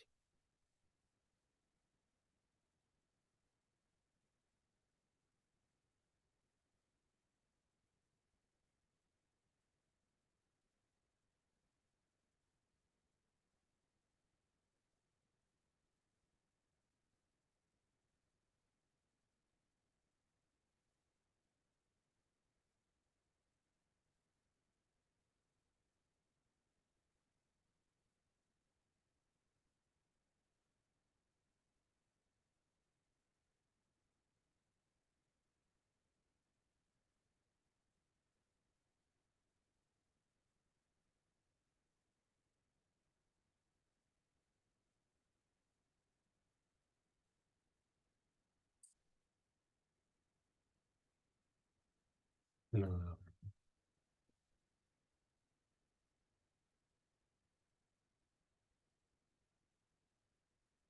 You're still on the left side of your body. You're taking nice, long, slow, deep breaths.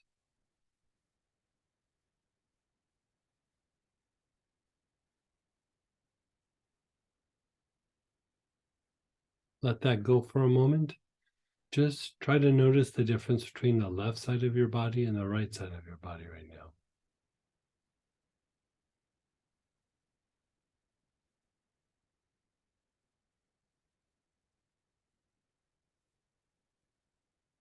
Now go to the right side of your body. So right side of your head, neck, your right shoulder, rib cage, hip, outer leg, lower leg, your right knee, right ankle.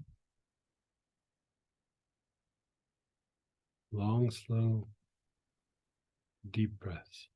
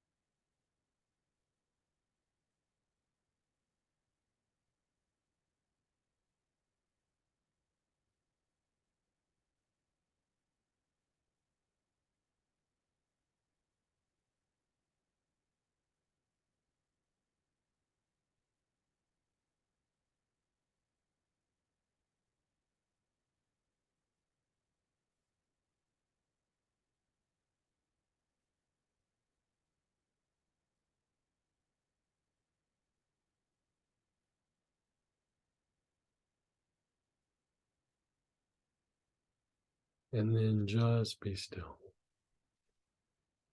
Without feeling.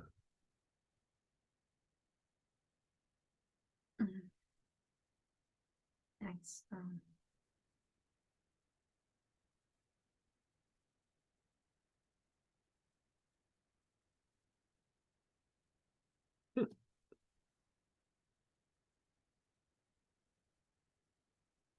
Okay, so now you're going to the floor of your pelvis and you're just going down about a foot.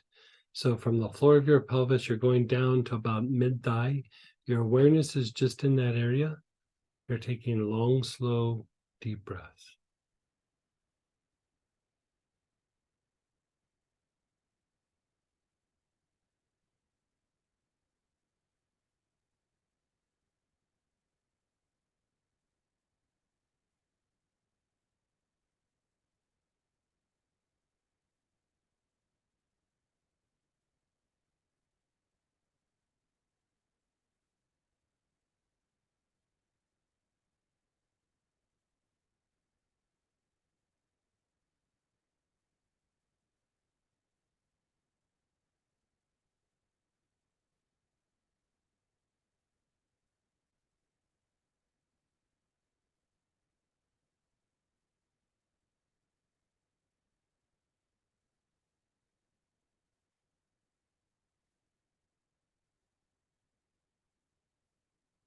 And now about from the top of your head, about a foot up, your awareness is just that foot above your head.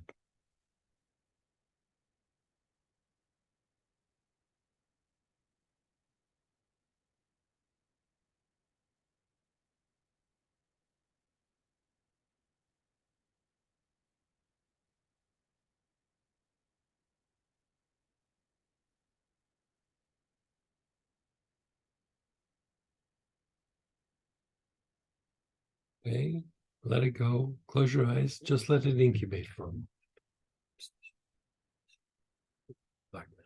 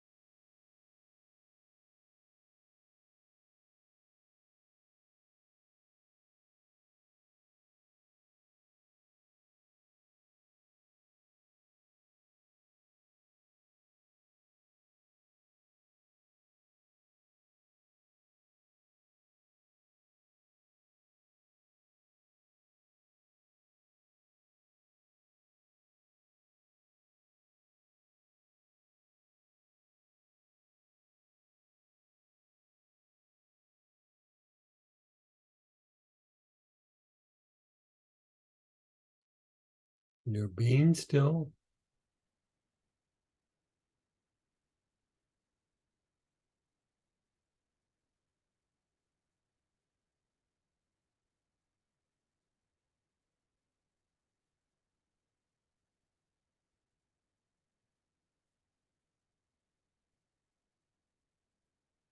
Now, visualize yourself in a ball of violet light.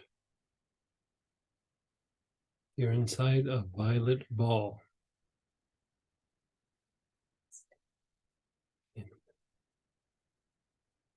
You're visualizing the violet ball.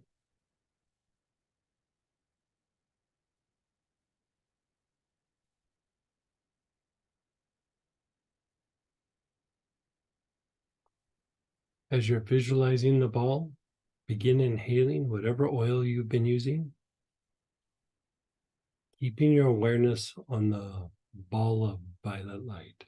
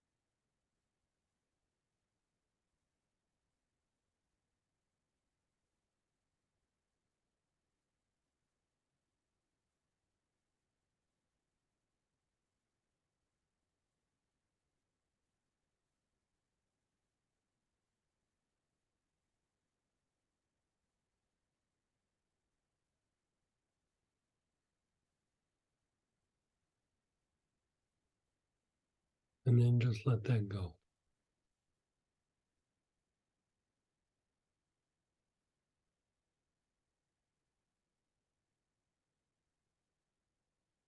Just be still.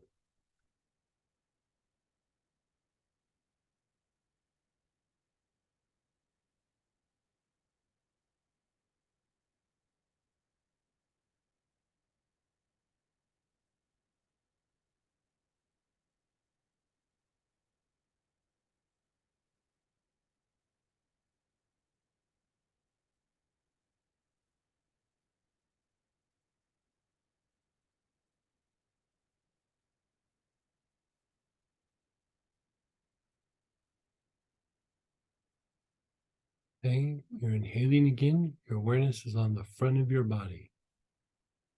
From the head all the way down to the tops of your feet.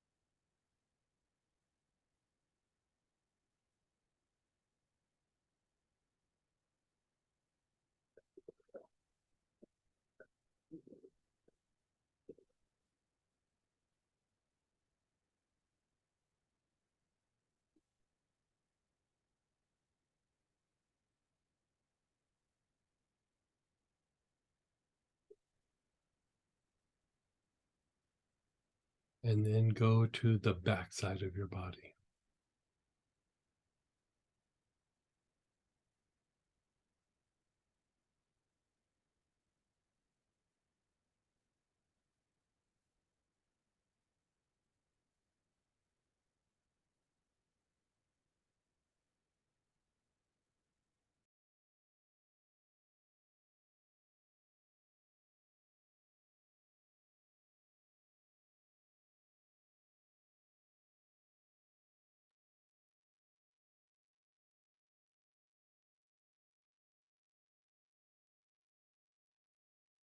And then the left side of your body.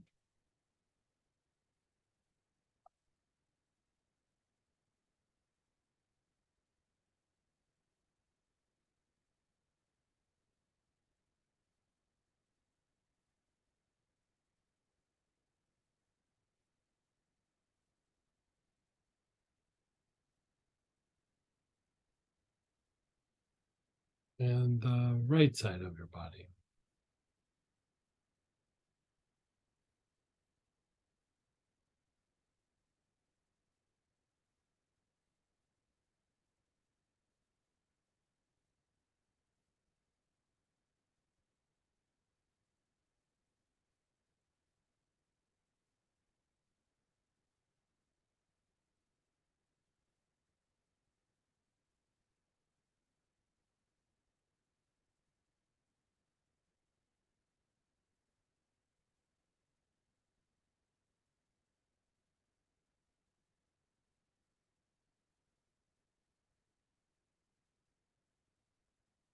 And below your pelvis.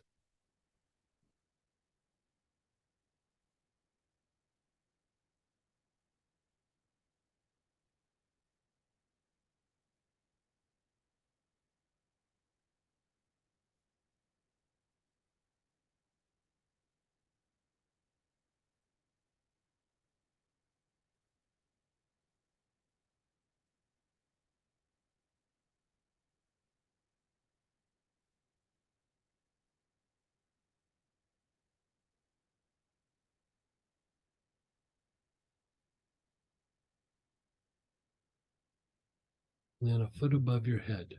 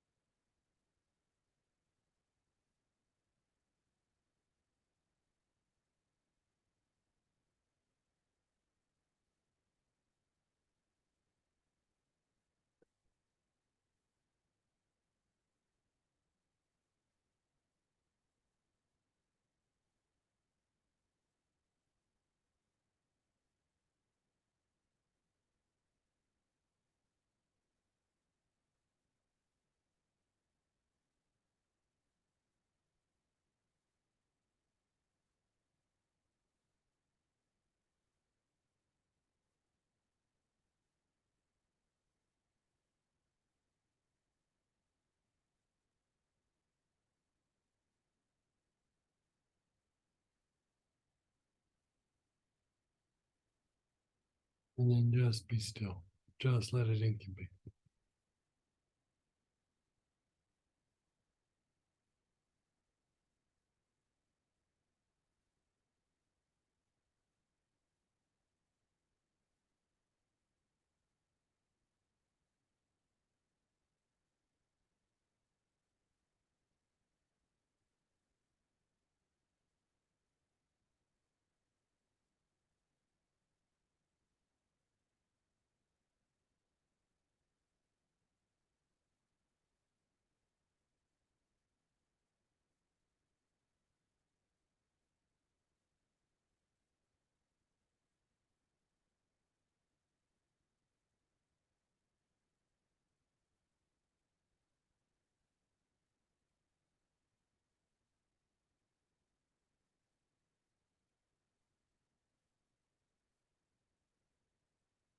Now visualize yourself in a ball of light.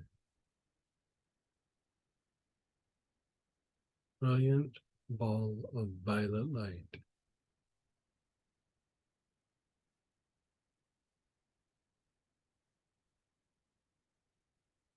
Begin inhaling the oils as you visualize.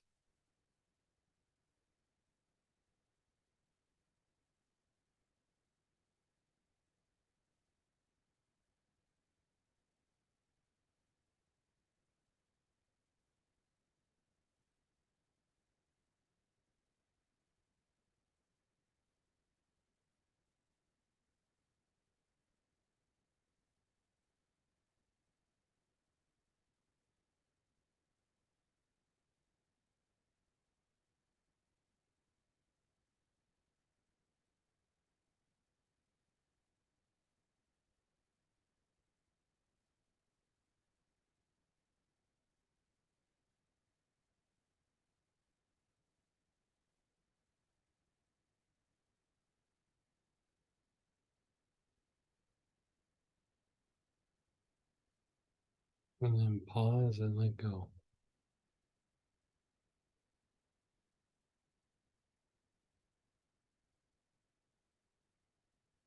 Notice your feelings, notice your body.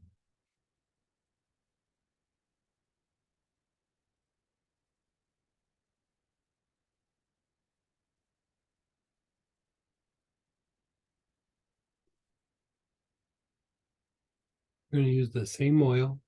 You're going to inhale with your awareness on your spine. Your whole spine, or if there's a part that jumps out at you, you could focus on that spot.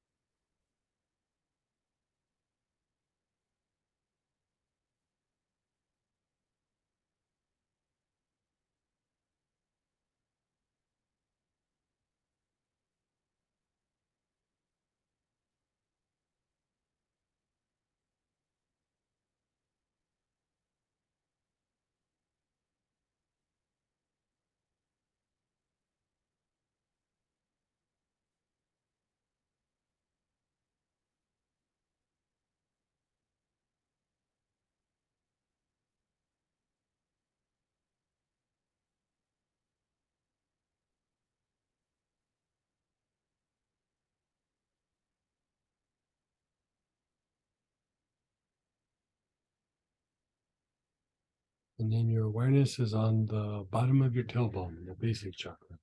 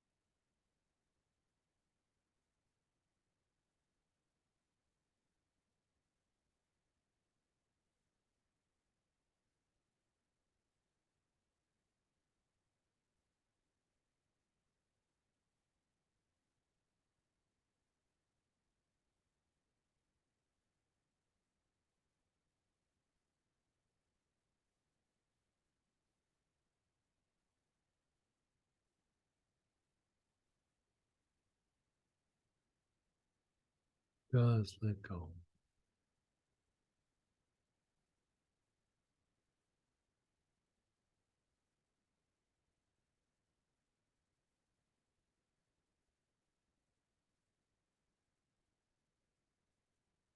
Again, you're inhaling. Your awareness is on the spine, either the whole spine or a spot that jumps out.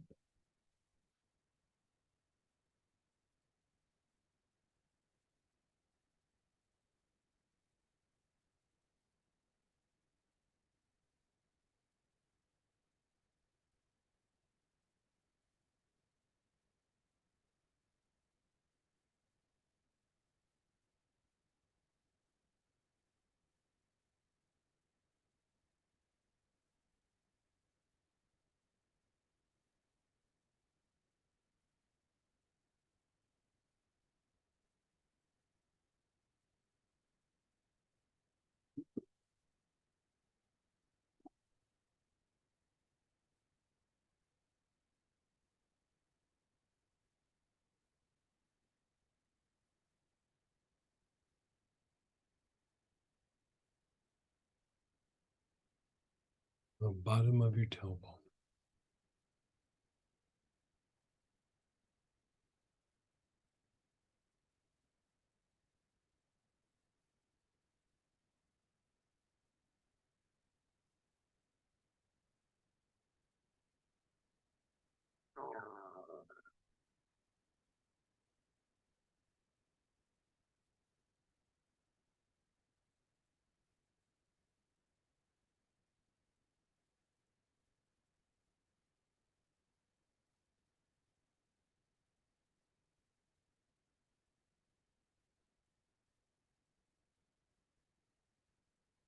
And just be still.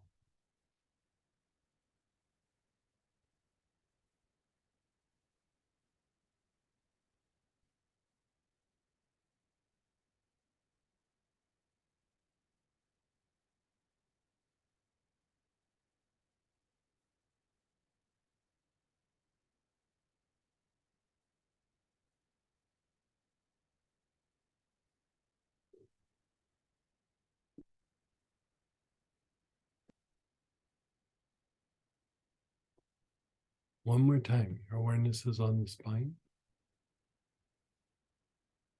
Find those spots, those areas of tension or agitation.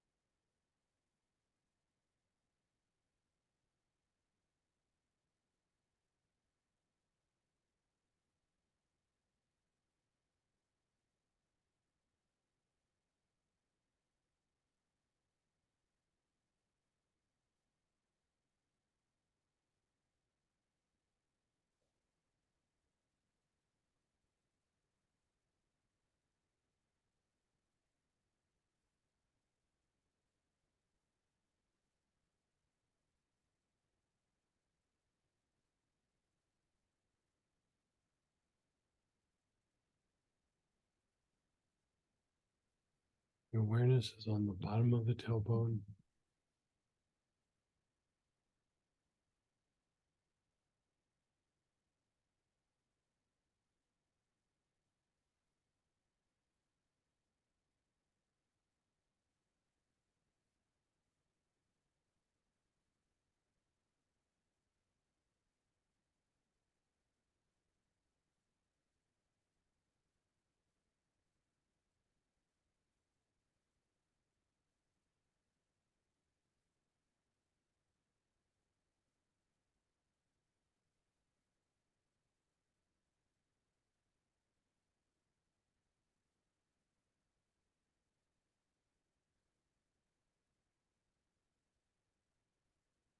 And then be still.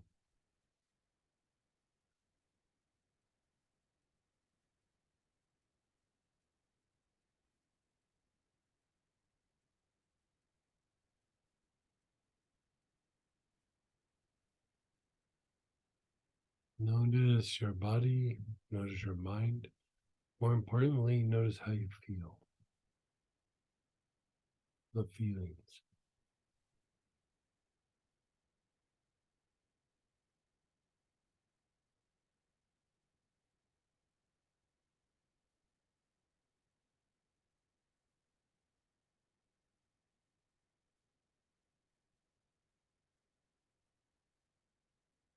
Okay, so let's go ahead and unmute ourselves or type in, share your experiences or ask some questions.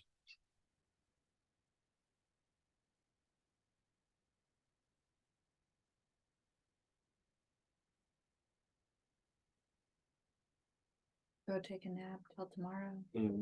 No. There were a couple logistical questions. Yeah, right. Um, when would we do the inner arms and legs? Like, so the inner legs here and the inner arms here. Or when we're doing the directions. It's not so much about the body, it's about the energy body, so not necessary. Yeah. Sorry, it took me a minute to figure out where you were talking. And can you clarify when you say bottom again, where is the bottom at? It's at your floor of your pelvis and then a foot down. So it would start at the bottom of your pelvis and go down to about your mid-thigh. A little bit lower than mid-thigh, but mid-thigh. What is in the balance oil? It's spikenard, valerian, vetiver, roscus, benzoin, myrrh. There's something else. Look it up. Pretty good with that one. Yeah.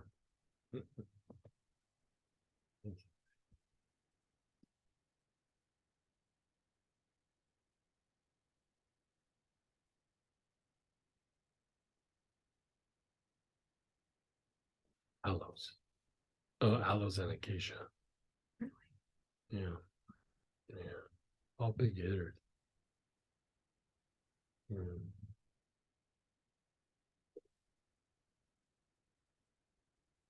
I think you knocked them out there. Yeah, that nice piece, that last piece, it's like it's hard to explain, but it almost like calms down agitation in the energy body. And then you take it into the spine and it calms down the agitation of how we interact with the environment. Yeah. And go ahead, Cindy. Hey, Cindy. Hey, you might have covered this, but does it matter the order? Like if you do the front of the body, the back of the body, then left and right, or Not really. Like you can do it in different orders. The tendency, especially like after what we're doing today, we're not really cleaning here, we're calming down the agitation, but the tendency is more is going to probably come off the back side than the front side. So the front is more about like things that are going on, in your vicinity or in your last week or two where you're kind of cognitive of them. The back is like the falling away of old perceptions. The left side is a bit more of observations, your ability to observe things. And then the right side is tied to your ability to process like intuitive information, to be more intuitive. And then below the pelvis is more about conflict, and above the head is more about guidance. And so you can work them in any order, but like sometimes, like if I'm doing healing or on myself, one of those areas sometimes can be worse than others. And so sometimes I just work that one spot of the energy body. Like I just, just repeatedly like clean it up, whatever. And so this is to kind of give you a better awareness of the things going on around you by visualizing in that ball of light. You're kind of becoming more aware of the different pieces, but each piece has its own like little function or its kind of information that it brings you. So you might find that there's one spot that's like, oh, that's my spot. You know, so you could work that even. Oh, yes. Did you have a spot? Yes, every time we worked on the back of Yeah, the body, even with that's the pretty gold normal. healer, Like, it got really hot and prickly. yeah, that's pretty normal. Yeah. And sometimes, you know, like you'll feel like, boy, my solar plexus is really filled up, and you clean it and you clean all the things. You clean the basic, you clean the liver, and it just doesn't clean up. Sometimes it's the sides of the aura. Like, and you clean those up and the solar plexus just lets go. Yeah. Great, thank you.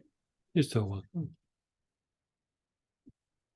Nice oils in balance. I wonder if I could, if it could be used on the feet as one is Yeah, going sure. to bed. Yeah. I'm very calm and relaxed, just basking. Perfect. I felt agitated after the aura and spine. Seems to be calming down now. Vetiver was strong, knocked me out. Mhm. My spirit feels very soothed. Good. Very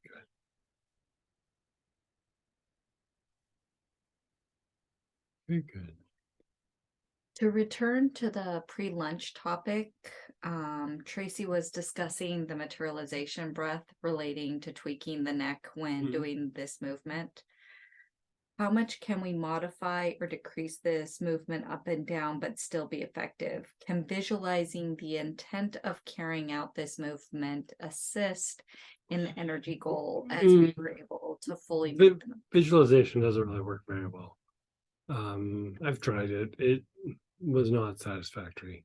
But that thing where you put your awareness on the blue pearl and then move the energy up through the body, that's your best next bet. If you can modify the movement, that's fine. But if your neck is hurting, just put your awareness on the blue pearl and then move the energy up from the feet all the way up into the head. Visualization kind of won't do it very much. I can't function very well, but what do we use for the salt bath? It feels like it is going to take a while for my body to absorb everything. My body feels agitated.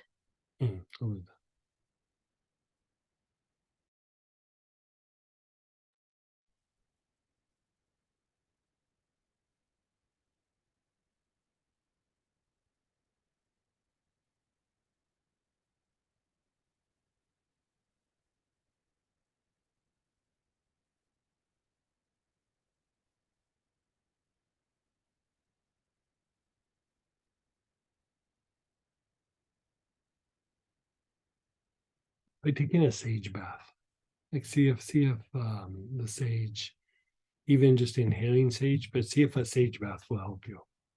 Yeah, I think that's your ticket there. Looks like your sensory nerves are a little bit overstimulated for some reason.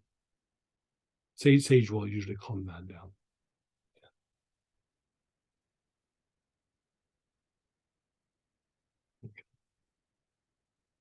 All right, you guys. Well, I wanted to do a quick version of this, but we really don't have time, and I think you guys are pretty worked. So we are always on Wednesday night. We're going to follow up with a study group with whatever we did on the weekend. So on the weekend, we'll do a little Q&A, and then we're going to fire through and do a process that we're going to record and then provide for you guys like a quick version of some of this work. And so this will be something that we'll come around and talk about again, but you know, follow the recordings, and then we're going to do the study group as well, and so we'll kind of go from there.